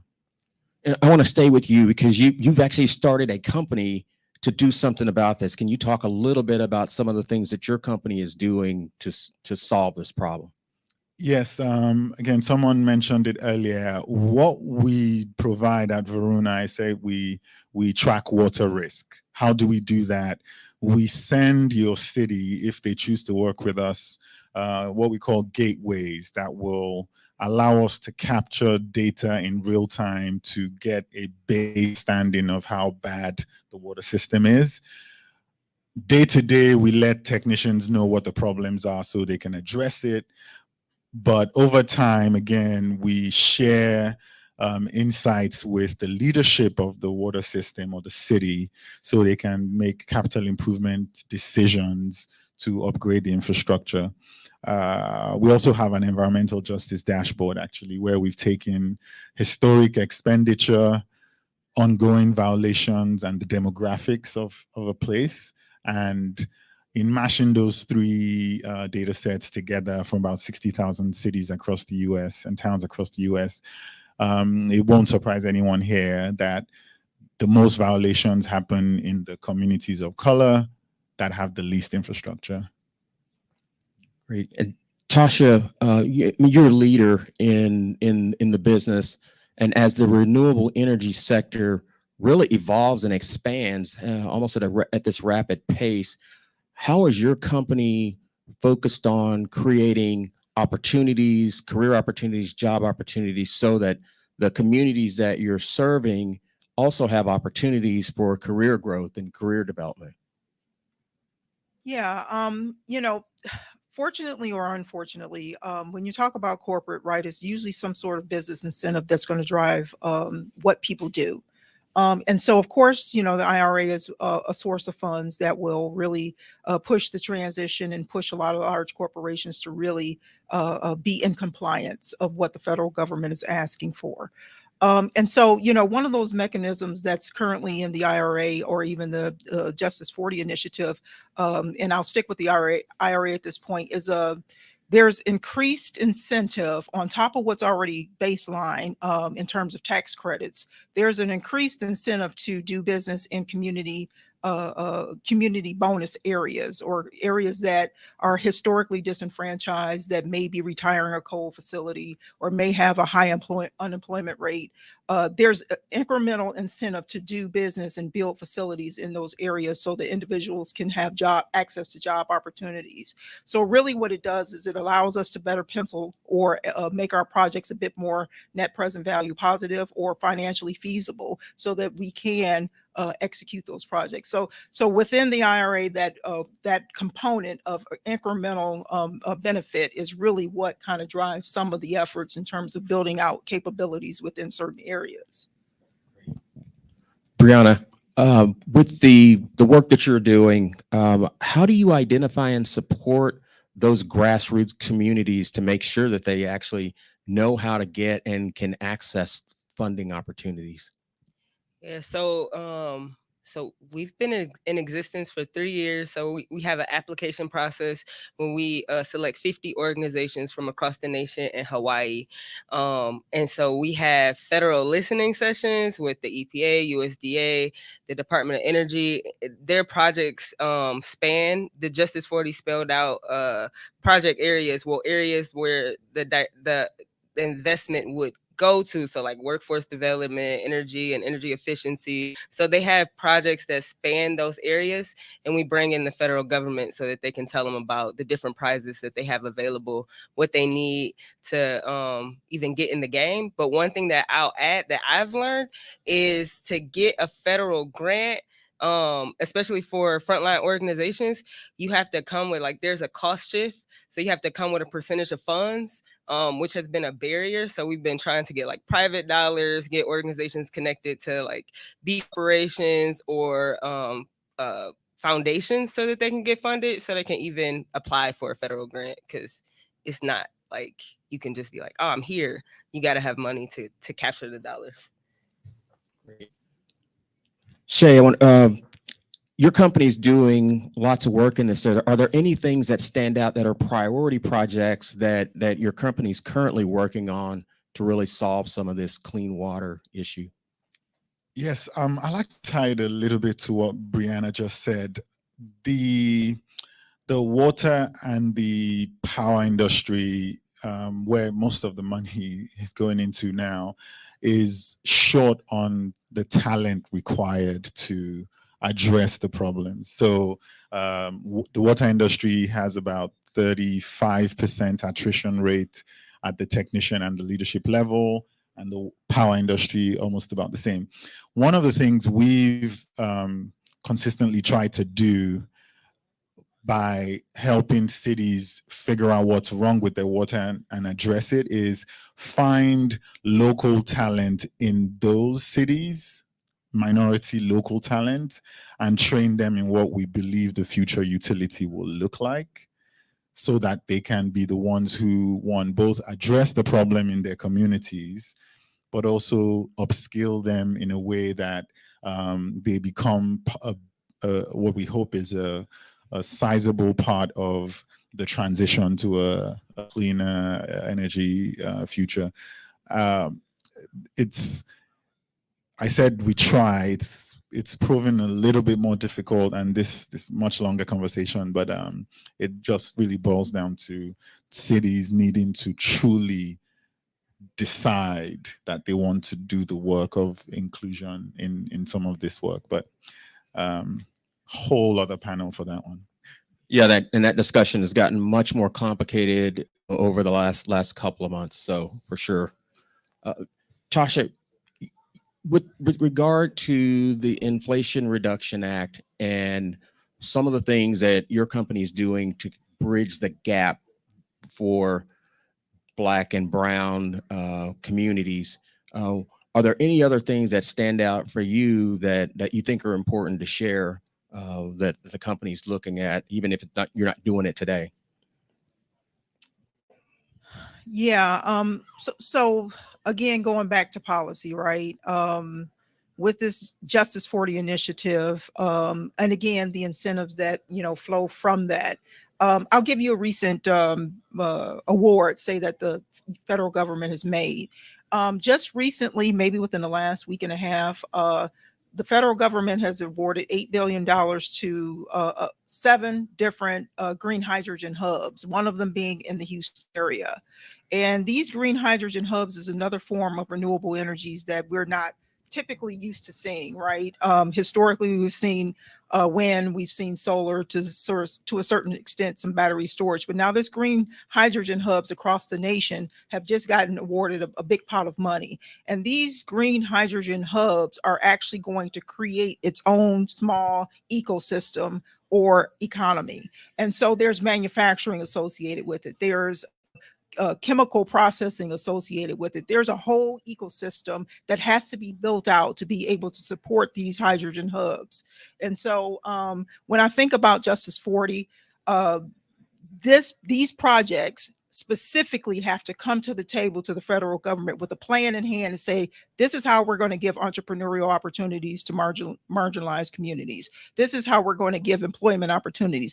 This is our plan of how we're going to incorporate them. And to make something earlier that I think we all heard was, to the extent that we are at the table, now we can drive for progress, and now we can drive for our fair share. But to the extent that we're not at the table and we're unaware, those dollars will, because they're going to spend money, they're going to spend it. We have to change our current energy mix. So these hydrogen hubs are going to come online whether we are at the table or not. And so just going back to the IRA and the Justice 40 and all of these incentives coming together, we really need to be plugged in. And jobs and opportunities will be created to the extent that we are aware and able to take advantage of them. I'll just piggyback on one thing Brianna mentioned. Brianna's building Justice 40 teams throughout the nation. And really, these Justice 40 teams are the mechanisms and vehicles to kind of get our voice at the table, right? Where they're facilitating listening sessions, being able to, captivate some of the dollars that, may ultimately flow back. And so those are vehicles or mechanisms to get us at the table. But we really need to be aware. We need to build our capacity, because it sounds like there's some constraints in place so that we can, use that to plug in. So I probably said more than what you asked for, but it was on my heart to share. No, I loved it. Just share away. Definitely. This is not scripted. So share away. Brianna, Tasha talked about your work that you're doing.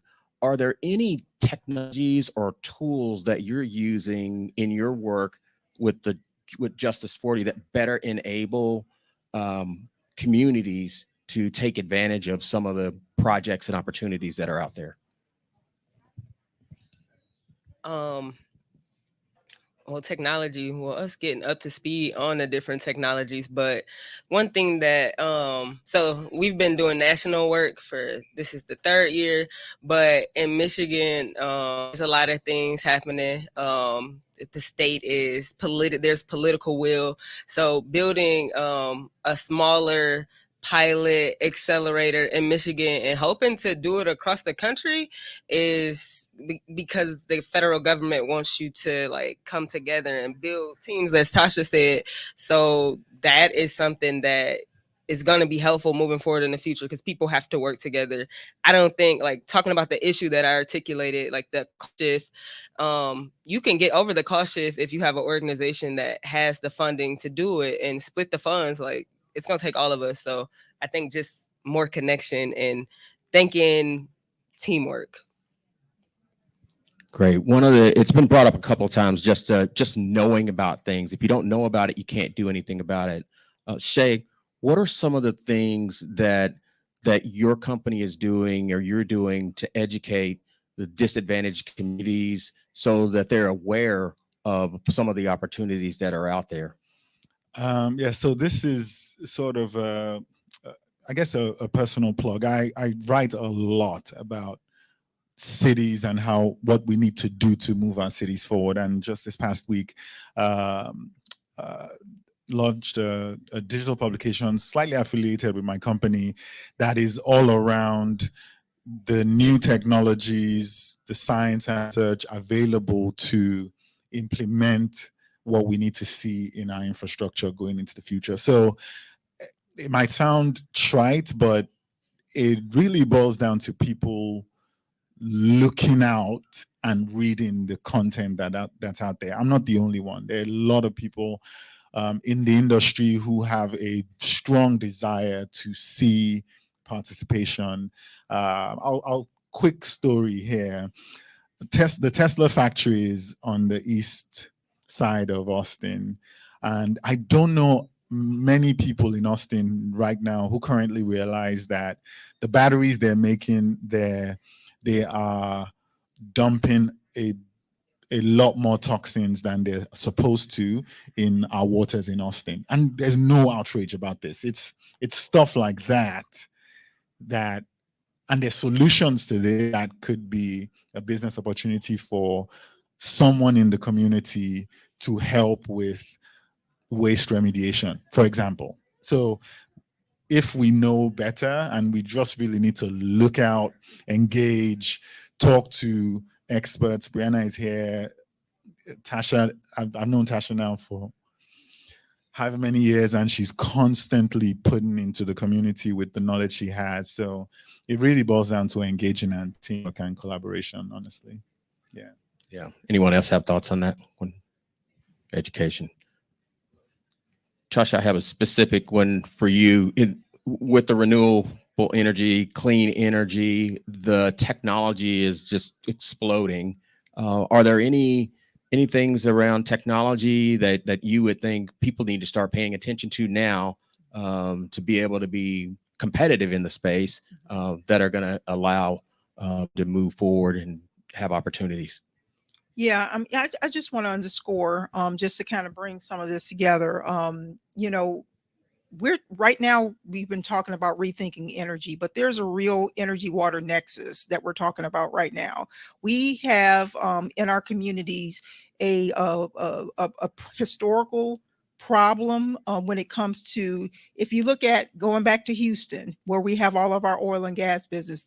You know, I've heard this story from someone else and I did validate it. Why is most of the cancer research done in Houston? Because a lot of the pollutants that come from the oil and gas community creates cancer. And so you have a whole segment of the population that need the cancer research and services. Now, my company didn't tell me to say that. I just want to make sure that's my own statement and opinion. Okay. When we think about, you know, the water, our infrastructure, and a lot of, you know, pollutants being dumped in the water sources when we look at, you know, certain communities, this is a water energy nexus problem. There are opportunities to solve this problem, you know, if we get involved. But more specifically, in terms of opportunities, say in the renewable energy sector, I would zoom out, because Tomei showed all the different ways of electrification that's happening, right? We're hearing a lot about EVs. We're hearing a lot about carbon capture and sequestration. So there is a broader industry that is only, renewables is only a segment of that industry that is decarbonizing the atmosphere. So I would say climate tech being the broader industry, with renewables being a smaller piece, there are a ton of opportunities. If you think about carbon avoidance, there are opportunities. If you were to go and do just a quick Google search on carbon avoidance opportunities, lots of things up. That is a sleeper category that a lot of people aren't paying attention to. Carbon avoidance, carbon capture, carbon reduction. Those are the three areas to kind of look out for. And again, because everybody hears renewables and they really don't hear anything about carbon capture, they're not paying attention to it. So if you get into those industries, and as I mentioned, I've been in renewables for 12 years now. Prior to that, the renewable energy industry was very nascent. So I came from the power sector prior to that. But 12 years in, I'm a veteran in the space. Just think, if you were to get into, say, carbon capture or some other segment of the industry now, you become a veteran in 5 years. And that's a lucrative place to be quite frank. That's a great point. I have a question for the audience. Have any, it's to Tasha's point about the energy water nexus. Have you ever been in a town that you either grew up in, or maybe it's a town you've been to, and they said, don't drink the tap water, don't drink the water out of the faucet, just show of hands? Yeah, like everyone in here. So we know there's a problem. I grew up in a town that was an oil and gas company, and the water, that was the kind of the running joke. But in the real world now, given that we're all older, we're seeing people dying from so many different kinds of cancer because of that. So this is real stuff affecting real people. So thank you for underscoring that point, Tasha. Brianna, what advice do you have for community leaders who are really trying to align with the Justice 40 initiatives and really kind of move forward? Yeah, so I mean, I think it goes back to just like see what's in your community. Like if you're trying, like see what's going on, because those, like the alignment of the Just 40 initiative, like those areas are like, they're saying like, hey, these are all the needs. And yeah, just be aware. I mean, I think convenings like this, like more information, more ways that we can have like discussions are important. We need to start like a lot of job training. Like that is also an area, like workforce development is like the biggest area. I remember going to school and going to a vocational school and getting like on the job training. Like I haven't seen that a lot, and it needs to be more of those. So just thinking about the future, thinking about now. Like I heard somebody say in the earlier panel that, hey, the communities are on fire now, and they are, but we still got to figure out how we're going to get into the future. So thinking about workforce development, how can we own like the means of production? Great, great point. And Shay, I want to have you continue on that thread, and specifically around what are some skills or technologies that people need to pay attention to be able to move forward, even specifically in your area. Yeah, in the water industry, I think a big one, and it applies both in power and in water, is infrastructure cybersecurity. Just connected infrastructure cybersecurity. You will make a mint over the next few years. You can take that to the bank and come back and give me some of it, honestly. Well, super. Well, we're going to wrap up. We're at time. I really appreciate. Well, really quick, we do have about 10 minutes left for a quick Q&A with the audience. And we do have a question from one of our audience members online. They say that when it comes to clean energy and resources, what's really stopping us from achieving breakthrough in our communities? So Timei put a slide up earlier, and the quick background, I also used to work in power. I used to work at a power station before. The funds requirement to really deploy at scale still don't exist in our community. I was talking to someone this morning who he owns a small home, he wants to put solar on his home, and it is affordable if you're in a certain income category. So we talk a lot about, oh, energy storage is going to be huge.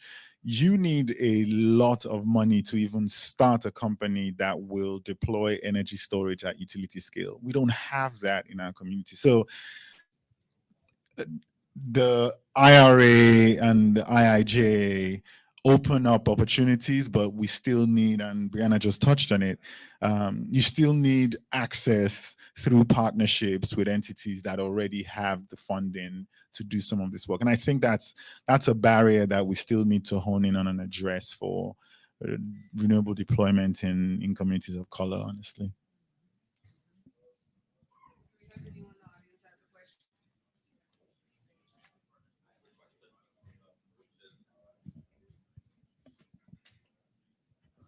Thank you for all of this wonderful information. What is the call to action for us, the members of the audience? What do you think we can do, steps that we can take today, and long-term planning that we can engage in to achieve these lofty goals that we have?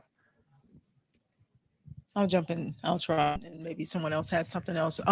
So what can we do? What's an actionable, plan here? At the end of the day, first starting with awareness is important, right? But then really understanding where policy is headed, where policy is going, and how do you identify the opportunities associated with that policy. So I'll go back to my example with the green hydrogen hubs. The fact that we know that that these companies in Houston, as an example, and it's a bunch of large companies that have put together the plan to extract that those billions of dollars from the government. The fact that we know that they have to put together a community engagement plan is something that is knowledge is power. So now, okay, how are they going to put together the community engagement plan? What types of organization skill sets, entities do they need to layer into those plans, and what does that translate to in terms of flow down when it comes to the cash benefit there? So really kind of understanding the nuances within the policy, who's currently being awarded what, and who you need to and then connect with and talk to engage and extract funds.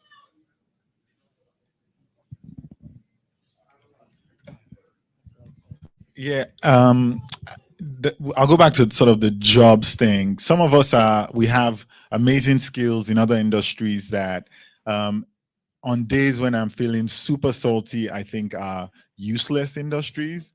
But the truth is you're skilled in something that if you transfer to this industry today, you will, as Tasha said, very quickly become one at the forefront of the change and the transition, but also just an example people will look to the opportunity that exists in what I 100% agree is going to be the biggest transfer of wealth that I'm an immigrant to this country, and I'm giddy about being here right now, honestly.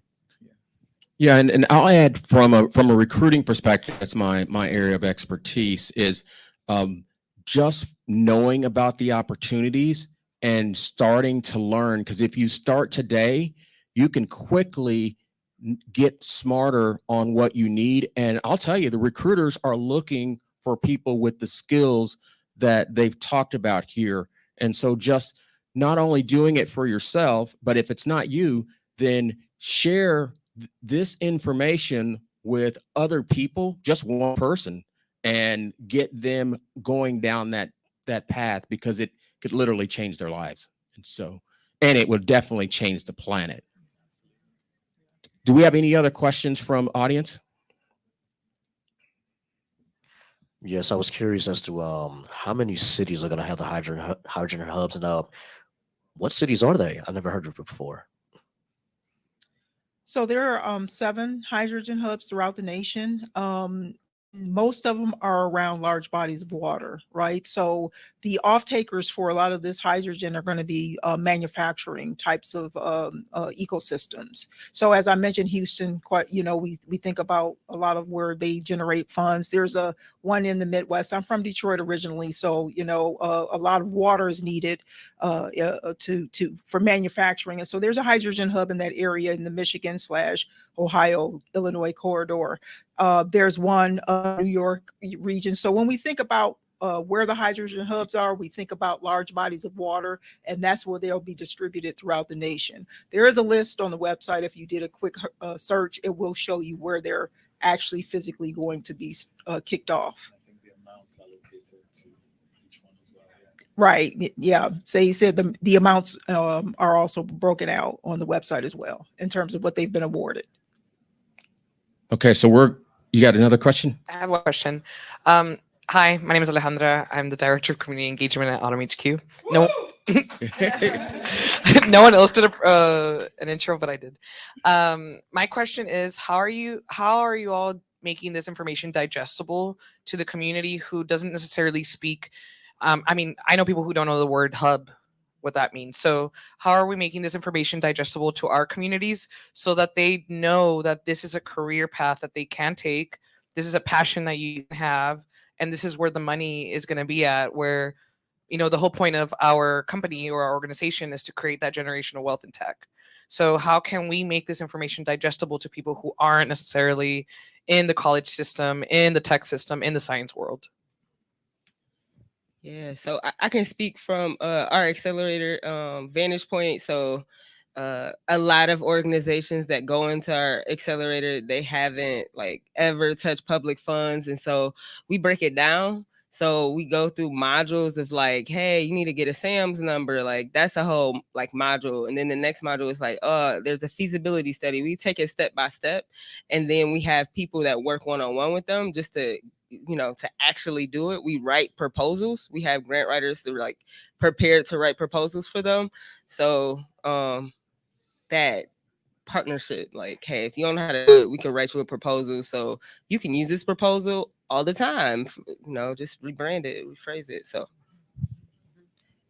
I would say that that's an excellent question. How do we extend our reach? And part of, for me personally, I've known Michael for a period of time before I got on board, and he and I started talking about energy. And I know the population that AUTMHQ serves. Right, it's the Black and Brown population, and it it's agnostic to educational levels. And so, you might have someone who wants to get into the tech space, right, who may not necessarily have a college degree. And so for me personally, this is my way of disseminating information. Now, if I need to take it down a notch or two, then, that's an opportunity as well. But for me, this is how, I'm expanding the gospel through, AUTMHQ, and then, we can take it the next step. I'll just say, the need is to have entities like yours just come into the community, honestly, because it'll be, you just spoke earlier about the community engagement plans. Most of us in the industry don't know how to write these things. It will have to come through partnering with entities like yours. So like to chat after this, if you don't mind. Yeah.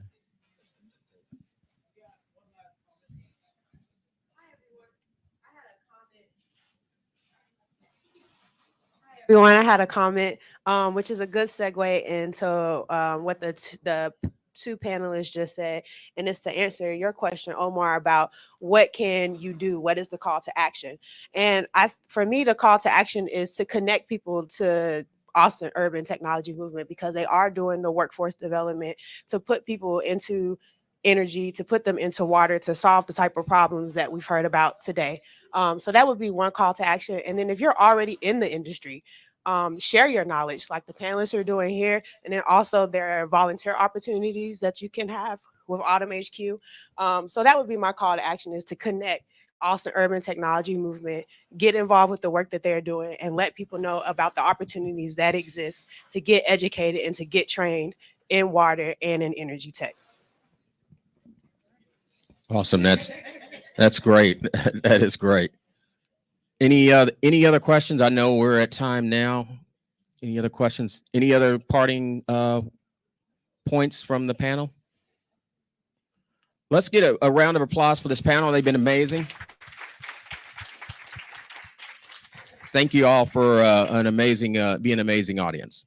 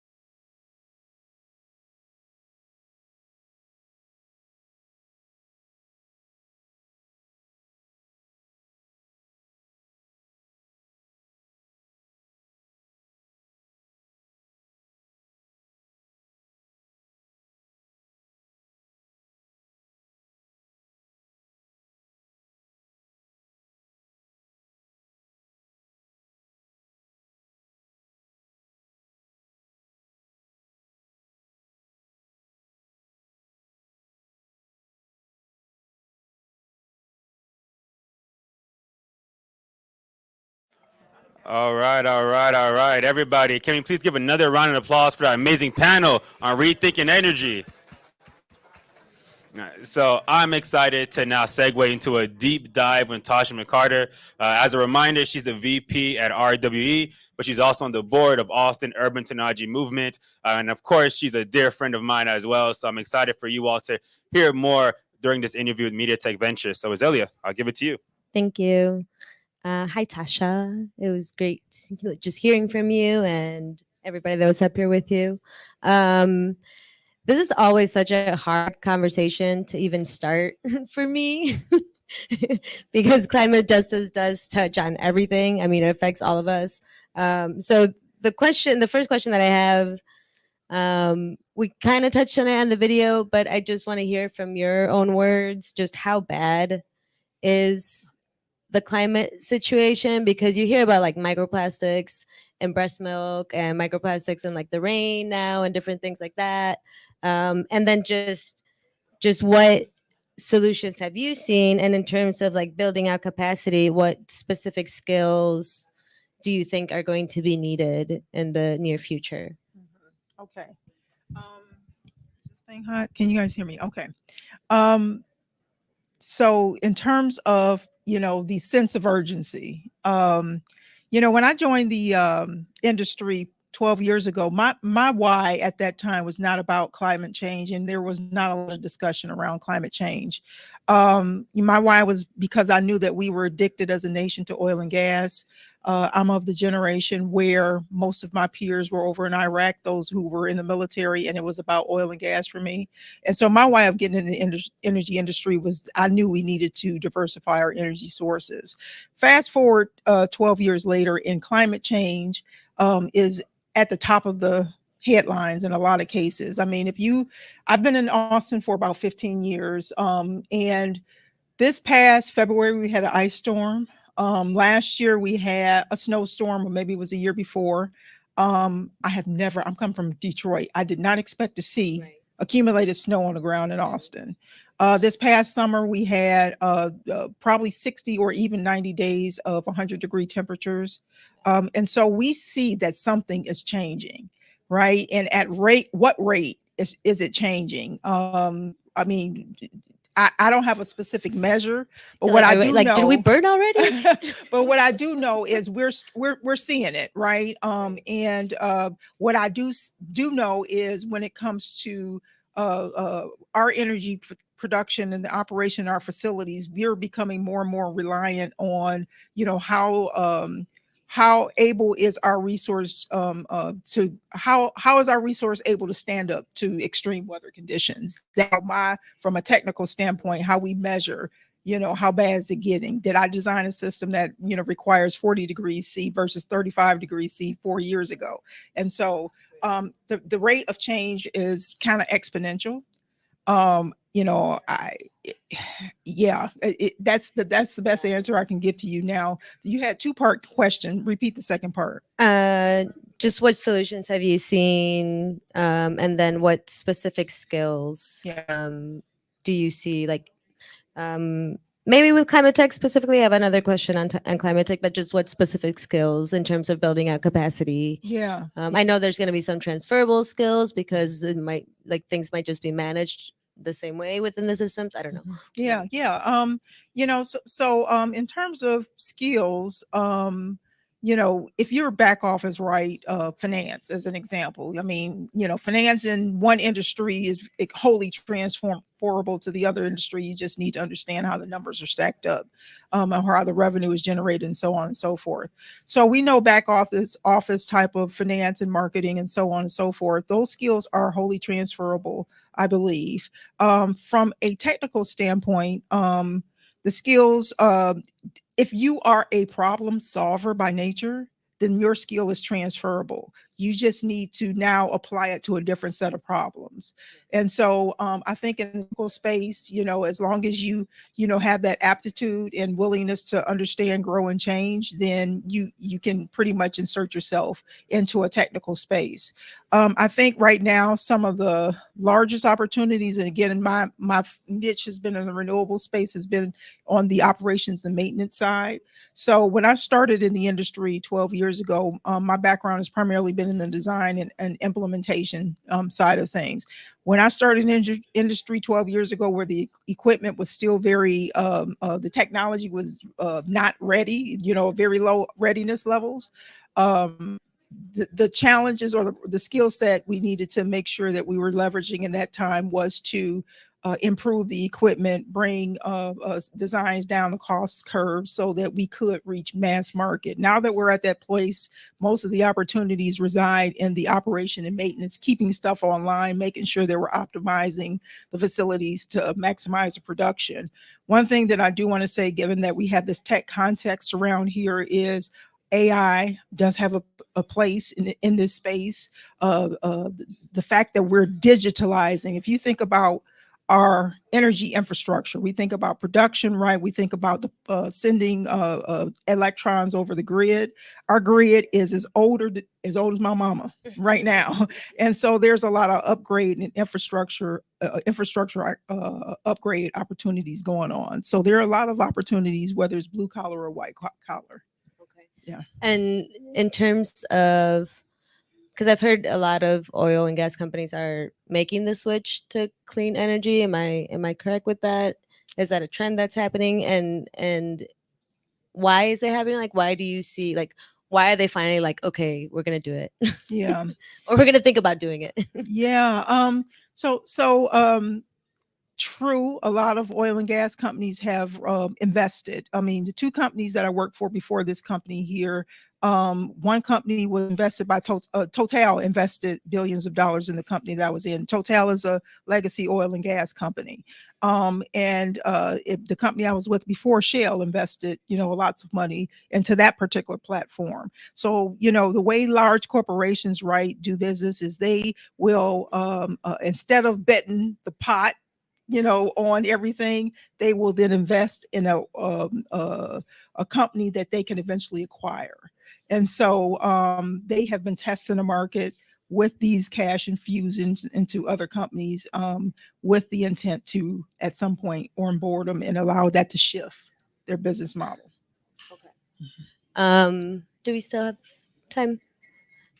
Oh, just one last, and I know we talked about a call to action, but just like you hear about certain cities not wanting to clean their water, or certain cities not wanting to hop on the clean energy wagon.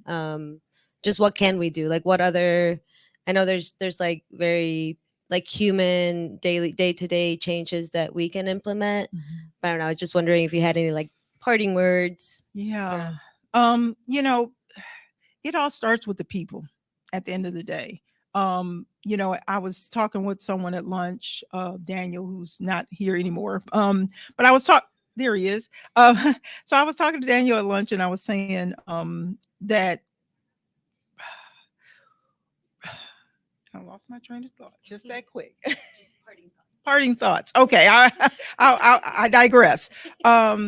So really, my parting thoughts here, because I did lose the question here, was as far as clean water is concerned. Again, we're faced with a challenge with the energy water nexus. Clean water, because that is a citywide business, you know, so you got the water department, and the water department doesn't typically have a lot of funds, and a water department is a legacy type of business where you do have folks who have probably been there long time, so the mindset shift is not necessarily part and parcel to they're not accustomed to innovation, right? And so I say that to say that, you know, part of the reason why we probably see some pushback in that water space is because of some of those dynamics. Now, the people, I say it's important because the people really drive change.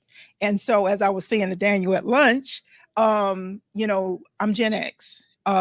Generations prior, older generations may not necessarily be as interested in pushing for change. My generation is there in terms of pushing for change, but I would say Gen Z, millennials, and so on and so forth is really going to be up to those generations to say, hey, we want clean water. We want to reduce climate change, and we're willing to mobilize around these issues. And once that happens, and once that voice is heard, change will happen. Right, and the gatekeepers to allow that voice to be heard, right? Yeah. Absolutely. Okay. Well, thank you so much, Tasha. I think that's time. Thank you.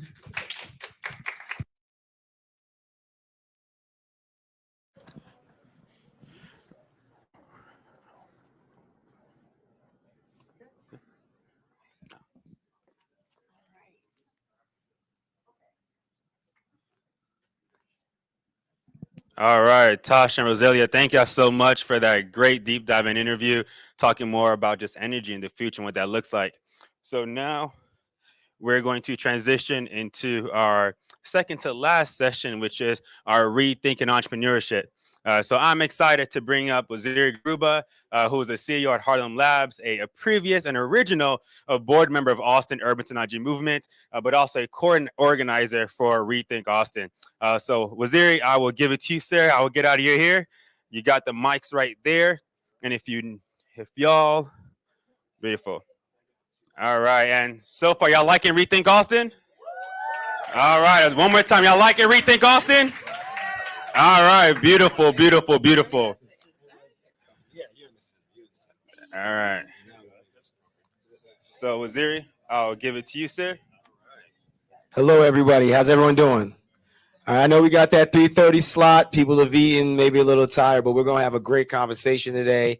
I want y'all to stay tuned as we talk through a lot. I've got two amazing entrepreneurs up here, and what I'm going to do is I'm going to let them introduce themselves, but Dr. Priscilla Kuser, founder and the CEO of Priscilla Kuser Consulting Solutions, and Mr. Darrell Coleman, the founder and CEO of DC Design. We're gonna just really get into entrepreneurship and rethinking it and what we know. So what I want to do is, first of all, just introduce you guys to your speakers. My name is Waziri Garba. I'm blessed to have Michael Ward not only as a friend, but a person who asked me to join the board for Autumn, and years ago said, let's do something. Let's have a conversation that is not defined by others. And that's where ReThink Austin came from. Remember working with Chris and Michael is saying, what do we want to term this? It's like, we want to rethink everything. So every year we come here and we rethink the issues and the dialogues that matter to us. And that's why Dr. P, let's dig in a bit on her. Let me go, other way. That's why I thought of bringing Dr. P in here, because she's an amazing entrepreneur who I admire greatly. And I'll just let her talk a bit about herself. All right. I got to talk through this one. Yeah. Oh my God. I'm not used to talking with mic, so you usually project, but I'm going to do this mic thing. I'm Dr. Priscilla Kuser. I go by Dr. P. I founded my own company, Priscilla Kuser Consulting Solutions. We work predominantly with micro business owners, helping them scale their businesses by learning strategies to improve their goals, their processes, and their operations. And in doing that, we help them find what I've coined their OPAL, which is organizational development, personal skills and abilities, leadership, and education. My opal is spelled O-P-L-E because I'm dyslexic, but also because of opal the gem. Opals people think is just white and sparkly, but opals are purple, they're blue, they're green, they come in all different colors. They have diverse structures and unique characteristics. And that's how I view people's micro businesses. Is that enough? That's excellent. That's excellent. So I'll let you go through the slides afterwards, but I also want to introduce Darrell Coleman. He is the CEO founder of DC Design. Darrell has been positioned himself to advise not only the Gates Foundation, but also the Obama Foundation, the EPA, the CDC, and also the Cradle in Cincinnati Foundation, where he's worked on infant mortality. So can you tell the crowd a bit about yourself? Absolutely. Hi, everyone. How y'all doing? Hey, that's what I like. My name is Darrell Coleman. I'm the founder and CEO of DC Design. We are a social impact strategy and design consulting firm. So what we do is we help governments, foundations, and nonprofits eliminate multi-generational poverty and uplift Black, Brown, and low-income communities. Our work is focused on what we call the 5 systems of Black inequality. That is housing, education, employment, health, and criminal justice. 5 systems that string together to create multi-generational poverty. And so our goal is to eliminate that by developing new programs, new services, new initiatives, apps, and websites that actually solve the challenges that we face so that all of our people can get to where they need to. There we go. Excellent. Thank you. So I think the most important thing before we dig in, you guys have, like a certain percentage of our society, taken this risk on. I'm an entrepreneur. You raise your hand, I'm a founder. How did you get here? Could you just tell us a bit about your individual stories so that many of the things you say later make sense? I gotta go first, y'all. So my journey started, oh my God, how far back you wanna go? I don't know. From the time I was a teenager, I knew I always wanted to have my own business, right? And that journey started with thinking I wanted to become a psychologist and trying to figure out, okay, what part of psychology I want to get involved in. And if you can't tell, born and raised from Barbados, woohoo, love it. So my journey started where I was born in Barbados and did my undergraduate, University of the West Indies, and decided to do psychology. Then took a plane, went to Florida, did my graduate school at Nova Southeastern University, where I found out, I'm like, oh my God, I made a huge mistake. Psychology ain't for me. I'm wasting my parents' money. Oh my God, how am I going to pay for all of this? But then I found out about school psychology. And I was like, oh, I could do that. You know, I could help children, you know, help them be better because I struggled. I'm like, yeah, I could do that. Started working and realized it really isn't just about children. It's about working with systems and understanding all the things that go into just helping one individual person. And yes, I could do the assessments, I could do the evaluations, but I was really passionate about working with the bigger picture, with the organization itself, and looking at the resources and everything that goes into play with the resources and the planning and the policies. All those things excited me. I'm like, okay, what else can I do? So I decided to do my doctorate in industrial organizational psychology. Because I'm like, I don't want to be in school systems for the rest of my life, because some people go into the school system and they stay there forever and ever, right? I wanted something different. So I did IO psychology and I was like, okay, but what else can I do? So working with people in the school system, there were so many that said, hey, I'm going to wait till I retire to start my business. I'm going to wait till I finish to start my business. I'm going to wait till my children finish school to start my business. And I'm like, why wait? Why not go now?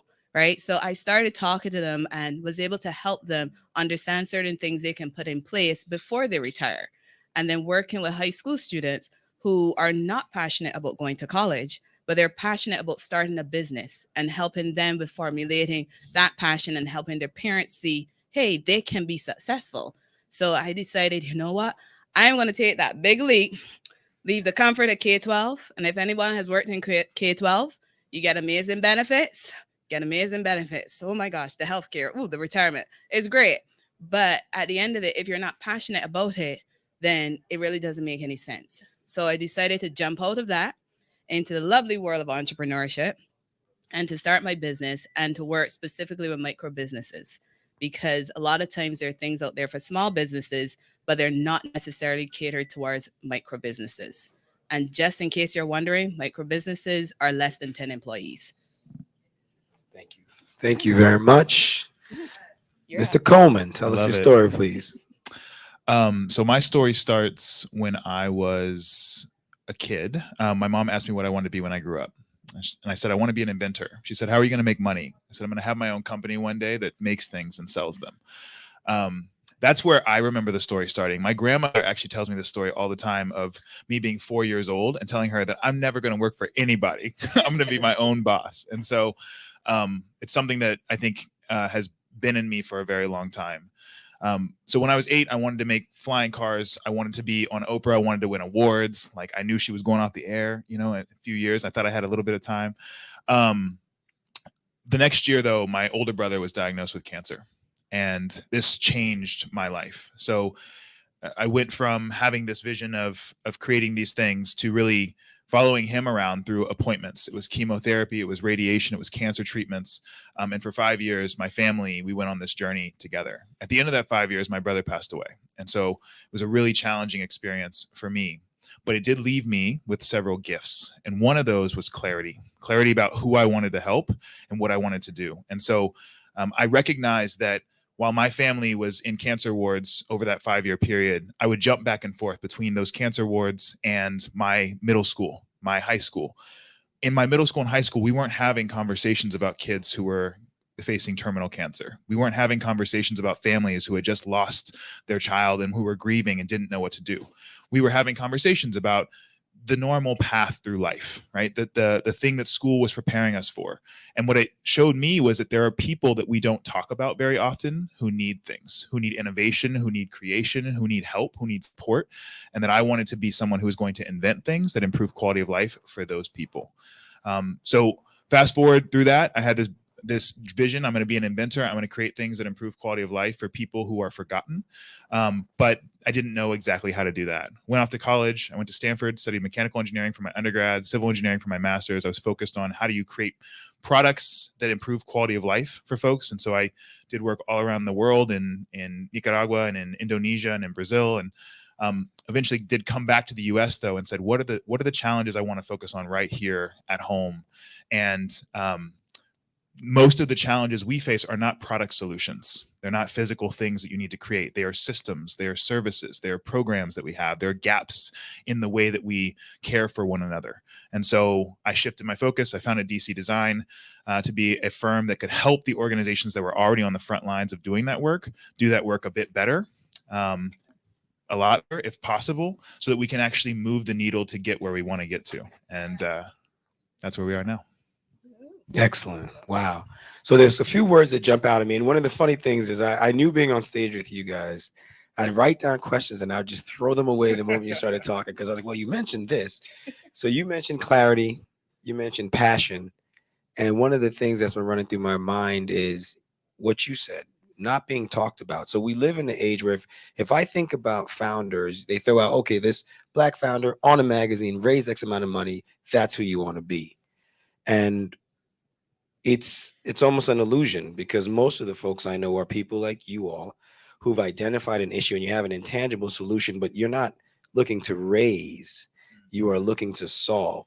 So can you talk to me about your perspective, your view on your particular entrepreneurial journey versus that kind of illusory projection that we are oftentimes provided? I'm going to go first.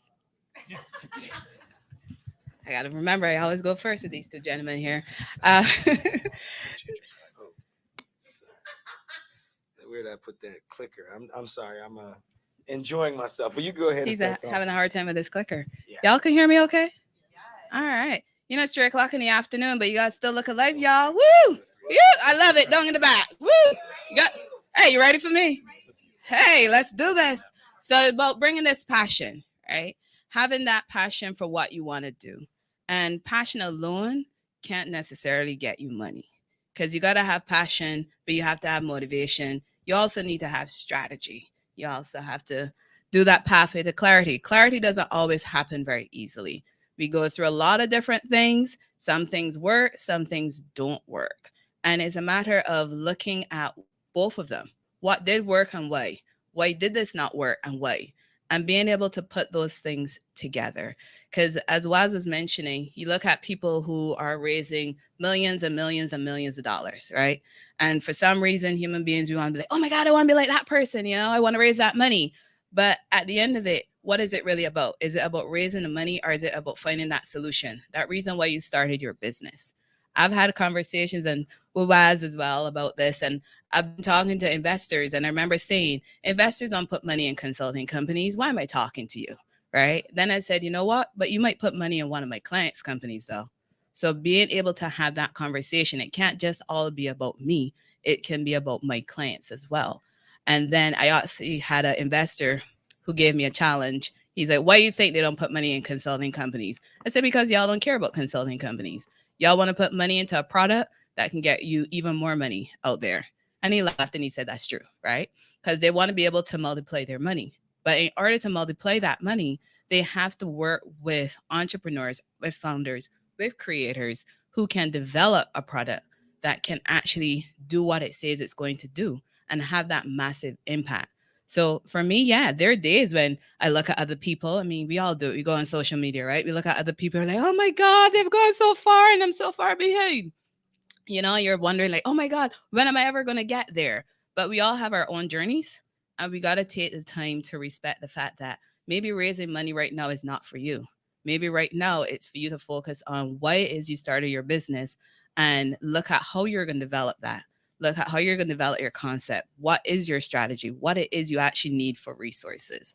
So one day you might be raising money. I don't know. I don't know which businesses y'all have. You might be raising money, but is that your focus for now? That's great. So my story, when it comes to being an entrepreneur, actually begins in a different frame, which is I didn't want to raise money. I started DC Design in Silicon Valley, in the cradle of VC-funded unicorn organizations. I went to Stanford, where Google and Yahoo and all of these other organizations, companies that we know of, spun out from or pulled their staff from. And I didn't want to raise money because there's a sermon that I really love that has this line in it. Said, you know, every blessing has a backside. And so in the case of taking investor funding, you also gain a boss. You gain someone who's now telling you, here are some of the things that I want. Here are some of the outcomes that we're driving toward. My goal was to solve problems that weren't being solved. And those problems weren't being solved in part because maybe they weren't as profitable as they needed to be in order to invest in them. Or maybe the methods that needed to be used took a little bit longer to get to really solve them. And so for me, the question was less about how do I get funds and more about how do I learn every skill I need to be able to build a business from my bedroom by myself to start with that can actually work consistently. And so I even the frame of having a startup versus having a business, like startups are often organizations they've taken in funding and they are trying to find a sustainable business model. I built a business from the beginning that was focused on I need to make money today so that I can make money tomorrow, so that I can make money the next day as well. And I think that frame is a really powerful one, actually. So if you know, this is an incredible event. We're here at ReThink Austin. We have a chance to rethink entrepreneurship. If we start with the frame of what do I really want to accomplish? What do I really need to do to serve one person and have that exchange where I can offer them something and they're willing to give me funds, pay for that service in exchange? If we really break it down to its basic level, I think a lot of the things we want to build might not need the funding that we think we need. And we sometimes use the inability to get those funds as something that keeps us from getting started. And so I think about that a little bit differently. I like that. I like that. So one thing I want to jump into quickly is when you come out on your own, you know that you've got a clock ticking, right? The point we're going to retire, and you know we're out here solving problems, but the challenge, of course, is growth. Yeah. How are you striking a balance between that passion of solving the problem and growing? And what are the major barriers that you've encountered to growing to a place where you feel safe? Place where you feel safe. Oh my. if that's possible. I don't know if you can feel safe as an entrepreneur, but I mean, would love to know how you kind of balance that out and give us an idea of what it looks like. Sure. Who here, can you raise your hand if you have a business right now? Love it. Can you raise your hand if you want to start a business but haven't yet? Okay, great. So I think there's a few things in your question that come to mind. The first is that the idea of entrepreneurship and safety. I actually think becoming an entrepreneur is one of the safest things that you can do in life. I think the idea of being able to build a business, which means that you have the ability to create something other people want, that they're willing to pay you for, being able to do that at any given time is ultimate job security. Other jobs that we might take, we don't have full control over. And so I would actually encourage everyone to look at themselves. You're not an employee. You are an independent sole proprietor. You happen to work for a company that is your client, right? How do you take the funds that you get from that client and invest them in building your organization, your company, right? And so that might mean that you purchase other assets, other things that make you safe down the line. It might mean you purchase real estate. It might mean that you build a business on the side and you start hiring people for that. But that's the type of path towards safety that I think of often. To answer your specific question, though, about my business, right? I am still in the phase of growth. So we are 10 people right now. My company is 10 people. And the reality is that we need to continue growing in order to bring in people who can take on roles that I currently occupy. So I play the role of business development, which means I go out and I find the clients, right? I sell to clients. I am the person who does that work. I lead our marketing efforts and our initiatives as we do our rebrand right now. I was a consultant and now have a team of folks who are working on consulting, and I have a consulting team lead. I have an incredible team, by the way. But that whole process takes time to get to. And so I think you have to balance the realities of the day-to-day, saying we need to eat right now. So maybe this project is not exactly 100% aligned, but there are good elements within it that we can do our best on as we pursue bigger and bigger projects that are more aligned with our overall vision. That's been the compromise. And I think there's something to gain, though, in each of those experiences. So I approach it that way. All right. I like that answer, y'all. Can I say ditto? But when it comes to the safety part, we all want to feel safe. I mean, whether it's physical safety, psychological safety, we want to feel safe. And if you're working full time for someone, you think you're safe, but nobody's job is for sure. Wherever you're working, at some point in time, there's going to be a merger. There's going to be some downsizing. There's going to be some shift. You're going to end up with a manager that you don't like, and you end up leaving. But when you start your own business, you get to craft your own journey. You get to create what you want to create. You have that organization that you always dreamt of when you work with somebody else. But it's not an easy journey to take, and it's not easy to create it. So as much as we're out there and we're starting along this path and we're creating this business, there are going to be some scary days. There are going to be times when you got to take on the role of 50 different people so that you can get that business moving forward, while at the same time acknowledging you do need to eat. So you have to then prioritize what makes more sense right now. And that's where your strategic planning comes into play, because you're going to be looking at your strategic planning. You're going to be looking at your goals, and you're going to be looking at, okay, what can I do right now that I can actually generate some revenue and get my name out there, create the visibility while getting the revenue, while growing my business. The growth does take time. Unfortunately, as human beings, sometimes we want that immediate gratification, right? Blame social media for that. You put up a picture, you're like, nobody's liking it. You know, when you open your doors, you can't go, oh my gosh, I thought 10,000 people were going to buy from me instantly. It doesn't work like that. Whichever company any of you follow, whichever is your favorite company, I encourage you to research it. And you're going to see how they started and look at their growth plan. It did not happen overnight.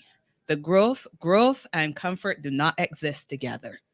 They do not exist together. So there are going to be days when it's all nice and comfortable, and then we got this time that we get to take a risk, taking a risk up here with these guys on this stage right now. You take a chance and you go after it. You never know where it's going to take you, but you can't expect to get that growth if you're always in that comfort zone. So be ready to be uncomfortable, but also be ready to grow your business. If I can just comment on that No, you too, can't. as you were, you know what? Because we could say some wild stuff up here. No, if this idea of discomfort. So you just listed, sometimes you have to take on this role of 50 different people, right? And that can feel exhausting. It can sound exhausting. It can sound tiring, daunting. But I actually think that if we lean into that idea, it really comes down to is we have to keep learning. So we finished school. We finished our formal education. We need to keep learning new things. We need to learn how to teach ourselves those things. Most of the things that I do for a living, I never took a class on. So you have to keep learning that, which I think changes the frame from it being uncomfortable in some ways to being something that can actually be enjoyable, because you're accruing skills that can serve you for the rest of your life. Wow. So we're gonna keep wise out this conversation. Yeah, right then now. I'm fine. So I'm gonna taking over here. I'm gonna throw a thought out, because what's very interesting is that one of the biggest challenges that I've noticed, and I would say the different mindsets, you said employer versus employee, is that when I say to friends who are starting their business, say, "Oh, you have to learn this and learn that," right? There's a moment where they look at me and they realize that I'm like very honest, that they have to learn something uncomfortable, and you could just see them say, "Not accepted," right? And so that element of discomfort and learning, perhaps being that, oftentimes you find that CEOs and leaders that fail cease learning. It just is, it is very taxing. Using your brain is actually the most demanding thing you can do.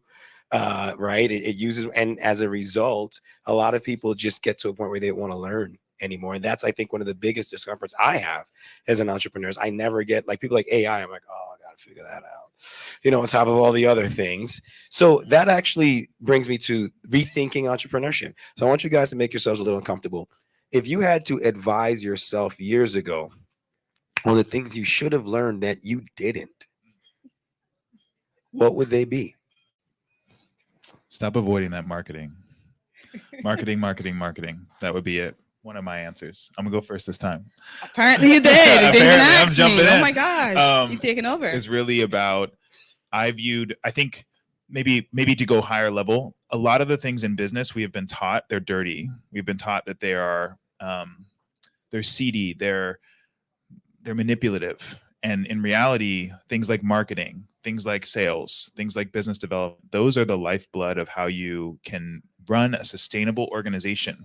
And I want to come back to a point later, which is, I actually think that being an entrepreneur is one of the single most impactful things you can do to advance the Black community in America, the brown community in America, low income communities in America. It is one of the single most powerful things that you as an individual can do to change the outcomes that we have in the country.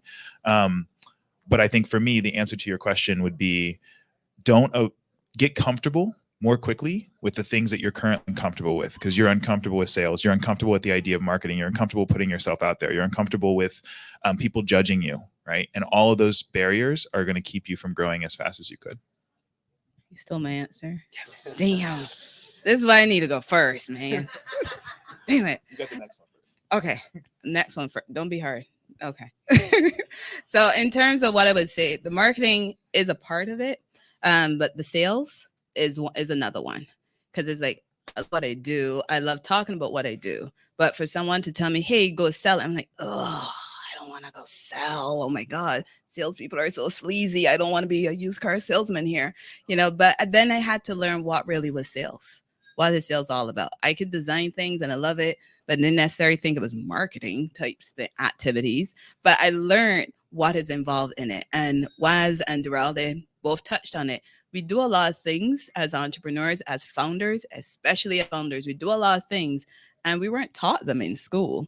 We're doing them because it's like, look, I need to get this done in my business right now. I don't got no money to pay nobody to do this. Let me just look at a couple YouTube videos, read a couple articles, put it together, put it in front of our family, our friends, get somebody to okay it. Somebody says it looks nice. All right, cool. We're going to run with that, right? And we do that because at this point in time, we don't want to be held back by raising money. We don't have seed money to pay people. So what? But you got skills.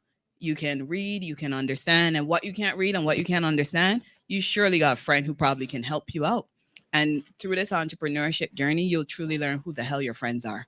and who's truly supporting you, because they're going to be the ones to help you see where your blind spots are and to help you see, hey, marketing shouldn't be so scary for you. You can do it. Sales shouldn't be so scary for you. You can do it. Design shouldn't be so scary for you. You can do it. But it is a matter of understanding what you're not good at, being open to people telling you, hey, you actually can do it, and going and doing the education so that you can be better at it. So I'll take that further. So we looked at you all. In your experience, you've worked with a lot of folks at different levels. Where have you seen failures, the most failures on the entrepreneurial journey with the folks you've worked with? Things they didn't learn, systems they didn't set up. Can you give us just a bit of background on areas where you've seen perhaps that illusion has taken over? A good example, I have friends who have great ideas. They get about 7 months in and say, I'm going to go raise money. And I'm like, you don't know how to raise money. They're like, I'll learn. And I'm like, I don't know. Right. That's where I say, I'm not learning. I'm going to learn how to do this and operate. So I've seen raising money, right? I got to raise. And then they come back and say, it's racist. And I raise money. The business failed. And I'm like, oh, that's not actually what you're supposed to be doing.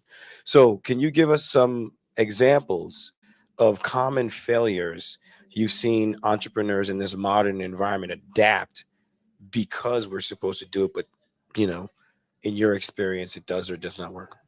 Remember, I could go first, right? Yeah, you are. Okay. So the education piece is a big one, because just because people don't know how to do something, they tend to run away from it. Then they go, okay, my idea sucked. When all it needed was for you to read a couple articles on marketing, but you didn't want to read a couple articles. You're like, oh, that's too much for me. I don't want to do it. So this was a terrible idea. And then they walk away from it. I've also had clients who ideas didn't work out for them. Why? Because they didn't take action. Procrastination is real for a lot of people. Distraction, stalling, oh my gosh, those are real for a lot of people. They can go online shopping. They can go with their friend. They can hold their phone up and scroll through social media for 30, 45 minutes, an hour. But to take that same amount of time to apply to reading something that could be beneficial to them, they don't do that. So finding things that distract you tend to lead a lot to those failures, and without even evaluating what you've done. Because if you don't evaluate what you've done, then you don't know if it's truly working. Just because one day did not go how you had it planned doesn't mean your idea is a bad one. It is a matter of getting up the very next day and going at it. And some things you got to go at it for 4 weeks, some 6 weeks, some 8 weeks before you can truly analyze it and say, hey, this is working or this is not working. So really having that motivation, because a lot of times people just start from a place of passion. But as I mentioned earlier, you got to have that passion and you have to have that motivation. You have to have that strategy. When you don't have all those things in place, then the failures do tend to creep in. That's what I've seen in my experiences. Just building on one of the things you said too. Yes, he's building on one of mine for once. I would say, just to the point of people procrastinating, I also think one of the sources of procrastination is fear. Fear of being judged by other people, fear of what if it doesn't work out? What is that going to mean about me? What am I going to think about myself? So I've developed a mantra, which is ultimately, if I'm afraid of it and I recognize that I'm afraid of it, I have to do it. As long as it's not something mortal or destructive or immoral, whatever that might be, it's got to be, if it's something I'm just not doing this because I'm afraid of it. Well, then I have the voice in my head who's like, now you got to do it. I'm like, no, like, you know, there's a whole conversation there. So I think developing those reflexes are helpful. 2 reasons I would add on though, for what I see as failure points for entrepreneurs. One of them is not focusing on the one person that you need to serve. Who is your real customer? Who is that one person that you need to serve? What is their name? What is their real challenge? What is the context of their life? Have you talked to them? Do you know them personally? If you don't know them yet personally, can you go find them so that you can meet them, so that you can understand what they're really dealing with? Right? The work that we do is focused on changing systems. So reducing mass incarceration, eliminating Black infant mortality, et cetera. On that big level, what we often find is that those systems that were designed are not designed for real people, specific people who are facing day-to-day challenges. But the same thing is true for the entrepreneur who builds, you say, I have an idea. I came up with this in my bedroom or in my kitchen. I sat around with other people who weren't those people I want to serve, and we had a conversation about it. You might have even convinced investors to invest in that idea, but have you talked to the real people? And I've seen people raise almost more than $1 million, even from friends and family, from investors, from others, and have never had those real conversations with real human beings. And then their idea fails because no one needed it. I want to give a little anecdote. Anybody who's been in Austin for a while has seen the scooter things everywhere. And I remember reading an article about like the failure, like there's like entire landfills filled with those things somewhere. And it makes me question, like, who did they build this for, right? Because I like to think that somebody got out of a meeting with a VC and said, everybody in Austin is going to be using these things. I checked with all of them, right? Because I laugh at that. And the reason why it makes sense to me is that perhaps somebody didn't really check enough with us and assumed. But you mentioned it not being all about me, and so did you. You guys are both motivated to solve somebody else's problem, which again doesn't seem to align with the ethos of the modern day Sam Bankman-Fried type CEO, where it's all, it seems like a ruse to get them rich. How do you advise someone who's aspiring to be an entrepreneur to truly set aside their ego and their vision for wealth to actually go and be with that person who's going through homelessness or whose business is failing? Because I feel like that's a major, like I see shops where they say, we're going to give you 60 minutes to solve a problem. I'm like, wait, is that enough time to like do everything and then get investment money? So like, how do you advise those who are aspiring to systematically go about finding their ICP? Can I go? See, let me go first on this hard one. So with that, it's a matter of, I've had people say to me, I want to start a business. I'm like, okay, why do you want to start a business? And here's my absolute favorite response. Because not that one. Y'all didn't hear Waz. Waz one was, I hate my job. But it's like, I want to become a millionaire. I want to make a lot of money, right? That's what they say. It's like, is that the reason why you want to start your business? Yeah, because I want to make money. Then you will fail. Because if that is the only reason why you're starting your business, then you are going to fail. It doesn't matter what industry you're in. But if you are starting your business because you can see that there is a solution out there, there's a set of people that can benefit from this specific solution, you are more likely to be successful. And I say more likely because there's so many factors that go into the success, right? You have to really be able to sit down and figure out what is your value proposition? What is the competitive advantage you're bringing to the table? Not just roll out of bed and say, hey, today my business is going to be purple jumpsuits. Everybody going to be wearing them by the end of the day. You know, that's my business. But do everybody want to wear purple jumpsuits? Do you? No. You know, I look good in mine though. And but, you know, at the end of the day, you got to really know, like Darrell said, is there a need for it? Because if there's no need for it, then where are you going to have this business? So you really have to sit down and take the time. And this is what I've found with entrepreneurs I've worked with and some I have chosen not to work with. And that is they haven't taken the time to sit down and figure out what exactly am I bringing to the table? Who exactly, like Darrell said, who exactly is this business for? If you cannot highlight who your business is for, then you got to go back to the drawing board and try to figure out, okay, why am I even starting this business in the first place? I think it's an interesting question when you think about ego, because it's almost an either or question. And I actually think the answer is a yes and question. It's a both and question. So I have a course called Designing a Life of Purpose. And in the course, what we do is we take students, anyone who's in it, through a process of defining what we call a North Star. What is your North Star in life? This is like your life mission statement. And one of the ways to get to that North Star is to ask yourself this question: what is it that brings you immense joy in life?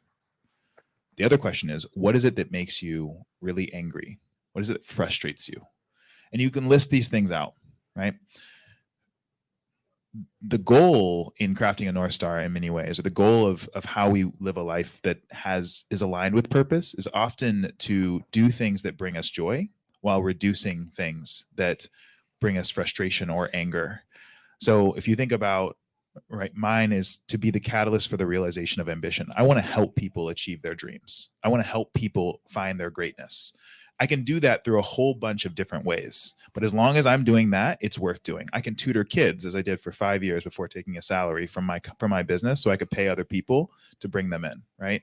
I can work on eliminating Black infant mortality so that people can live long enough to even be able to pursue their dreams, so that families can realize what it's like to have their loved ones with them, right? There's a number of other things I could do along that path. And so I think when it comes down to how do I remove ego, it's more like, how do I think about what I really care about? How do I answer that question? What's really important to me? And then also find where that point overlaps with what's important to other people. Within that space, that's where I want to define business. That's where I want to define something of value. And it doesn't always have to be something so explicitly social impact. It can be anything, right? You could be a marketing firm. You could be a content creator. You could be any of those things if you find that alignment between what you genuinely care about and want to do every day and what other people value as well. What needs do they have? Yeah. Gotcha. Okay, flash round. I love reading, and in the learning I've done over the years, there have been a few books that stuck out to me. So I'll throw 2 books out. The E-Myth and another book called Clockwork have truly affected my entrepreneurial journey. They made it clear, and I feel like a lot of times they've kind of given me that Jedi power, like, oh, missed me, saw that coming. Can you list 2 of your books that have had an impact on you that everybody in this room should read? People ask me that all the time, and my answer is I can't. You can't? I can't list 2 books. Okay. Do you have more? Because a lot of what I've done it through reading so many different, I'm a little nerd here, so many different journal articles as I come through the university setting. So actually looking at research articles in different industries, within business, within education, reading BBC News here, Entrepreneur, entrepreneur.com, all those different resources. That's what I've read a lot. But in terms of a specific book written by one entrepreneur to say that I've sat and read their book, what about publication? Are there any publications? For example, I love Harvard Business Publishing. I love anything that talks all day about the problems that management faces, because that's my life. So Harvard Business and Entrepreneur and Inc.com. Okay. Those are the ones I read a lot. Gotcha. Okay. And SHRM. Mine would be, I'm going to give you 3. The first is not a business book. It's The Alchemist, which is my favorite book of all time. I see it's good for other people as well, but just a book that reminds you that you have a personal legend, a personal destiny, something bigger than the thing that you may have been dropped into. And so go find that. The second would be The 4 Obsessions of an Extraordinary Executive. I believe that's the title, some variation of that, but it's focused on this idea that as a CEO or an executive, your job is to create structure, is to create framing for the people who work at your organization, is to build systems, right? I'm really focused on how do I build an organization that doesn't need me?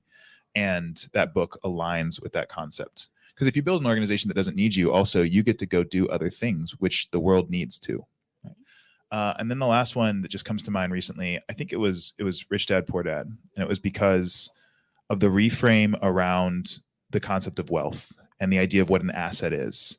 And again, coming back to this idea of what is it that creates impact in the world, I think learning how to be an owner of things that generate wealth or that hold value or increase in value is something that we fundamentally need, especially in our Black and brown communities in the United States. Excellent.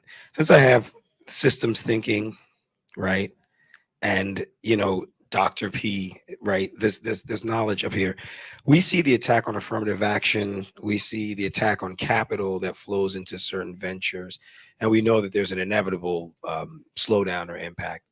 Given that most of the business owners I know are at the stage where it's delegation, trying to hire more people, right, and being able to pay our people to get that contract work, what are some ideas you systems-wise might think of or suggest to enable more folks like us to grow, right? In regards to getting more contracts, hiring more people. Just to hear your thoughts on how we as a community prepare ourselves for even perhaps less capital played on by the desire for fairness without slowing down, without losing pace. I'd love to get your thoughts. Diversification. You got to be diverse in how you're going to be getting that revenue. Because if you're going to say, hey, revenue, I'm just going to go after contracts, and contracts are going to be my ticket, contracts are going to be my success, then that's all you got. But what else can you do? How else can you bring revenue through? Darrell had mentioned it earlier in terms of, as you get a little bit of money, buy some assets. You might buy some real estate. You know, you might buy a car. You might buy something. You might buy stocks. The thing is that you have to put different things in your basket so that you're not just focused on one thing. What is it? Old people say, don't put all your eggs in one basket. Don't put all your eggs in one basket, right? You got to be able to look at how else can you bring through revenue. So for instance, when within my company, we got individual coaching, but we also got group coaching, but we also have master classes and we have summits. So it's different ways in which we can bring revenue through. Yes, I work predominantly with micro business owners, but I also have small business owners that I work with. And these small business owners have less than 100 employees. So looking at different ways in which you can generate revenue and also making sure that you have the systems in place to handle it. Because if you're going to go and take on a contract and you win $250,000 in this contract, do you actually have the manpower for it? Can you actually go and third party out some of these resources? Is that even allowed in the contract that you signed up for? Because a lot of times we don't read the fine print. So you might not be able to bring in extra contractors. Yeah, that's part of it. Read the fine print. He did that to distract me, y'all. Tell me I'm talking too long. Go for it. Go for it.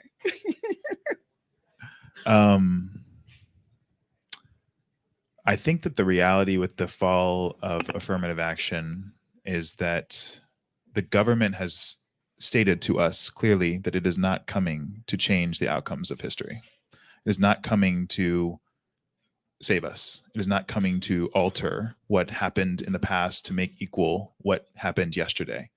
And so then that leaves us with the reality that we need to build the systems ourselves, across ourselves as a group, where we can make sure we have the support that we need.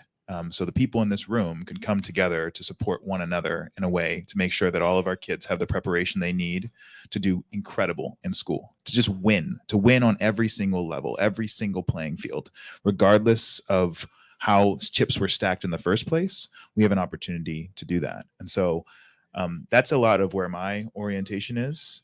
I think I would also share that there's tons of opportunity that exists. If you really look at the landscape, right? Let's imagine that you wanted to travel to New York from here. And you said, you know, I really want to support Black businesses along the way. Right? I want to make sure that I can do that. You can't. You can't find a car rental service that's going to get you to the airport that is Black owned. You can't fly on a Black owned airline. You can't pump your gas at those Black owned gas stations. You can't eat at mostly Black owned restaurants along the way. Like you can't find the resources along that path either. So I point that out to say that one, that's something that should be built. Two, I point that out to say that all of those categories, every single category of business is an opportunity. It exists, right? And so if you're working on something now and you're not sure if that's the right thing, all of these other possibilities are there too. And I don't know that it takes necessarily tons of investment to do some of these, but it might take broadening our perspective on what a good business is, right? Maybe it's not a VC investable business. Maybe it's a gas station. Maybe it's a utility. Maybe it's a garbage pickup business. Those are all really stable things. Like when financial crises hit, people still need to get their garbage picked up, for example. I think we can broaden our perspective to think about some of those too. I love that. Sorry, I'm losing my voice. I love that because you couldn't have teed up my next question any better. Obviously, they've shown that they're not going to step in. We got to build it ourselves. I'd love to get your thoughts. What are you doing to build with your tribe? How are you? Because if you know me, you know the myth of individualism to me is trash. It's a bad idea, and it's mainly because the people who say it the most don't do it. They'll work together to build all this. However, I think a lot of us have adopted or been infected with it. How are we, or how would you go about building that ecosystem, right? Building that tribe of business owners. I'd love to get your thoughts because we have it. I think it's happening here in Austin.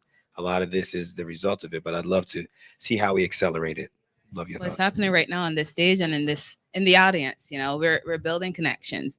One of my company's values is collaboration and connecting. And it's because we can't get to where we want to be by ourselves. We have to be able to collaborate and connect with others. And I remember being a student and going to one of the state organization conferences. And I was like, I want to be able to connect with people so that I could get this job and finish school, right? Because why are we going to school? Because we want to land that internship and get that job. And I walk into this room and there's all these people that I read about, that I see from far. And I'm like, oh my God, feeling intimidated. And you know what I decided to do? I decided that I can just walk up to the very first person and be like, hi, my name is Priscilla. You're with which school district? And I just started a conversation. And I went around the room and I did that. I ain't gonna lie, it was exhausting. It was really exhausting to do it. But in the end, I was able to make connections with people so that by the time I was finished with school, I was like, oh my gosh, I actually know the director over here. I know the director over there. I know the person who's making the hiring decisions. But I didn't know that at a point in time. I just walked up to people I saw in the room and started a conversation. And then I continued that on my entire journey. Even now, as a business owner, as a founder, I go to events and I introduce myself. Depending on the event, if it's somebody that I really want to have that conversation with, I make sure, you got to do a little research too, right? Because you got to do a little research so that when you do meet these people, you can say something about them so that you can look like a groupie, you look like a groupie and you're getting them to sign up with you. Like this lady here, she comes up to me and she's like, hi, my name is Erica like America, right? And then she's like, let's connect. I'm like, damn, she ain't easy. All right, let's start scanning here. So you're already starting to scan and make connections. And because she says she's Erica like America, I'm like, I'm Dr. P. So she's like, just like that? I say, yeah, just like that. So you're already making a connection with folks. You have to get out of your comfort zone. You have to stop being afraid. And I know it's easier said than done. And you have to talk to people. If you are not an outgoing person, join a group that is with people who are in your industry. Post something within that group. Reach out to them. Have coffee with them. I put out a post to feature women for National Women's Small Business Month. And Charmaine, she responded to that post in one of the groups I was in. Never met Charmaine, and we were out for coffee. And now we're learning about her businesses, right? And that all started because I decided to do something outside of my comfort zone. And also to have those connections with people. Again, not easy to step out your comfort zone, but you got to be ready. Have that LinkedIn ready. LinkedIn has a lovely scan for your QR code. Have that ready. If you don't have business cards, don't use that as an excuse for why you can't go networking. You can rock it old school, y'all. Paper and pen. Never failed anybody. You can still rock old school. Or you could take a picture so that you can remember who is this person you met. Point is, you have to get out there and talk to others, learn what they do. And then from there, foster that relationship. Waz and I met about a year ago. 2 years ago? I can't even remember. I think it's about 2 years ago. We met at an event. Forget which event we met at, but we met at that event and we stayed connected from there. It is not just this afternoon. It's not just today. You have to foster relationships with others so that you can be in their frame of mind to be that referral partner for them. And then that helps you with your gradual growth. I love it. I agree. I think you need to connect with as many people as you can. So I want to connect with every single person here before we leave. Not kidding, by the way. I would love to connect with you. I would love for us to follow each other, for me to be able to see what it is that you post online, for me to understand what do you put on LinkedIn, what do you put on Instagram, what do you put on whatever account that you use most. And then you can do the same, that we can actually support each other in our journey toward what we're trying to accomplish. So on a macro level, I think building on what I said, I think we need to build more systems that we own and control that we can say, hey, have you met this person yet, right, over here? Because a lot of that work happens in rooms like this. So it's already happening, which is powerful. But how do we continue to expand that beyond these walls to more and more people who couldn't be here today? Right, that's the question. But I think everything that you said made perfect sense. That Dr. Peeves said, it's how do you go up to folks and say, hey, who are you? What do you do? Oh, that's really cool. Hey, do you want to connect? I've been connecting with people this entire week. Right, I've been here. I've been at different events that are around Afrotech as well. I don't have any business cards on me, but I have connected with folks directly on LinkedIn in that moment. What's your name? Let's put our information in. What's your Instagram? Put those both in at the same time, and we have a conversation. So I know what you do. You work at Vista. Oh, you work at Microsoft. Oh, you work at this place or that place. Oh, you've got this business. That's fantastic. And so I think just continuing to step into the fear, if there's fear there, to go up to a person you don't know and say, hey, who are you? What brings you to this event? And have that conversation. Absolutely. So now we got a few minutes left, and I would say 2 questions, but I want to give the room time. So my questions, I'll collapse them both. I like to speak things, into existence. Manifests. Would love for you all to tell us where you are, what you envision, and we'll all Wusan bring it to life 5 years from now. Where are you 5 years from now with the business? And then I have to give a shout out to Austin, because this is ReThink Austin. Where is Austin 5 years from now, and why? I moved to Austin like 3 years ago, and even Austin today looks different than 3 years ago. I mean, the amount of construction is like, oh my gosh. So I would say Austin is continuing to grow, and hopefully to be inviting to other types of businesses, not just tech companies, but other type of companies, because we need all kinds of companies in order for our community to grow, right? In terms of my business, I'm going to take over the world.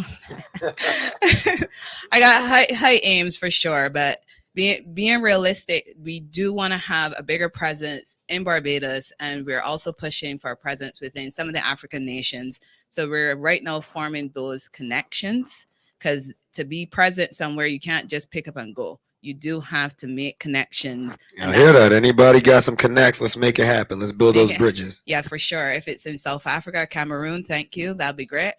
That's where we're looking at making those connections, and to continue to grow, to be able to help at least 300 micro business owners. I would love to be able to help 300 micro business owners to really be on their path to continue success if they're already in existence, or if they're within their first 2 years, really getting that revenue that they're looking for. I think that Austin currently is in an interesting position, because I think the statistics say Austin has a shrinking Black population, for example. In part, that's because of the explosive growth of other populations in this area, not purely because people are leaving. But I do think there's an opportunity for this to be a very powerful hub for Black and brown business owners, where we say, look, no, folks are actually building equity here. They're building businesses that are not just starting, but lasting, right? That are enduring for a period of time. We often talk about how many businesses were started. We should be also asking how many of those businesses are around 5 years later, 10 years later. How sustainable and fortified are they? I think that's a vision for Austin. Is this could be the place where, no, we've got the blueprint for how you build, how you connect with one another, how you network, not to build businesses that are transient so we can say that they existed, but that are truly deeply rooted in the community and in the needs of real people. So that's one vision that I have for Austin. When I think about my business, I want us to be the go-to, the expert when it comes to creating systemic social change. I want us to be known in every community in America, especially communities with Black and brown populations in the United States. I want us to be known as someone who goes across lines or across lines of tension that might exist, because ultimately we use what we call multi-stakeholder design, which is to say that we bring in everyone's perspective to say we can create a solution that lives in harmony with the needs of many, rather than something that lives in harmony with the needs of only a small set, but will end up being torn down a bit later, right? And so those are some of the goals that I have. I want us to grow. I want to have staff that are in every one of the key positions that we need to run a business. I can walk away for a minute and look over here and also build other things on the side. So I want you guys to pay close attention to those names up there. In 5 years, I intend to be bragging. Like, oh man, I was on stage with them. That's at you. But no, I love just, I'm so appreciative to have you guys here speaking and the shared vision we have for our businesses for Austin. I now want to give questions to the crowd if there's anybody out there that has any questions for our speakers, because if not, I can just keep talking.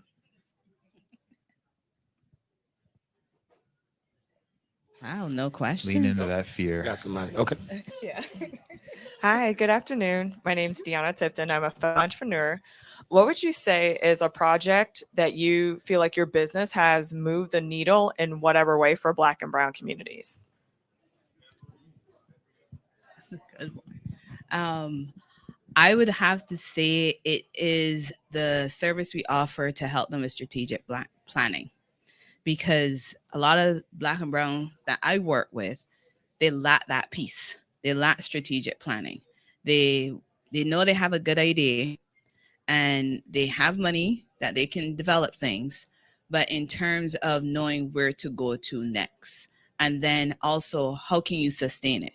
Because you might be able to do something today, but in order for it to continue and to be around a month from now, 12 months from now, 24 months from now, to be able to also open up their doors to collaborating with others, because sometimes we tend to want to hold it so close because we're afraid that somebody will steal our idea, but you have to set up yourself legally as well. So you have that protection. So having that education, and especially around strategic planning and the legal part, it helps them to protect their business even better so that they can actually survive. We worked with the city in New York around this process called code enforcement.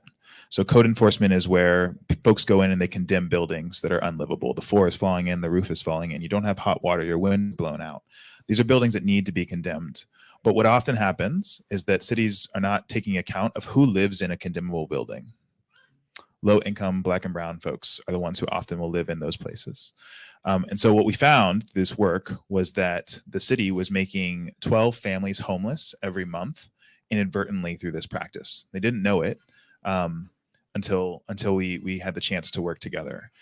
And so upon making that realization, we worked with them to develop a strategy to address that. They had a bunch of housing stock that was available, but it wasn't fully up to code just yet to serve as emergency housing. And so put in place a plan for turning that into emergency housing units for those who, many folks, if you live in a condemnable building, you don't have enough money to afford a hotel for a night, let alone a month, 2 months, 3 months while you figure out a new place to live. And so upon putting in place that plan, help them secure $776,000 to go and actually begin the repair and restoration of those units.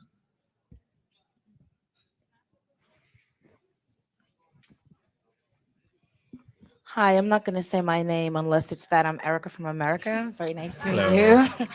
I think we've done I can sit down. I think we've done a lot of great talking about community and about connections, and I feel this great energy in the room, but I'd love for each of you to talk about how you deal with like the haters, the competition, the people who are in your way. I'm thinking about like this thing with Fearless Fund, how this lawsuit was enacted just to stop them from doing the good Lord's work, right?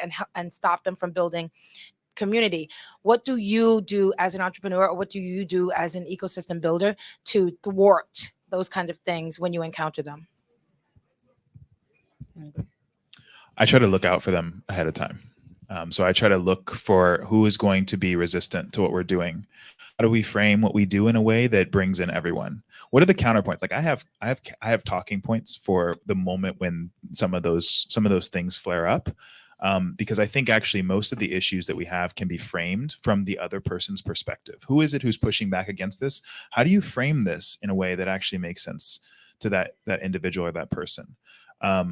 So those are some of the things, like even in terms of how we move forward with creating solutions.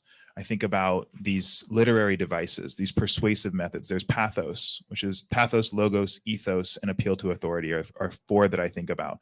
So what are the emotional, arguments that need to be made? What are the logical arguments that need to be made? What are the ethical arguments that need to be made? And then who else might be saying that this is a good thing to sort of counter some of those pieces?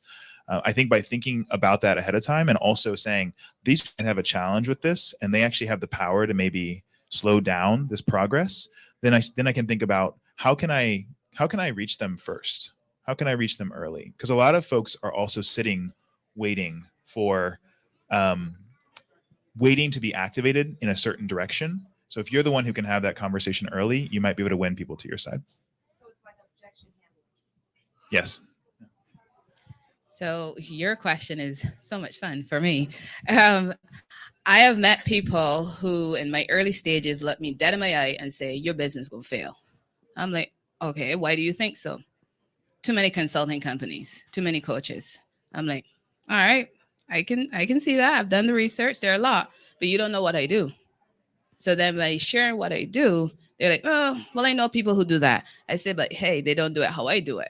So then by the time I'm able to explain how it is I do what I do and who it is I'm working with, then it becomes, oh, wow, your business might actually survive. People need that. You know, I've had coaches who say, why are you working with micro businesses for? They don't know nothing.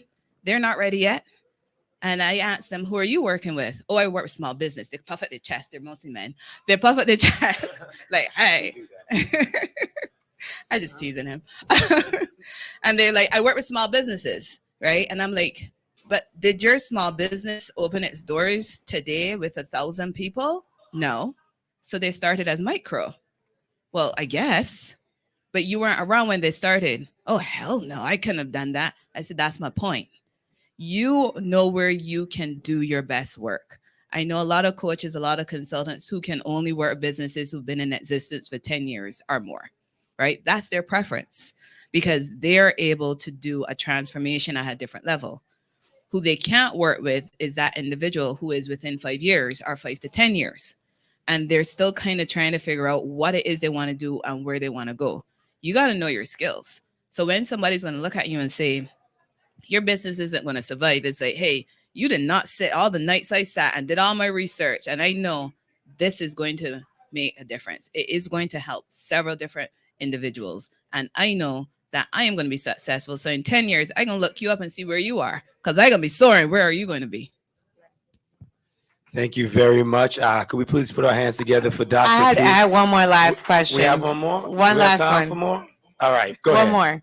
So she asked my question, but leveling that up is where do you go from there, right? Because you obviously as an you start at a place where you're like, okay, I want to get to this level. But then there's places of that bigger level, right? So how do we do that level up? And how do we know when it's that time to level up, right? We're working with micro, we're working with our own people. We want to do that for us, but then we all want to get to that next step. We all want to be millionaires, billionaires. So where is that defining line of like, okay, we need to like level it up now? I can tell you the defining line is different for all three of us here on the stage. And you've heard me mention it before, that strategic plan. That strategic plan is crucial. It is really crucial for you to understand what it is you're selling, who you're selling to, how you're going to get there, and when you're going to make decisions. I know the Vlad had put it up earlier, my free ebook that's up there, planning guide, and it has in those 4 key elements because you have to be ready for when you hit those goals that you already set up for yourself, what happens next. One of the worst things I ever had in my life was when I achieved my doctorate. And when I tell people that, they're like, what do you mean you got a doctorate? I say, yeah, but that was 20 years in the making. I worked really hard for 20 years. That was the thing that drove me forward. That's what I wanted to do. You know, this is what I wanted to do. I got my doctorate and I remember going, what the hell do I do now? Oh my gosh, I don't know what do I do? For so many years, I lived for this is what is going to drive me forward. And I promised myself I would never, ever be in that situation again, because you got to look at when you hit that big goal, what is the next goal you want to go to, which goes to your leveling up. So if you have a goal in mind that in 5 years you're going to be here, then what is going to happen next after that, right? where are you going to go when you hit that next goal? And then you keep moving forward and you keep moving forward. Quick answer to that. I think every 6 months should be a new level. And it might be a micro level, but take a chance to step back every 6 months and say, where was I 6 months ago and where am I now? And ask yourself, what is it that I have planned for the next 6 months after that? I think if you do that over and over again, the leveling becomes more of a progression rather than a brand new plateau every time. Wow. Well, thank you guys. Can we please put our hands together for Mr. Darrell Coleman and Dr. Priscilla Kusa? This has been a great, absolutely, I knew we'd have a great conversation, but thank you all for answering so honestly and sharing your thoughts and opening yourselves up to these questions from the crowd. So thank you. You're We'll welcome. give a big thank you to Waz as well Yeah, for his thank to great Waz. hosting. It's not easy to host the two of us, and he kept us in check. Thank y'all. Why you gotta stay? Thank you guys. Thanks.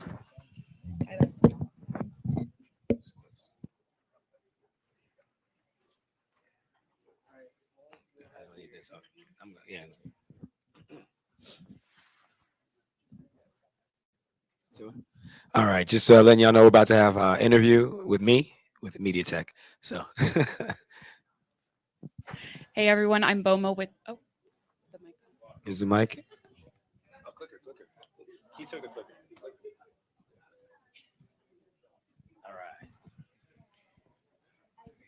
I'm Boma with MediaTek. I'm really excited to interview you. This was an awesome panel. I'm an entrepreneur too, so it's always great to hear from entrepreneurs. And you were asking everyone on the panel, how did they get their start? Tell us a little bit about your start, how you got to where you are. Yeah, there's a phrase, not all who wander are lost.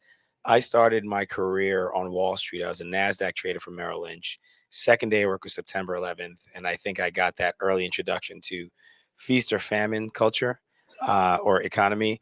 And so I actually spent 10 years on Wall Street. I ended up moving to Goldman Sachs, Morgan Stanley, and kind of stayed in the equity space. So I loved equities. I loved trading them. And I also worked at private wealth. So that set me thinking about strategically, what does my future look like?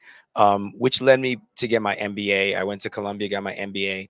And in 2009, graduated right out of the mortgage crisis. So it was like, you're not returning to Wall Street, not going to consulting. And I wound up kind of going into the carbon green consulting space. So I lived in Brazil, structured, carbon credits and a whole bunch of things.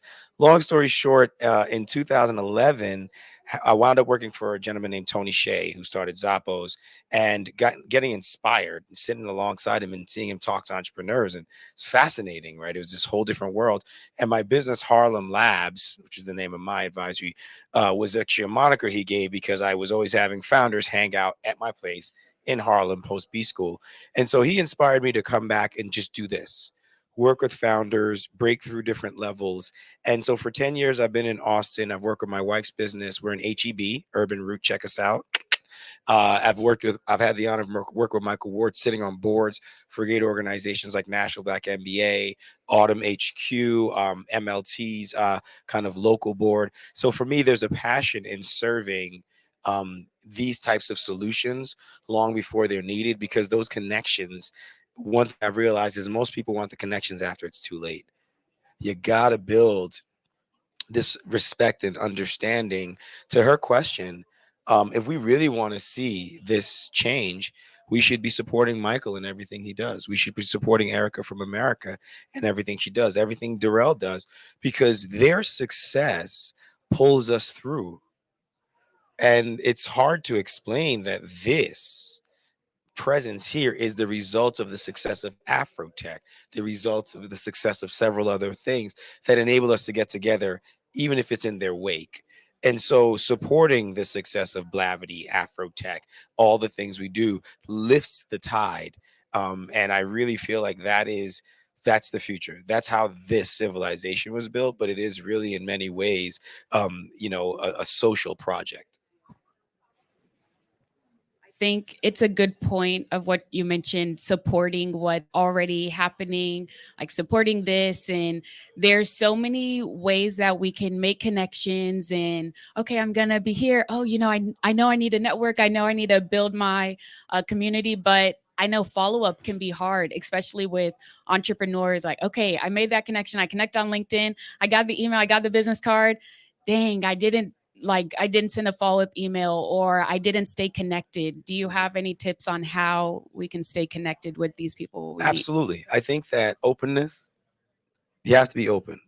In the conversation, they have to see enough of you, and you have to look for and see enough of them to have that genuine conversation.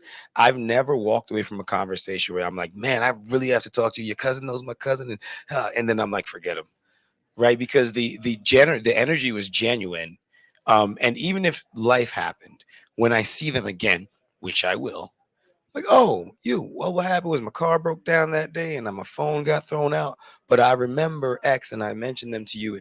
If you just think about the relationships you have, it wasn't one time or two times or three times. It was 10, 15 times. But every time you connected that nugget that connected you, right? If I point at her and I say, Accra, Ghana, it's like, wow, we just had this amazing conversation about this. If I ever see her there, it's like, even if I wasn't on the plane with you, we are now here able to do that thing that we have dreamt about doing.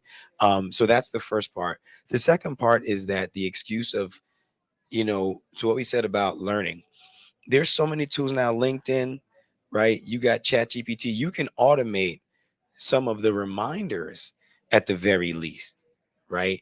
To be in front of people. I use Airtable. I've got a lot of folks I keep in touch with. I got to send them a Christmas card. It's as simple as hitting a checkbox and it goes over the Shutterfly and they get a Christmas card. So, I'm busy, but there's systems in place where I can have Read.ai record my call and send me a summary of action items. You just got to learn new ways to keep that relationship stronger and honestly have that genuine interest in them, where when you see them, you're not like, oh, remind me your name. It's like, oh, you're Erica from America, man. So again, that I think that's part of the way you introduce yourself, the way you pay attention to them, and the way you automate creating systems around being better at keeping in touch. Yeah, thank you for that. Another question, since you mentioned systems, what are some ways that entrepreneurs can develop systems just to help them grow their business and not stay so stuck in I need to do the work right now. I can't really focus on the future. Do you have anything to that? I'd say number one, strategic plan. Number two, an accountability board, right? Like, forget what everybody says about, like, I asked about tribes. If you start a business, you have to have somebody who you allow to look you in the face and say, yeah, but you didn't get it done. Go get it done. The human element in this game is critical. And if you understand that the most powerful CEO in the world can't talk back to his board or her board, then you don't get to slap CEO on your head and start telling everybody, XYZ. So building that in and saying, I'm going to have advisors. I'm going to ask people who've done this before, check me if I'm off the rails, care for me if I'm not doing this, point me in this direction, is way more important, because they're the ones who say, why haven't you adopted this no code tool? Why haven't you started to utilize these things to, in essence, do more with less? So I think it's the human, pair the human and the technology, but realize that you are serving humans. In every solution we come up with, product or service, you're serving us. So find people with the expertise and the empathy for you to guide you into serving those people best. And to the question I asked, how do you make sure it's not all about you? There are people who will be honest with you and say, you're missing the mark. This is what you need. And then you have to have the humility to learn and readjust yourself to solving their problem. Nice. Well, thank you. Appreciate Thank you it. very much. Appreciate it.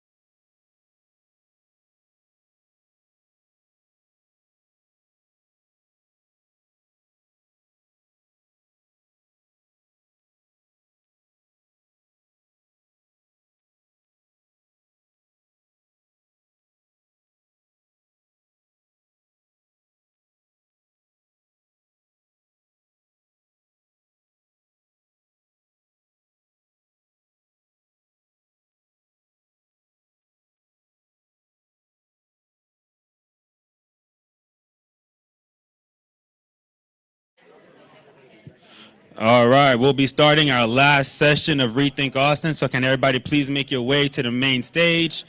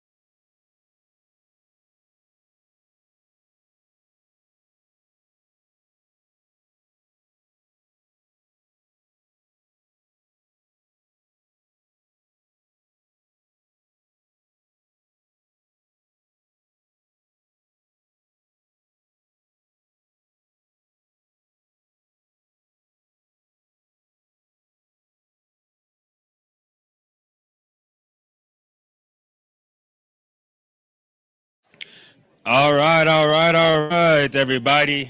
We are here at our last session for ReThink Austin, and I am excited. First, we started with rethinking education. From there, we dived into rethinking technology, where we had a whole conversation about how AUTMHQ is leveraging AI, but also thinking about the future of AI and how we can use it not here in Austin, but all across the globe. From there, we had a great lunch. We had a fajita table. If you missed a fajita table, I'm sorry, but it was good. We had tacos, nachos. We had vegetarian options. It was delicious because all the food is gone, so that's good news. And then from lunch, we transitioned to rethinking policy with the Hip Hop Caucus, and they were talking about a lot of the funding that's coming out just around banking. Then we had a deep dive into rethinking energy and what does that mean for our future, going from the traditional ways of energy to the clean energy, renewable gases, and what does that look like with solar and everything in between. After rethinking energy, we transitioned rethinking entrepreneurship with Waziri, Dr. P, and Darrell, where they talked about social impact and some of the goals that they have for 5 years for their own businesses, but also for Austin. And for the last session, I'm excited because we always end with a community impact focus session about what we really can do to stop talking about problems and implement a lot more solutions. So for those who've been seeing me all day, I am Michael Ward Jr. I'm the president and CEO at Austin Urban Technology Movement and one of the co-organizers for ReThink Austin, and I'll be moderating this panel. So let me go ahead and get my seat. What do I want to sit? I think I'll sit right here. We can spread out a little bit. So I'm going to first bring up Monica Andre, who is the president and CEO of the Greater Austin Hispanic Chamber. Woo!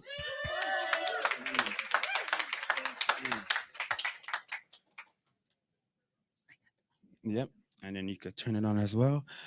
And then I'm also going to bring up Scott Rust, who is with NI, one of our biggest partners and long-standing relationship that we have. So I'm very excited to bring Scott up to the stage as well.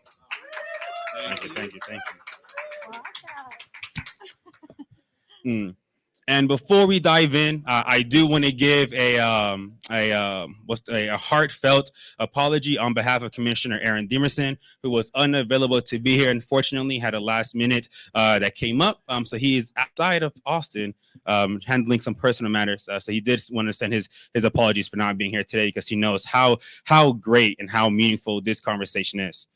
So for today, we'll be diving in our community impact panel, talking about how employers can support generational wealth within the Black and Hispanic community.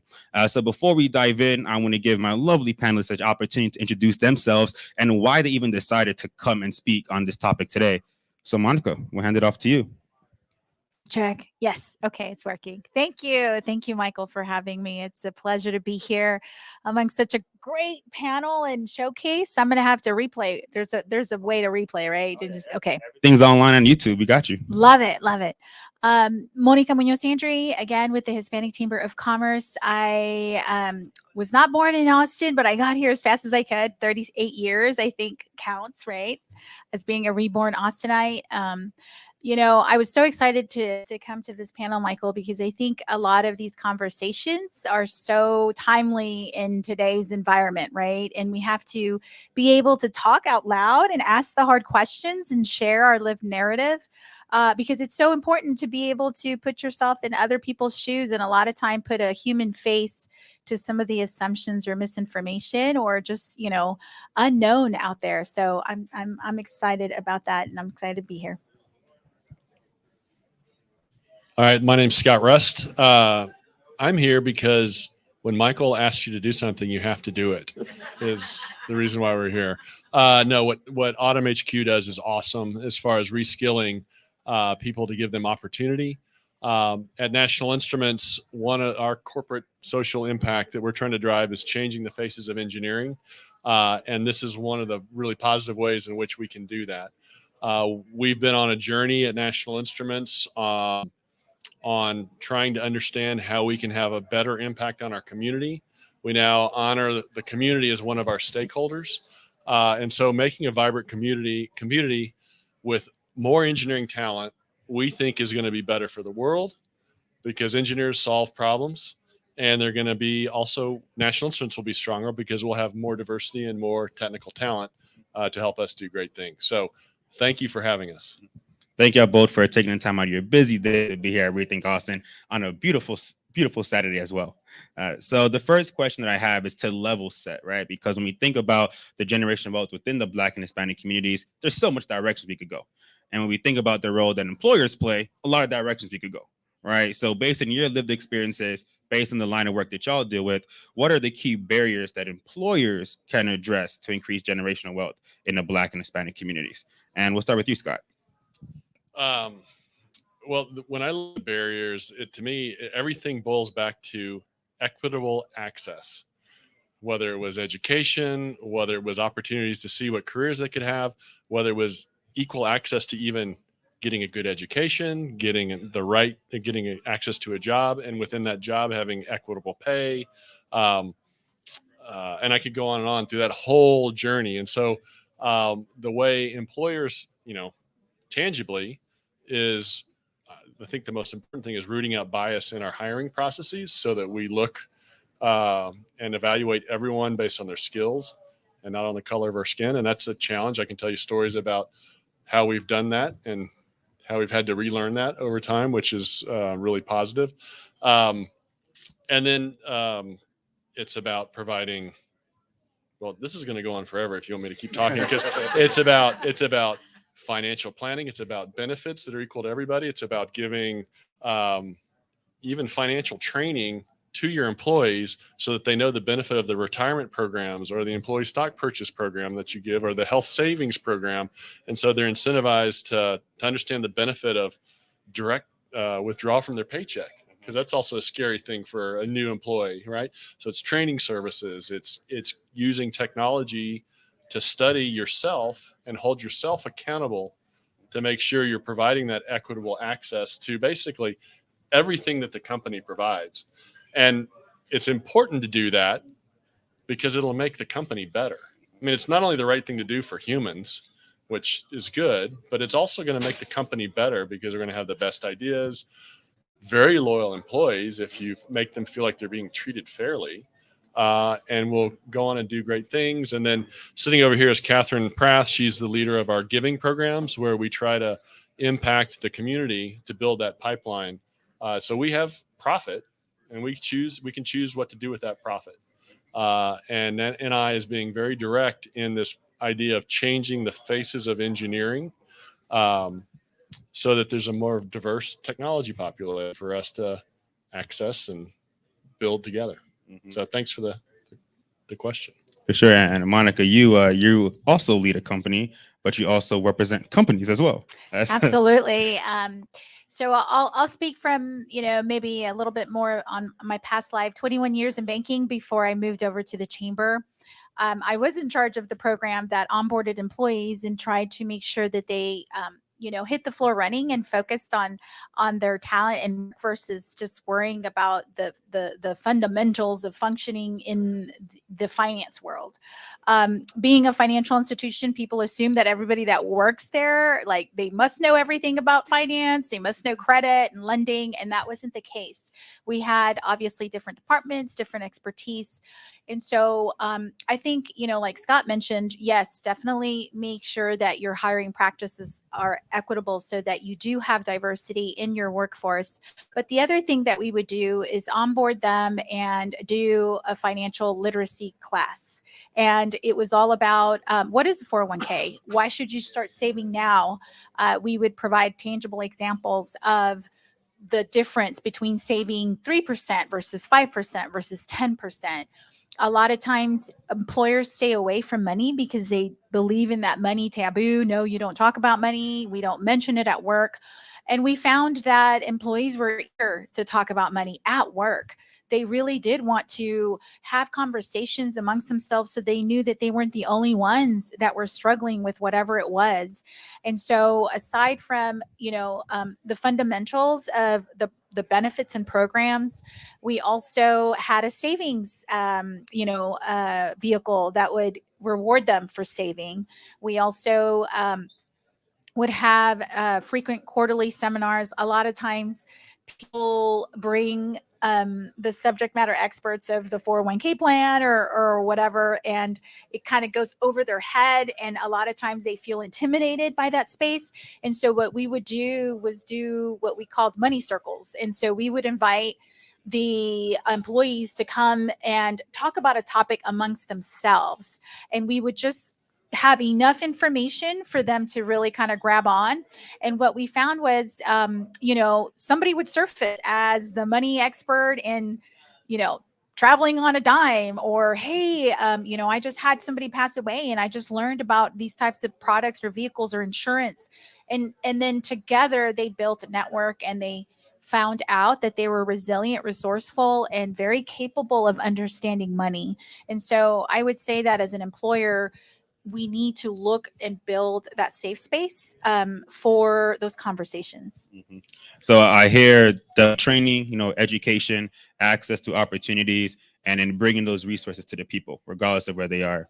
So then, based on your experiences, then what would be those specific strategies that employers can implement? And you also touched about like stock plans and benefits and retirement. So what is that one thing that you're saying? This is something an employer should definitely do to create these opportunities of generational wealth within the community. I'll say that they need to ask their employees, what would you like in this space, right? When we surveyed our employees, we did a financial health survey.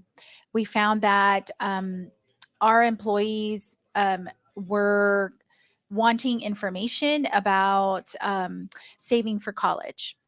Depending on the demographic and the time in their lives, they were looking to see about building and so we brought somebody who could talk to them about that. They also wanted to talk about, how to pay down debt.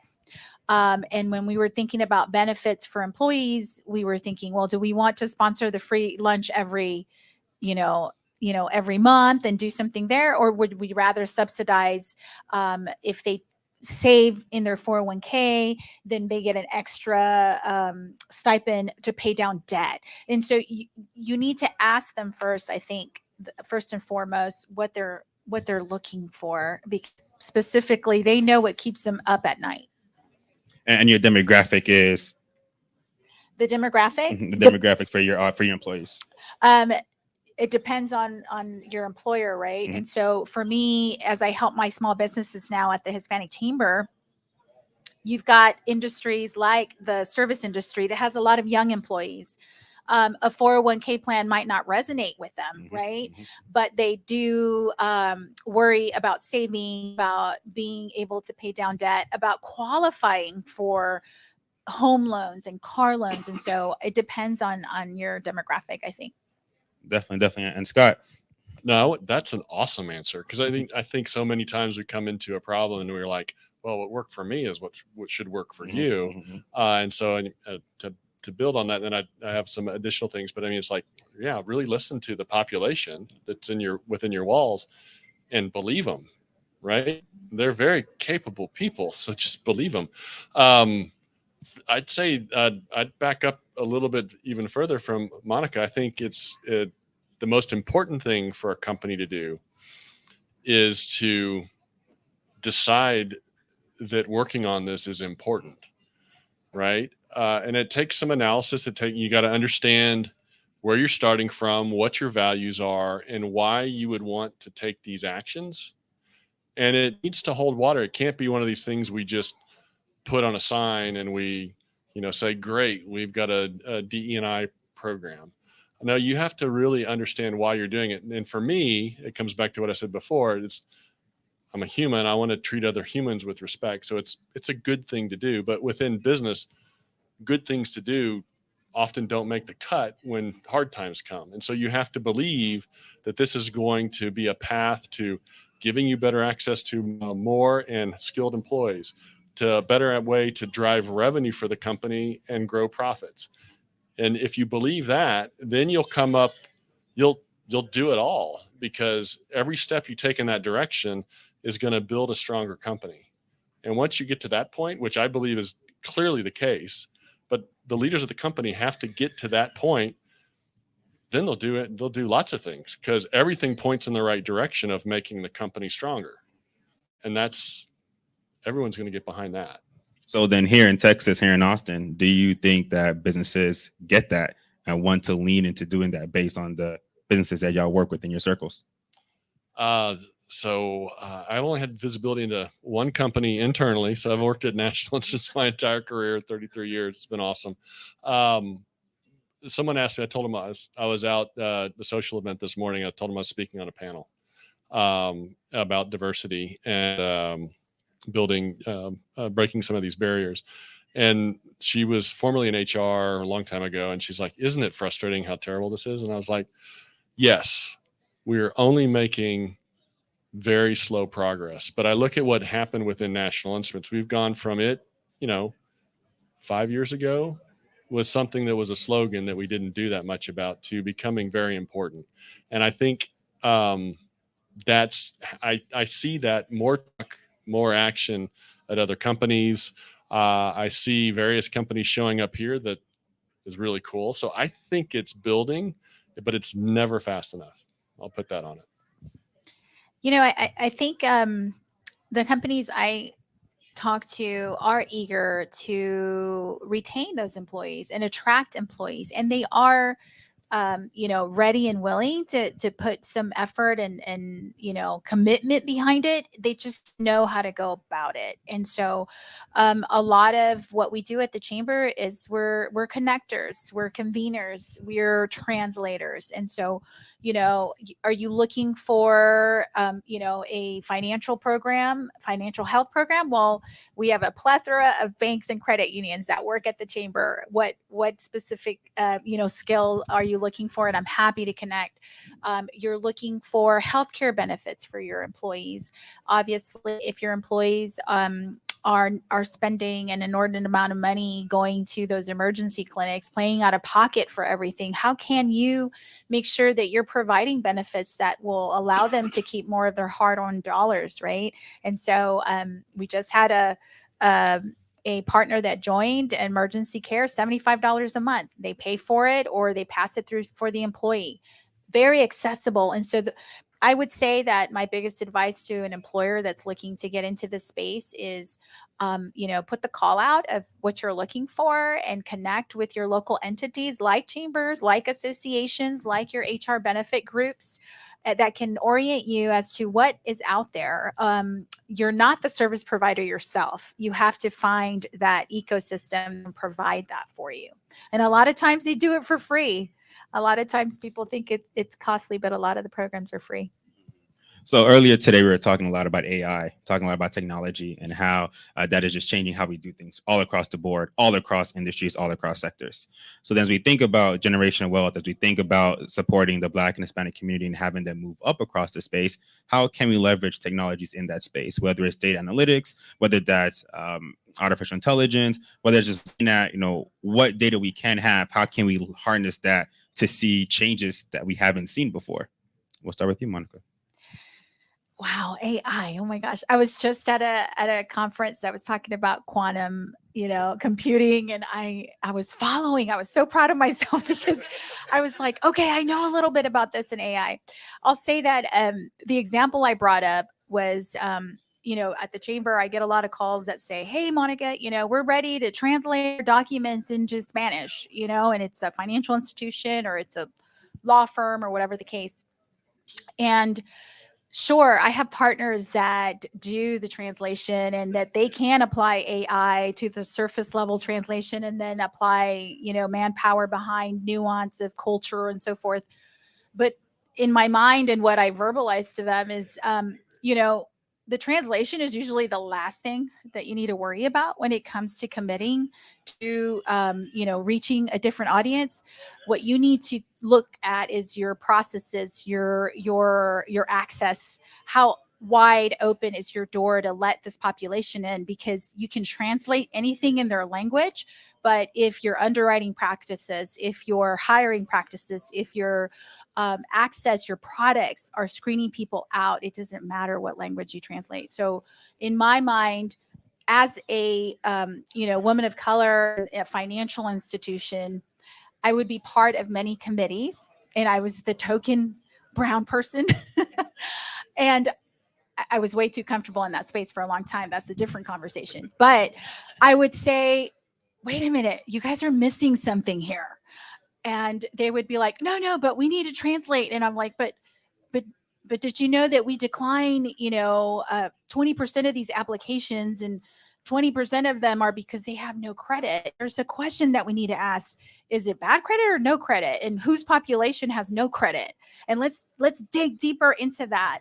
But a lot of times the companies were so focused on we want to check that box. We want to do that. And I would say, listen to your employees of color. A lot of times we understand what we are missing. And when we are invited to these spaces, our voice needs to matter and have a weight, and not just be there to say that we were there. Yeah, I like what you said, Monica, because you touched on just how we get the data. That's a starting point. And that's a big topic around just AI today, about what is the library that AI is tapping into to give us these responses, right? And you're talking about that. And this is something that I've heard at Oracle all the time when I first started my tech career, was bad data in, bad data out. Yes. And it didn't matter how much data was there. If the data is bad, then you can't do anything with it. So I definitely agree with you on that aspect. So then, Scott, same question to you. I'm going to build off a little bit of what you said about getting that credit or digging into the data. And sorry, I'm going to give you a contrarian opinion on AI. I think too often people wait, let perfection be the enemy of the good. Some of the data is there already. Use the most powerful analytical tool you have, which is Excel. Get the data in Excel and start looking at it. We have so much data already. Our HR systems spit it out. If you're just on this journey as a company, you just need to look at the data and make sure that you can defend it. You need to sort it by different populations. You need to be looking at salary, tenure, role, and other demographic information, and make sure that you can defend your raises. Does that make sense? Do the end raises, the end salary, does that make sense? Your bonuses, who's getting promoted? You can sort all this stuff already without AI. And so I think AI will have its place longer term, but I think too often we let the AI buzzword kind of get in our way when we've got data like you had, and it's a matter of personally getting your hands on it and making sure that you can explain it. Also, you got to make sure that you do it in a group so that you don't just self-rationalize why everything is okay. You should probably have the people that represent the data also in that discussion and looking at it so that everyone looks at it from the same or their perspective, and then you can come up with a plan on how to address it. I think there's simple things you can do without AI, and then longer term, sure, AI will help, but like you said, data in, data out, or bad data in, bad data out. But also AI has to get trained on something. Someone has to look at the data and say, this is what it means to train the AI. So why don't you start doing that? Can I add a little Of bit course. to that? I just had a conversation with someone about AI and how we can help our small businesses be more receptive and adoptive of the technology. And I think what really resonated with me was, sometimes we are like, hey, let's just do AI on something, random. And of course, employees, especially depending on the industry, are thinking, am I going to be replaced by this AI, right? And so I think for me, the starting point and what's really key is, how do you implement AI in a way that's going to make your employees' lives easier? What problems are you solving for them so that they feel more efficient, more confident, more empowered, more informed? And again, start with your employees and their pain points to be able to fold in AI in a way that they're going to adopt it and relate to it and connect to it, versus kind of having it be, from the ivory tower C-suite space, kind of shoehorned into the day-to-day. And then there's a lot of resistance to it. I'll say that. The other thing is, we talked about data and paying attention to it, right? And actually using it. And financial institutions are notorious for this. We housed ton of data, but didn't really do a good job about looking at it and having it be helpful in making decisions. And I remember in the financial health program I was running, I said we were doing financial consultations. And so in the process of wanting to translate everything into Spanish and wanting to do a mobile lending bus to the east side, I said, okay, wait, let's look at the data and see who's getting counseling, who's seeking our services, what are their main pain points, so then we know what to build, right? And so when I pull the report and I get with my data people, I'm a marketer, PR person by nature. I love numbers that help me tell the story, right? Well, the story was, the default was, oh, it's underserved, or it's Black and brown communities seeking counseling because they need the most help with money or some sort of default like that. Well, it was, what one of my counselors called, it was Becky. It was Becky who's, 32 years old, college graduate, making $67,000 a year, worried about her debt and trying to figure out how to, manage it. And so when we saw that data and it was clear as day what the profile was, and I took it to the team and the executive team, they were confused because they were like, we didn't know this isn't who we thought it was. And interestingly enough, my comment was like, and I know I'm not being PC when I call her Becky, but but I was saying, Becky is just a profile of perhaps who we're serving and who we're reaching, not necessarily who might just need the service, right? But there's more questions to uncover underneath that profile.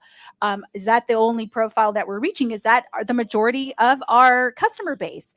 Who are we serving and who do we think we're serving? So anyway, I think data, again, used in the right ways, could be very directionally helpful, but a lot of times we kind of miss the mark in asking the right questions.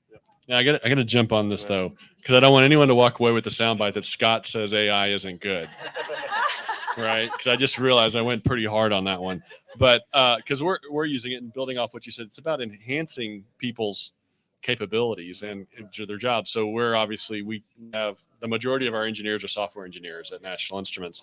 We're exploring how to use generative AI to help them write code faster. And what you're going to see is it doesn't replace them, but it does change the nature of their job. Because I think we've all heard about the problem about AI can hallucinate and give you a false answer that sounds good.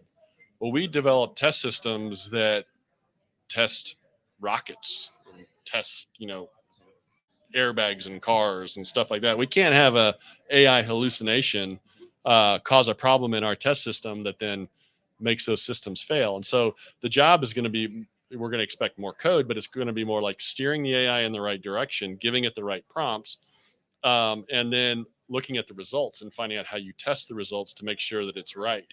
And so that's, again, even with that what we were talking about before, if you're going to use AI, you do have to have enough knowledge of the data to interpret the results and say that's correct.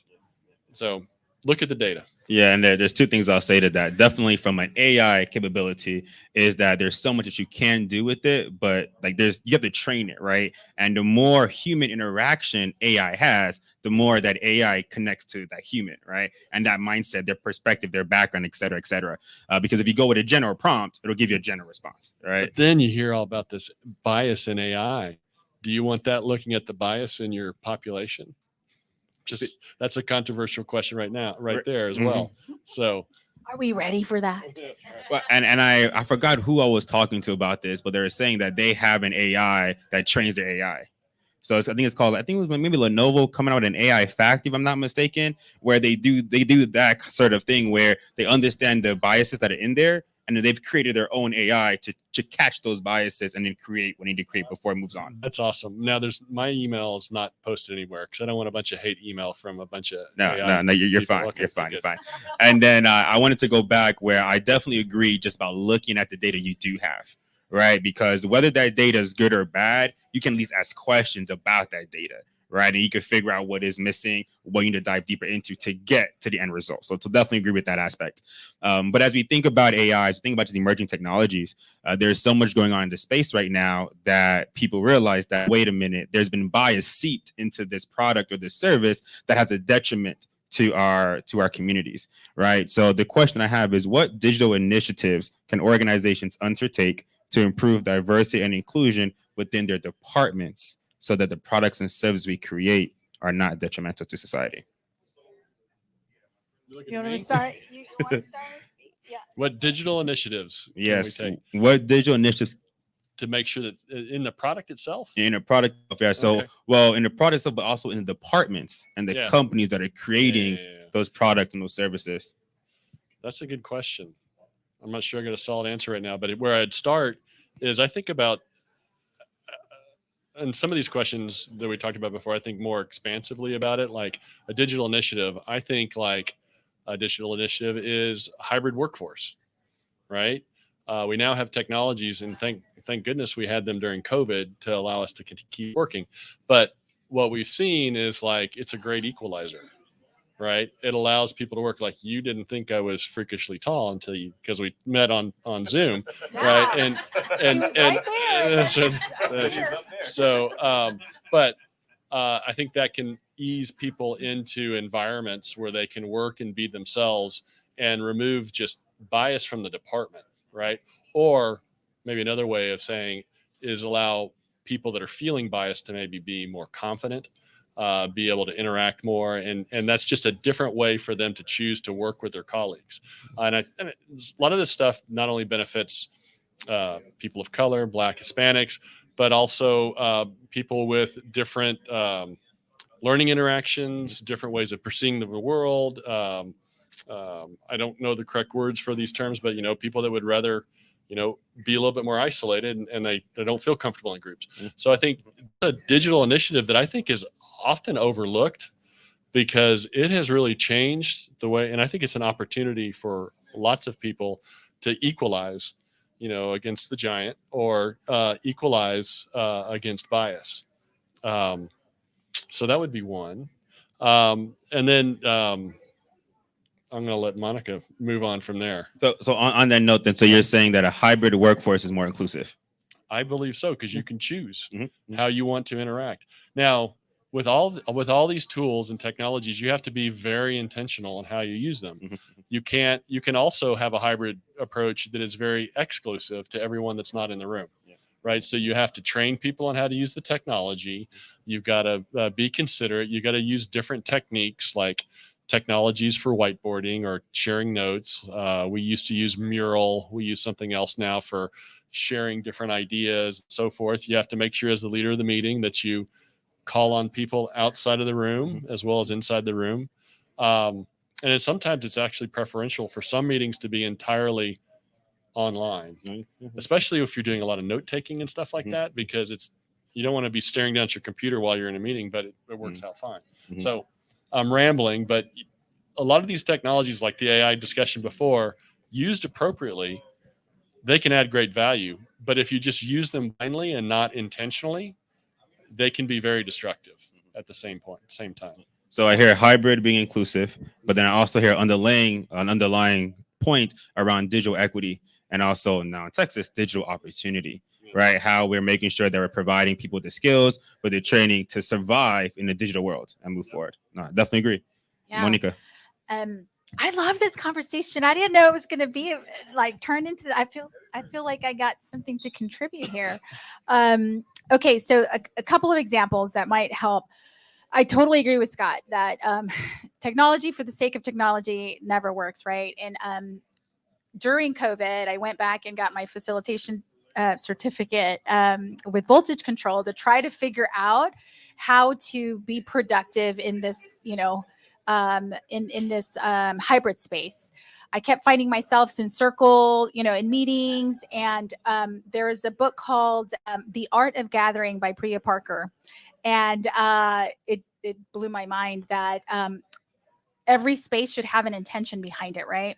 And so the example that she gave was, over Zoom, over COVID, when somebody goes to your home and you're greeting them and you're hosting them, you have a protocol, right? You open the door, you greet them, you smile, you hug them, you invite them in, you tell them where the bar is or the bathroom or the food, and then you usually kind of introduce them to somebody else, and then you set them on their way, and then you move on. Well, over COVID and over Zoom, what we did is just transitioned our meetings in person to online. We opened the door and walked away.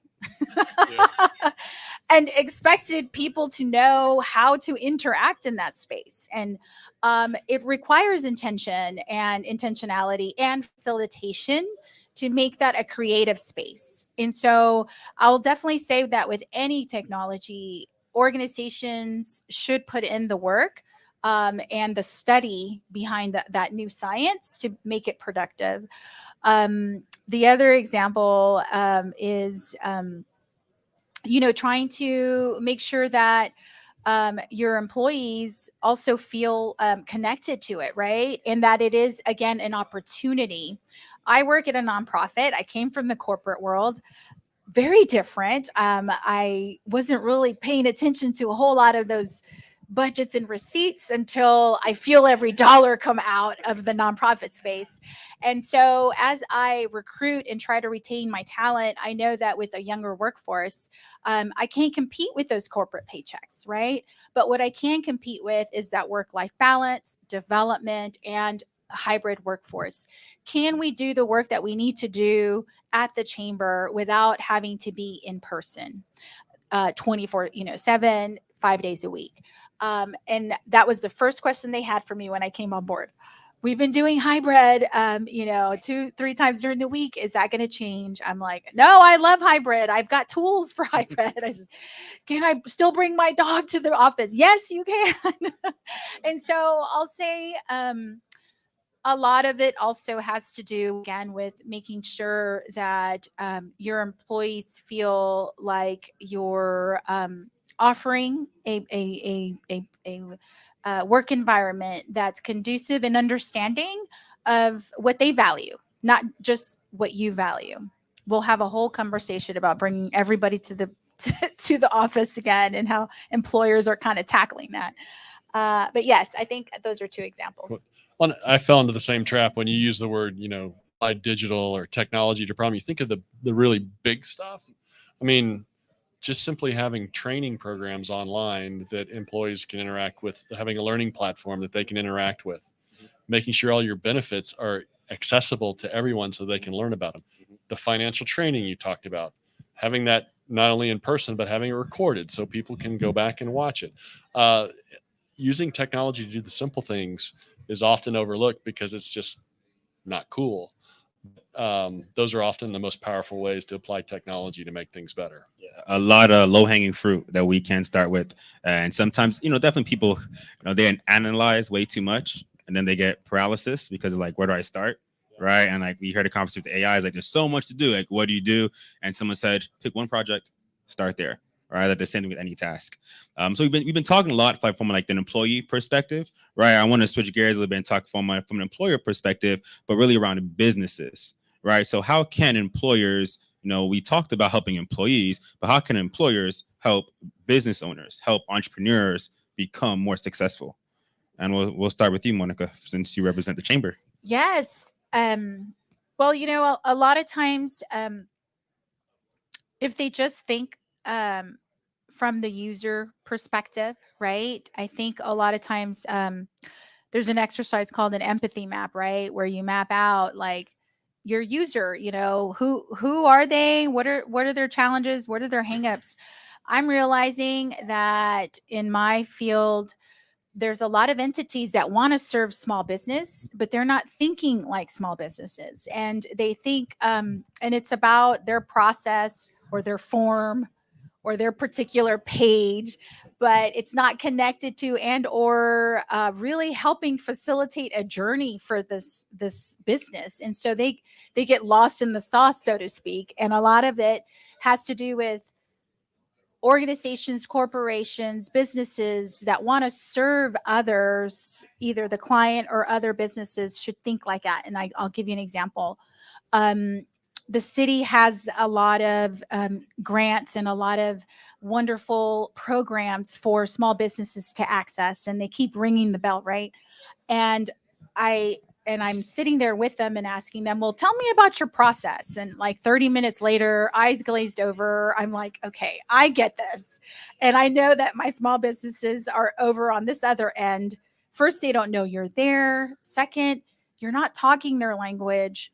Third, in order for them to try to figure out your process, your application, your website, they have to decide whether they're going to put aside an hour, 2 hours, a day, 2 days, a week. That is money and time that keeps them away from doing what they do best, which is their product, their passion, their service. And so are they going to make that decision, or are they going to default to the path of least resistance and do what they do best? And that's why my business profile is 500,000 in revenue or less, 3 to 5 years old, 20% certified, because they keep running into that hamster wheel of doing and not being able to look up to figure out the systems. And that's where a lot of us that create these systems or create these programs can do a better job. I definitely agree with you on that aspect, because working with the government, there's a lot of resources out there because they're government. Thank you, government. But then it's a lot difficult to access the resources, right? And then if you do get those resources, now you're spending time and energy trying to understand the resources to better use them versus doing the work that needs to be done. All right, so I definitely agree with you on that one. So I approach this one again from like, what's the decision? Why do we want to do this? Why do we want to make why does a business like National Instruments want to make entrepreneurs more successful?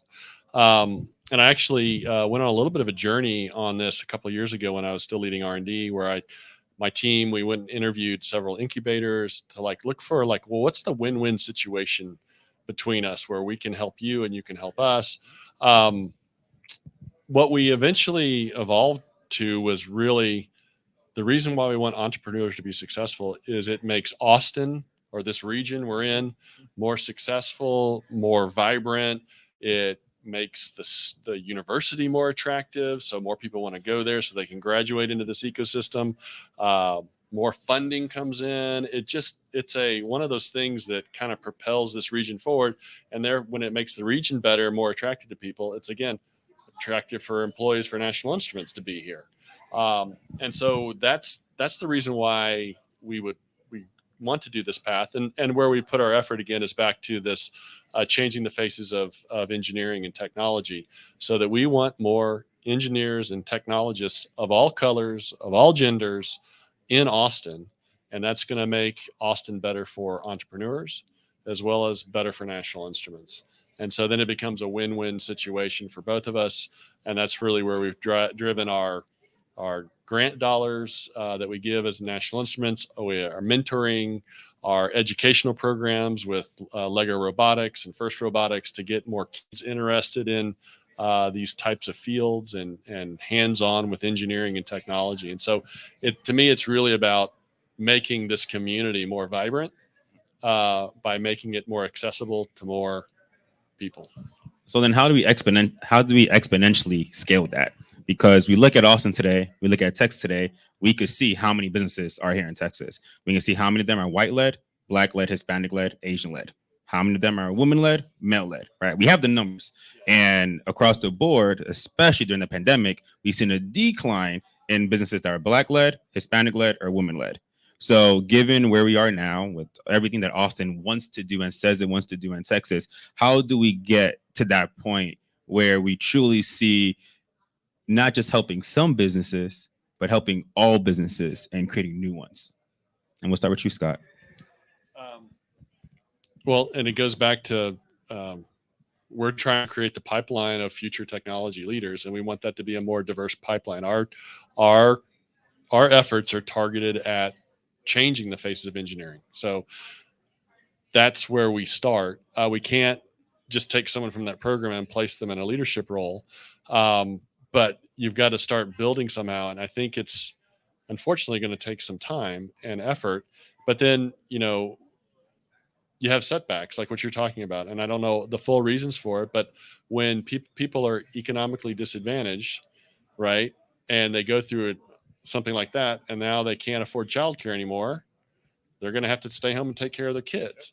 And so to me, there's so much built-in bias and disadvantage that we just have to continue tackling through nonprofits like yours that upskill people, United Way that gets kids from disadvantaged families better prepared for school, corporate social giving to help people along the way.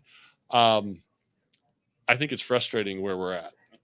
And I'm sure it's very frustrating for everyone in this room. So we just got to keep working. We got to make sure that this message is heard by more employees, our employers, and so that they get the message that they need to decide that this is something that they want to do. It's only going to happen when much more of our industrial population decides this is important and decides they're going to commit to it. So Texas, let's do better, y'all. Let's do better. Monica.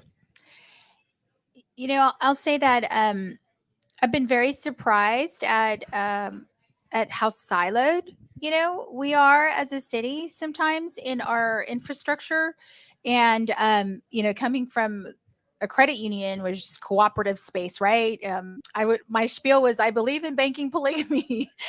You should have a credit union and you should have a bank, because when you need something, you can shop them and figure out what's the best product or service at that particular moment in time.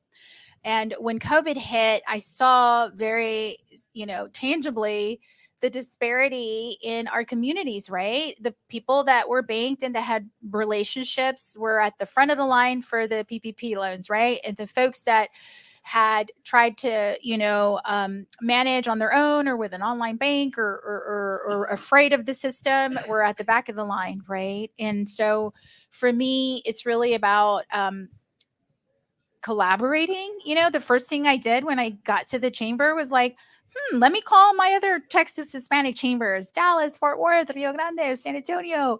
Let's see how we can work together. We all need CRM systems and infrastructure and technology. Do we negotiate contracts with Google and Fiber? And they were like, Monica? Who are you? Wait a minute. What? That's a great question. And so I was very surprised at how sometimes we duplicate and we replicate, but we don't work together. And I'm really proud of the Diversity Ethnic Chamber Alliance here in Austin, where the Black Chamber, the LGBT Chamber, the Hispanic Chamber, and the Asian Chamber, now under one umbrella called DECA, we're bringing a small business summit with all our providers and all our small businesses for access. We're having our holiday mixer together. Hey, our populations need to commingle. We can't expect our allies to really understand us if we don't understand each other within our collective communities. And so we're looking for sponsors. And if you're looking, and so I come at this work with the cooperative spirit of how do we not duplicate? How do we amplify? If we each have 50 people, then we have 300 people, and that's how I think Austin could do better and scale faster. Yeah, so don't duplicate and replicate, but collaborate and cooperate. That's right. Love it, love it, love it. So my last question before we take questions from the audience is, what are you excited for 2024 individually and for Austin?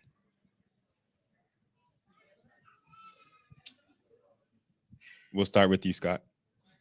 You've been picking on me.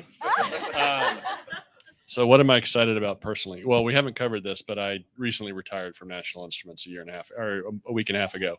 So I'm excited in 2024 to figure out what I'm going to do to keep my brain active. Let's talk, Scott. Yeah, Let's talk. And there's a lot of things that need to make that up, but philanthropy needs to be a part of that. So personally, that's what I'm excited about.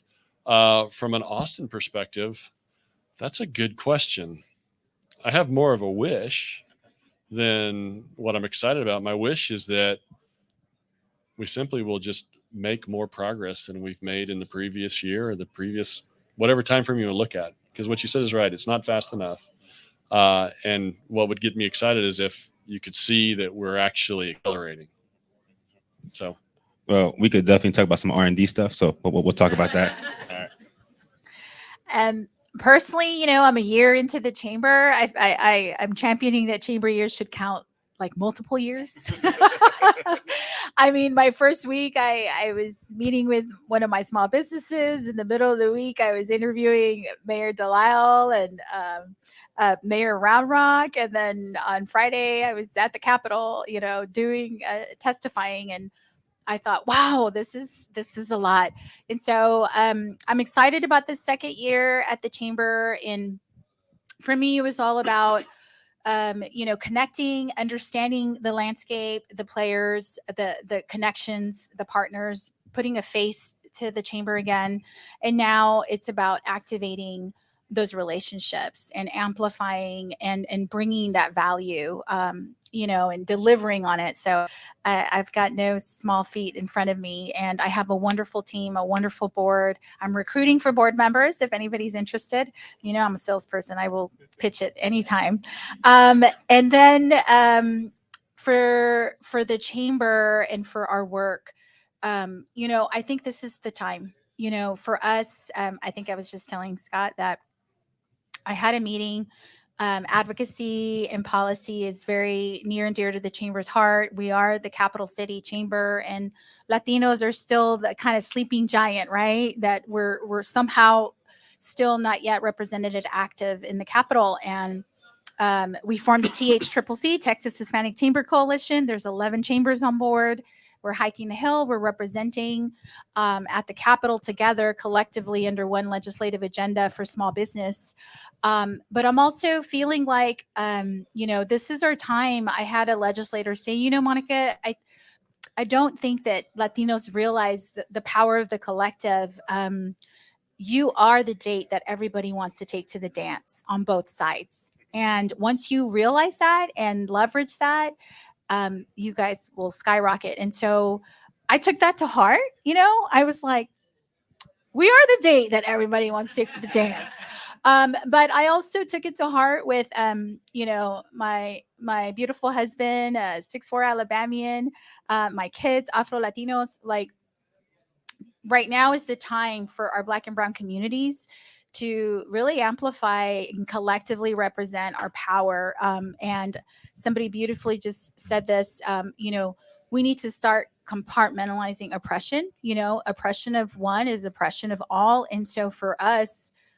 for me, that's my purpose here, to be able to have conversations out loud about our communities, about how to blissfully educate Austin, who I feel's heart is in the right place, but woefully misinformed and sometimes oblivious to certain hardships. And so how can we together have that, have conversations like this? And that's exactly why ReThink Austin was created, right? To, number one, bring people together of different perspectives, different backgrounds, different experiences, share in an open dialogue. And then after the session, let's dive deep. Let's have some conversations, right? Let's get personal with what we're talking about based on what I need and what you need and what the people need, and rinse and repeat. So thank y'all so much for this great conversation. Let's give a round of applause for everybody. All right, so now we have a few minutes for questions. So I'll open it up to the room for any questions. All right. Thank you. I'm Dr. Caitlin Walker. I'm a business consultant, and I have an emphasis on driving equity in education and economic advancement. So it was very affirming to hear some of the things you were saying. Some of the things were around digitization and tech. So just a reminder to everyone who hasn't voted yet to vote yes to Prop 8 and make sure that we have some access, especially for our Black and Brown communities. Hispanics continue to be the poorest in regards to accessibility to broadband, and we lack the digital literacy skills required for 21st century jobs. So please vote yes to Prop 8. So both of you, I think, have unique perspectives in that you had the ability to stay somewhere for quite a long time, and that's becoming less and less common, you know, with millennial and Gen Z. So with that, what are projects, initiatives, programs that you all have been a part of that you wish you would have done slower, and ones that you wish you would have done faster to drive the impact that you wanted to in the organizations that you served within? I love that question. Wow, that's a whole other session. I'll say that yes, we were just talking. Being anywhere 21 years is like unheard of, right? I feel like a dinosaur, and on paper, I probably look like the safest person ever. Yeah, we're unemployable. Unemployable, right? So- But what I'll say is, within my organization, the leadership track was not plotted out. It was not available, and it didn't exist. And so in my path to growing and excelling and developing, I would seek out outside activities. So I joined chambers, I joined associations, I volunteered, I built my network. In my day-to-day, funny enough, I didn't have access to a P&L or a budget at a certain stage in my career. So I went and volunteered to be the treasurer of a foundation, a very small one, so I couldn't get in trouble. And I learned the mechanics of finance, as far as from a business perspective. Then I volunteered to, be the marketer, so I would say definitely encourage anybody that's looking to continue growing, even if your employer doesn't necessarily, have the path, clearly outlined for you. Always raise your hand and always look for outside, service that can help you develop that, so that you don't feel like you're waiting. For two things that come to mind. One is, not only did I stay at National Instruments for 33 years, which is a long time, I stayed in every single one of my roles for a very long time. And I wish I would have, for example, I was an R&D going up that path for 27 years of those 33 years. I wish I would have used the opportunity within a large company to try different things. And the reason why I say that is the last year, I was asked to take on a challenge for the company in a whole nother area that I never thought about working in. And it turned out to be the funnest year of my career at National Instruments. And so I wish we would have bounced around. And then, personally, my desire to work on DE&I happened during COVID, with all the racial injustice that was exposed while we're all sitting at home looking at the news. I wish I had woken up earlier, like a decade earlier, and applied my position and voice earlier. But as they say, when's the best time to plant a tree? 10 years ago. What's the second best time to plant a tree? Right now. So thanks for the question. Was that side project AI? No, it wasn't. Next question from the audience. Oh, got a mic coming behind you. Good afternoon. First, thank you for hosting this. This has been great. My name is Michelle Williams. I'm a social impact strategist in Dallas. So I work with Rick at the Hispanic Chamber and Dallas Black Chamber in the city of Dallas, in banks and corporations to try to get them to work together more cohesively. And so I really resonated with a lot of what you said, Monica, about like the issues in the systems and in the processes. And I just had a conversation with the city of Dallas where I was advocating for the chambers and saying like, no, they're not going to do this. You have to change your system. Otherwise, they're not going to be successful and the businesses aren't going to be successful. But the issue that I see in the work that I do as a strategist is that it's risk aversion. So Scott, you made a mention that the work is moving, but it's moving slowly. And the reason why it's moving slowly is because people are risk averse to change. And I tell my clients all the time that innovation only comes with deep curiosity and the willingness to disrupt. If you're not going to be curious and you don't want to disrupt, then I'm not the consultant to work with you. And so when you work with your stakeholders, what do you think are some disparities, or I should say opportunities, let's paint it positively, opportunities to encourage them to take those risks that will actually get them quicker to the changes that they want to see in whatever their mission statement is? I'll say that I often encourage, pilots. A lot of times when people feel threatened about you're messing with their bread and butter, right? Like, don't mess with my engine because that's how I make money, especially in banking. But I'm like, you know what?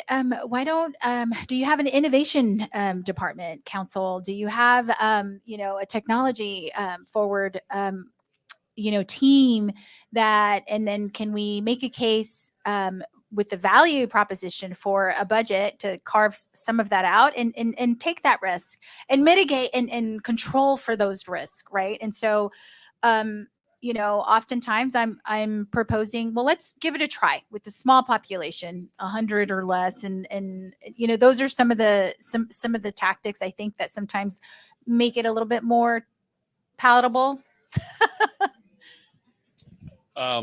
So I think you're talking about at two levels, just how do we move past failure, and then also how do we take action on the issues we're talking about here. I'll get on my soapbox a little bit about failure. We often think that there's a fallacy about what success looks like. People think success is like you start doing something and you drive it all the way through and you finish, right? And that's not what success is. A messy line. And so then we came up with this term called fast failure, which I hate because still no one wants to fail, right? Who wants to fail? And there are certain failures that are failures, and there's certain failures that are not.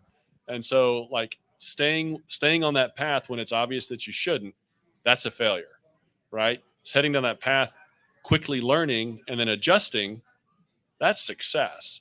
And so I've tried to shift our R&D teams and the company in general over to, what did I call it? I called it, gosh, I can't even remember my own term. It's too many words, so it didn't work. It was, gosh. Iterative failure. No, Can AI help? It was boldly adjust. It was act and boldly adjust. So it's take action and boldly adjust. Of course, the take action is not really what it was. It was something else right there. But that was the spirit of it. It was just too much of a mouthful. But that's what we want, is people to take action and then know that it's okay to adjust. The fact that I changed my mind because I have new information should not be seen as a failure, and we should not use any language like fast failure, or just failure shouldn't be used in that, because that's a success. We should celebrate learning and adjusting. Learn and adjust. Learn and adjust. And then I think also another way is, I think where we really changed, I think there was a grassroots of desire to head down this path. And then we went through a CEO transition with Eric Starkloff and took over. And I think he really felt this and saw and made the decision that it will make us a better company. And he really took a lot of action. He's the one who changed our stakeholders from just being our employees, our customers, and our shareholders, and added the community into it. And then working with great people like Catherine, we came up with changing the faces of engineering as kind of our thing. But so I think everyone can do the learn and adjust. And then I think also coming from the top, and it says it's okay to go in this direction, that also helps a lot. And I am Michael Jr. and I do approve of that message. Eric and Catherine are definitely amazing people. So any other question from the audience before we transit? Oh, we got a question up in front. I'll give her mine. We got we got people on. So Michael, you keep bringing up AI, so I'll have an AI question. You can start with Monica Scott. When you're thinking about the future and you're trying to show your employees how it can actually make their job better, you can remove some of that fear of being replaced. Have you all, as employers, started to think about what that means for their, I guess, I'll just say time and attendance expectation, where they work? Do you see it going in this direction of, okay, well, you can do more and you can be more productive and I can have higher expectations and I can expect you to, it's almost like an extraction, like the direction of like a toxic approach. And then there's the approach of like, okay, well, you were even more productive in half the time. So that work-life balance that you've never had, you can have now. Have y'all been thinking about that piece of it? Yeah, I definitely sell it a different way. Not that I'm going to expect more and now you can be more, but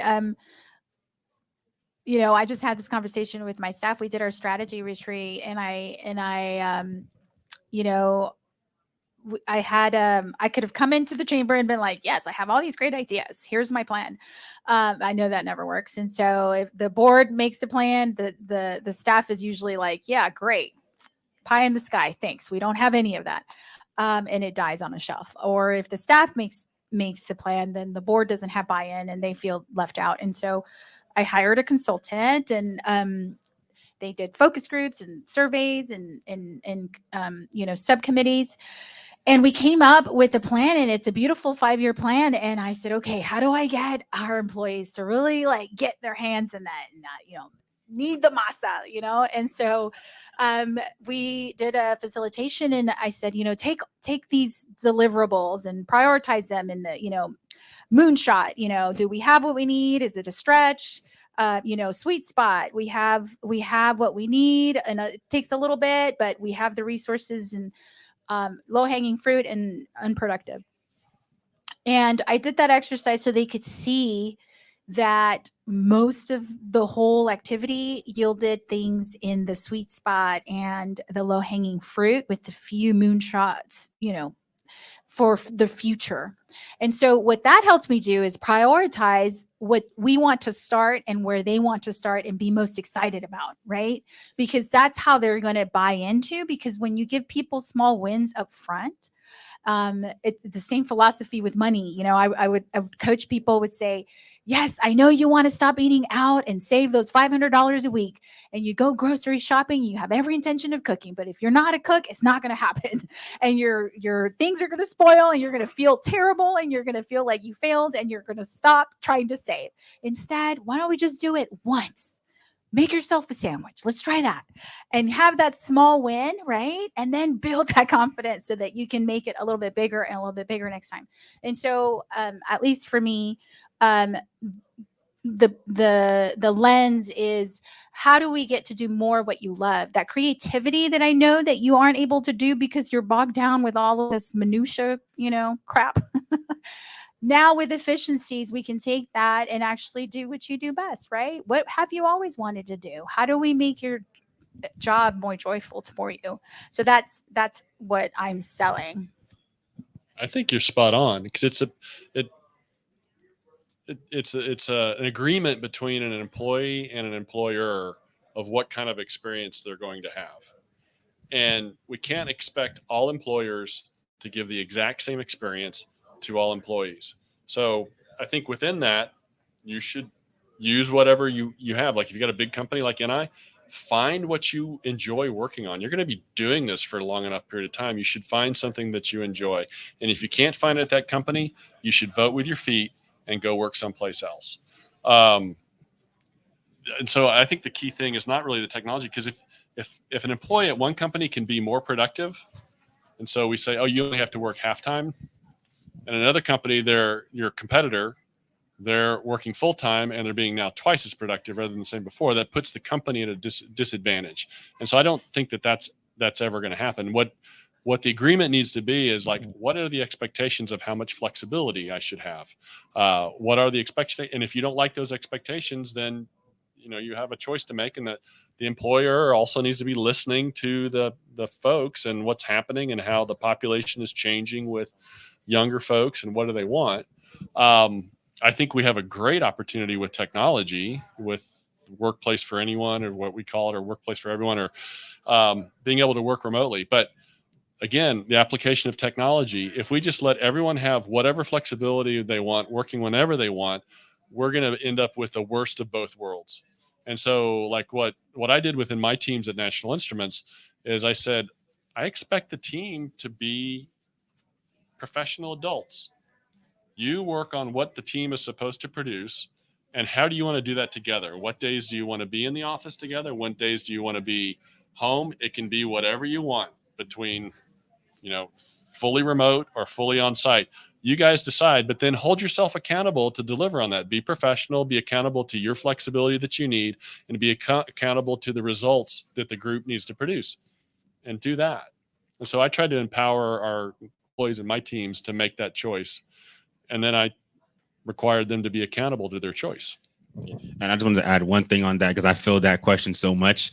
Being a nonprofit, the fact that we have one employee in New York, we have other employees here, but those employees here, not all of them are in the office, right? Some are remote. And we finally have our director of technology, which makes my job so much more easier.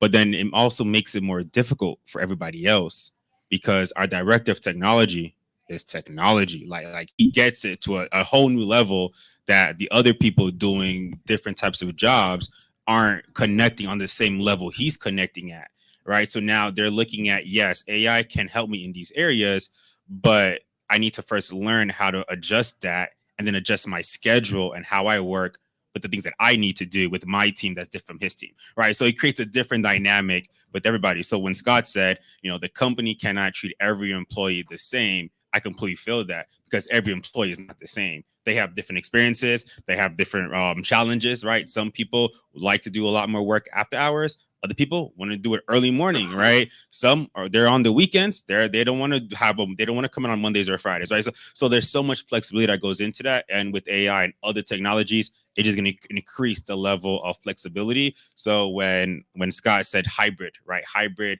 is one of the ways to really create inclusive and make people get what they want. I feel that so much. But at the end of it, you can't just do everything, because you get the worst of both worlds. So definitely feel that. Can we give a round of applause first for everybody, please? And thank you to both of you. I learned a lot during this discussion, so this is very beneficial to me. Thank you very much. Great to meet you. Beautiful. Well, Scott and Monica, thank you so much for your time.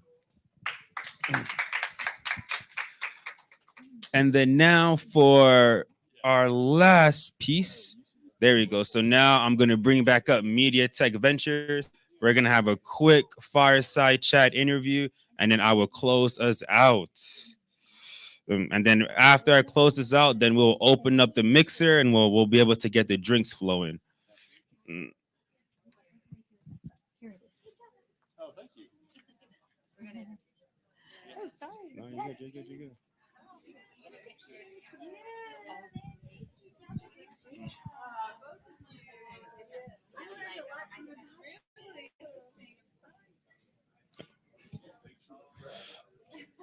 Oh, yeah, interview, yeah.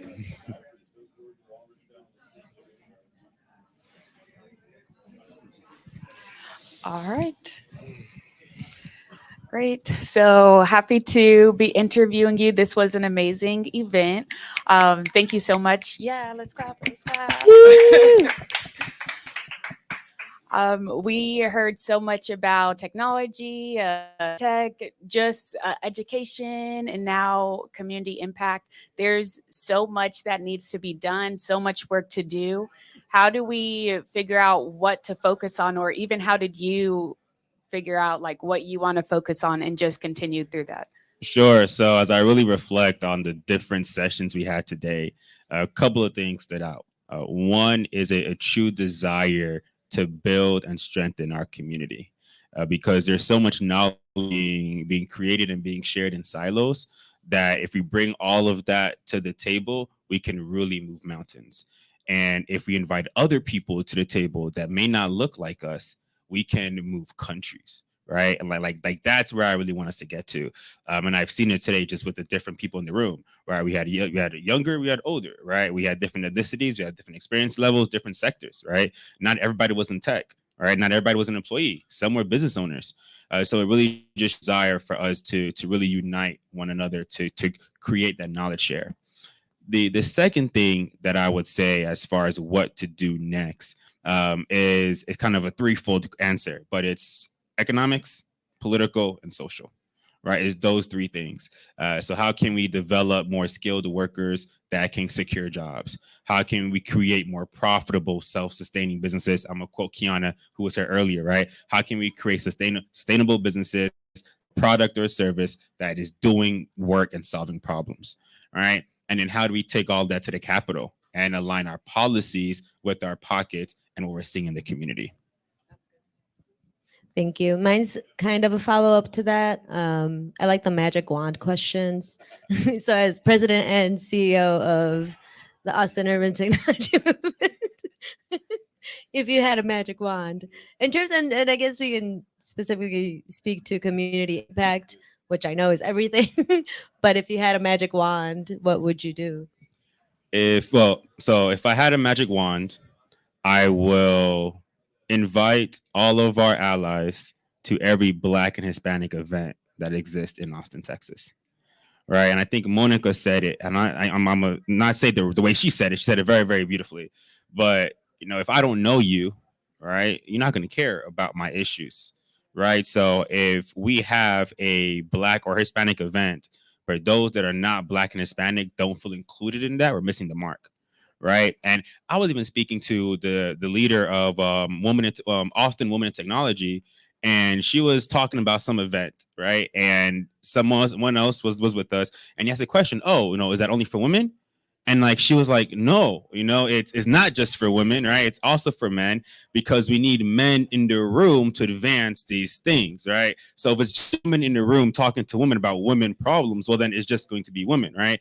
But if we start including men, we start including other ethnicities, other people that may not know the issue so well, then we can start to see a change, because now we're sharing those cultures, right? So I'll say the same as I think that if I had a magic wand, is that, we would truly break down these silos and not just invite those who look like us, but actually go out of our way to invite those who don't look like us, so that we can have a room that was as diverse as it was today, right? I love seeing Hispanics. I love seeing Blacks. I love seeing whites. I actually not seen too many Asians, I'm surprised of, but we definitely did have a good diverse mixer in people in the room. Like, that's what you want. Right. And when I go to places in Austin, I don't see that.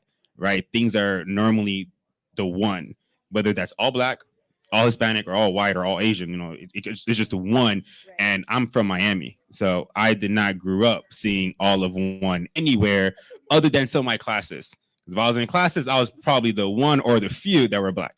But other than that, it's really creating a true movement here in Austin, which is why ReThink Austin was created, to rethink the trajectory, because where we've been going is not where I want to go, and not where a lot of people say they want to go, but yet we're still heading that direction. And I think there's a lot of untapped movements already within the communities that we are seeking to connect to, that I think we can just also benefit from. So definitely bringing everybody together will just move that forward. Going in that same vein, you're seeing the statistics, you're doing the work day in, day out. How do you keep your heart from hardening to the point where you're like, I'm done with this? How do you keep going? Well, first and foremost, I get everything to God, because God is definitely my source of strength in all that I do. And there were some aura photos that were being taken inside of the tech showcase. So if you did not take your aura photo, I highly recommend that, because I believe there's 7 colors. And my photo was mostly white, and white is spirituality. It was all about divinity and wisdom and peace and rest. And she was like, whoa, this is like the most white I've seen. And she takes a lot of photos. So I say that first and foremost, because I have been through several different challenges in my life, some that I did not know I would go through, but it just made me stronger into the person I am today. right? So outside of that, I definitely give a shout to my beautiful wife. I have a lovely daughter that gives me nothing but love and joy. And I try my best to be a positive person, right? I really do believe, positive thoughts, right? Positive actions, positive mind, that it creates a environment that you want to see. So when people, do about the negative aspects of Austin or just life in general, I'm like, yes, that is true. However, there's also another truth to that, right? There's other perspectives of it's not just what you're seeing, but there's also other things that you're not seeing. You don't want to admit to, right? So instead of me leaning in a negative way, I try my best to lean in a positive way.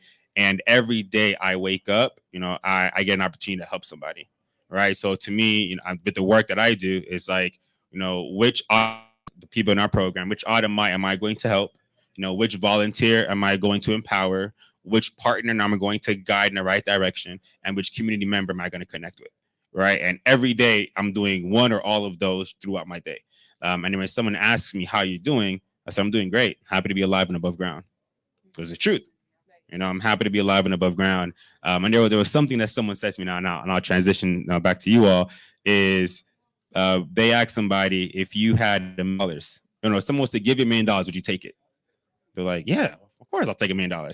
Like, okay, but what if I said, if you take the $1 million, you couldn't wake up tomorrow?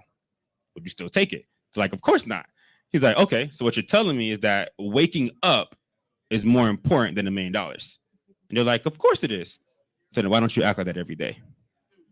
Right? Like, how many of us actually act like just waking up is worth more than any amount of money in the world, any amount of privilege in the world, any amount of success in the world? We don't think like that. So I try my best to act and think in that mindset. Following up on that, do you have specific like morning rituals or any sort of like yearly rituals that you follow? Oh my, that's a good question. Morning routines. I honestly would say that my morning routines are like my days are so different, especially with having a daughter, or I'm gonna say a baby girl. But I would say that throughout my day or throughout my week, I like to get consistent workouts in, consistent devotions, consistent. I like engaging with family and friends, right? So loved ones. I really am big about connections and relationships. I'm not sure it's because of my days just selling and I'm always about relationships. But when I'm in the car, I do a lot of phone calls as I'm driving. And I like to just connect with people on a consistent basis, right? May not talk to you every week, but I'm talking to somebody every week to build that relationship. And it keeps me grounded, right? It keeps me grounded to who I was, who I am, and who I want to be. Right, because I talk to people who know me from different aspects of my life. Thank you. Welcome. Beautiful. Well, thank y'all so much. Yes. Thank you for the amazing event. Yeah, awesome event. Let me get my clicker. Oh, here it is. All right. So this concludes ReThink Austin. So let's give her another round of applause.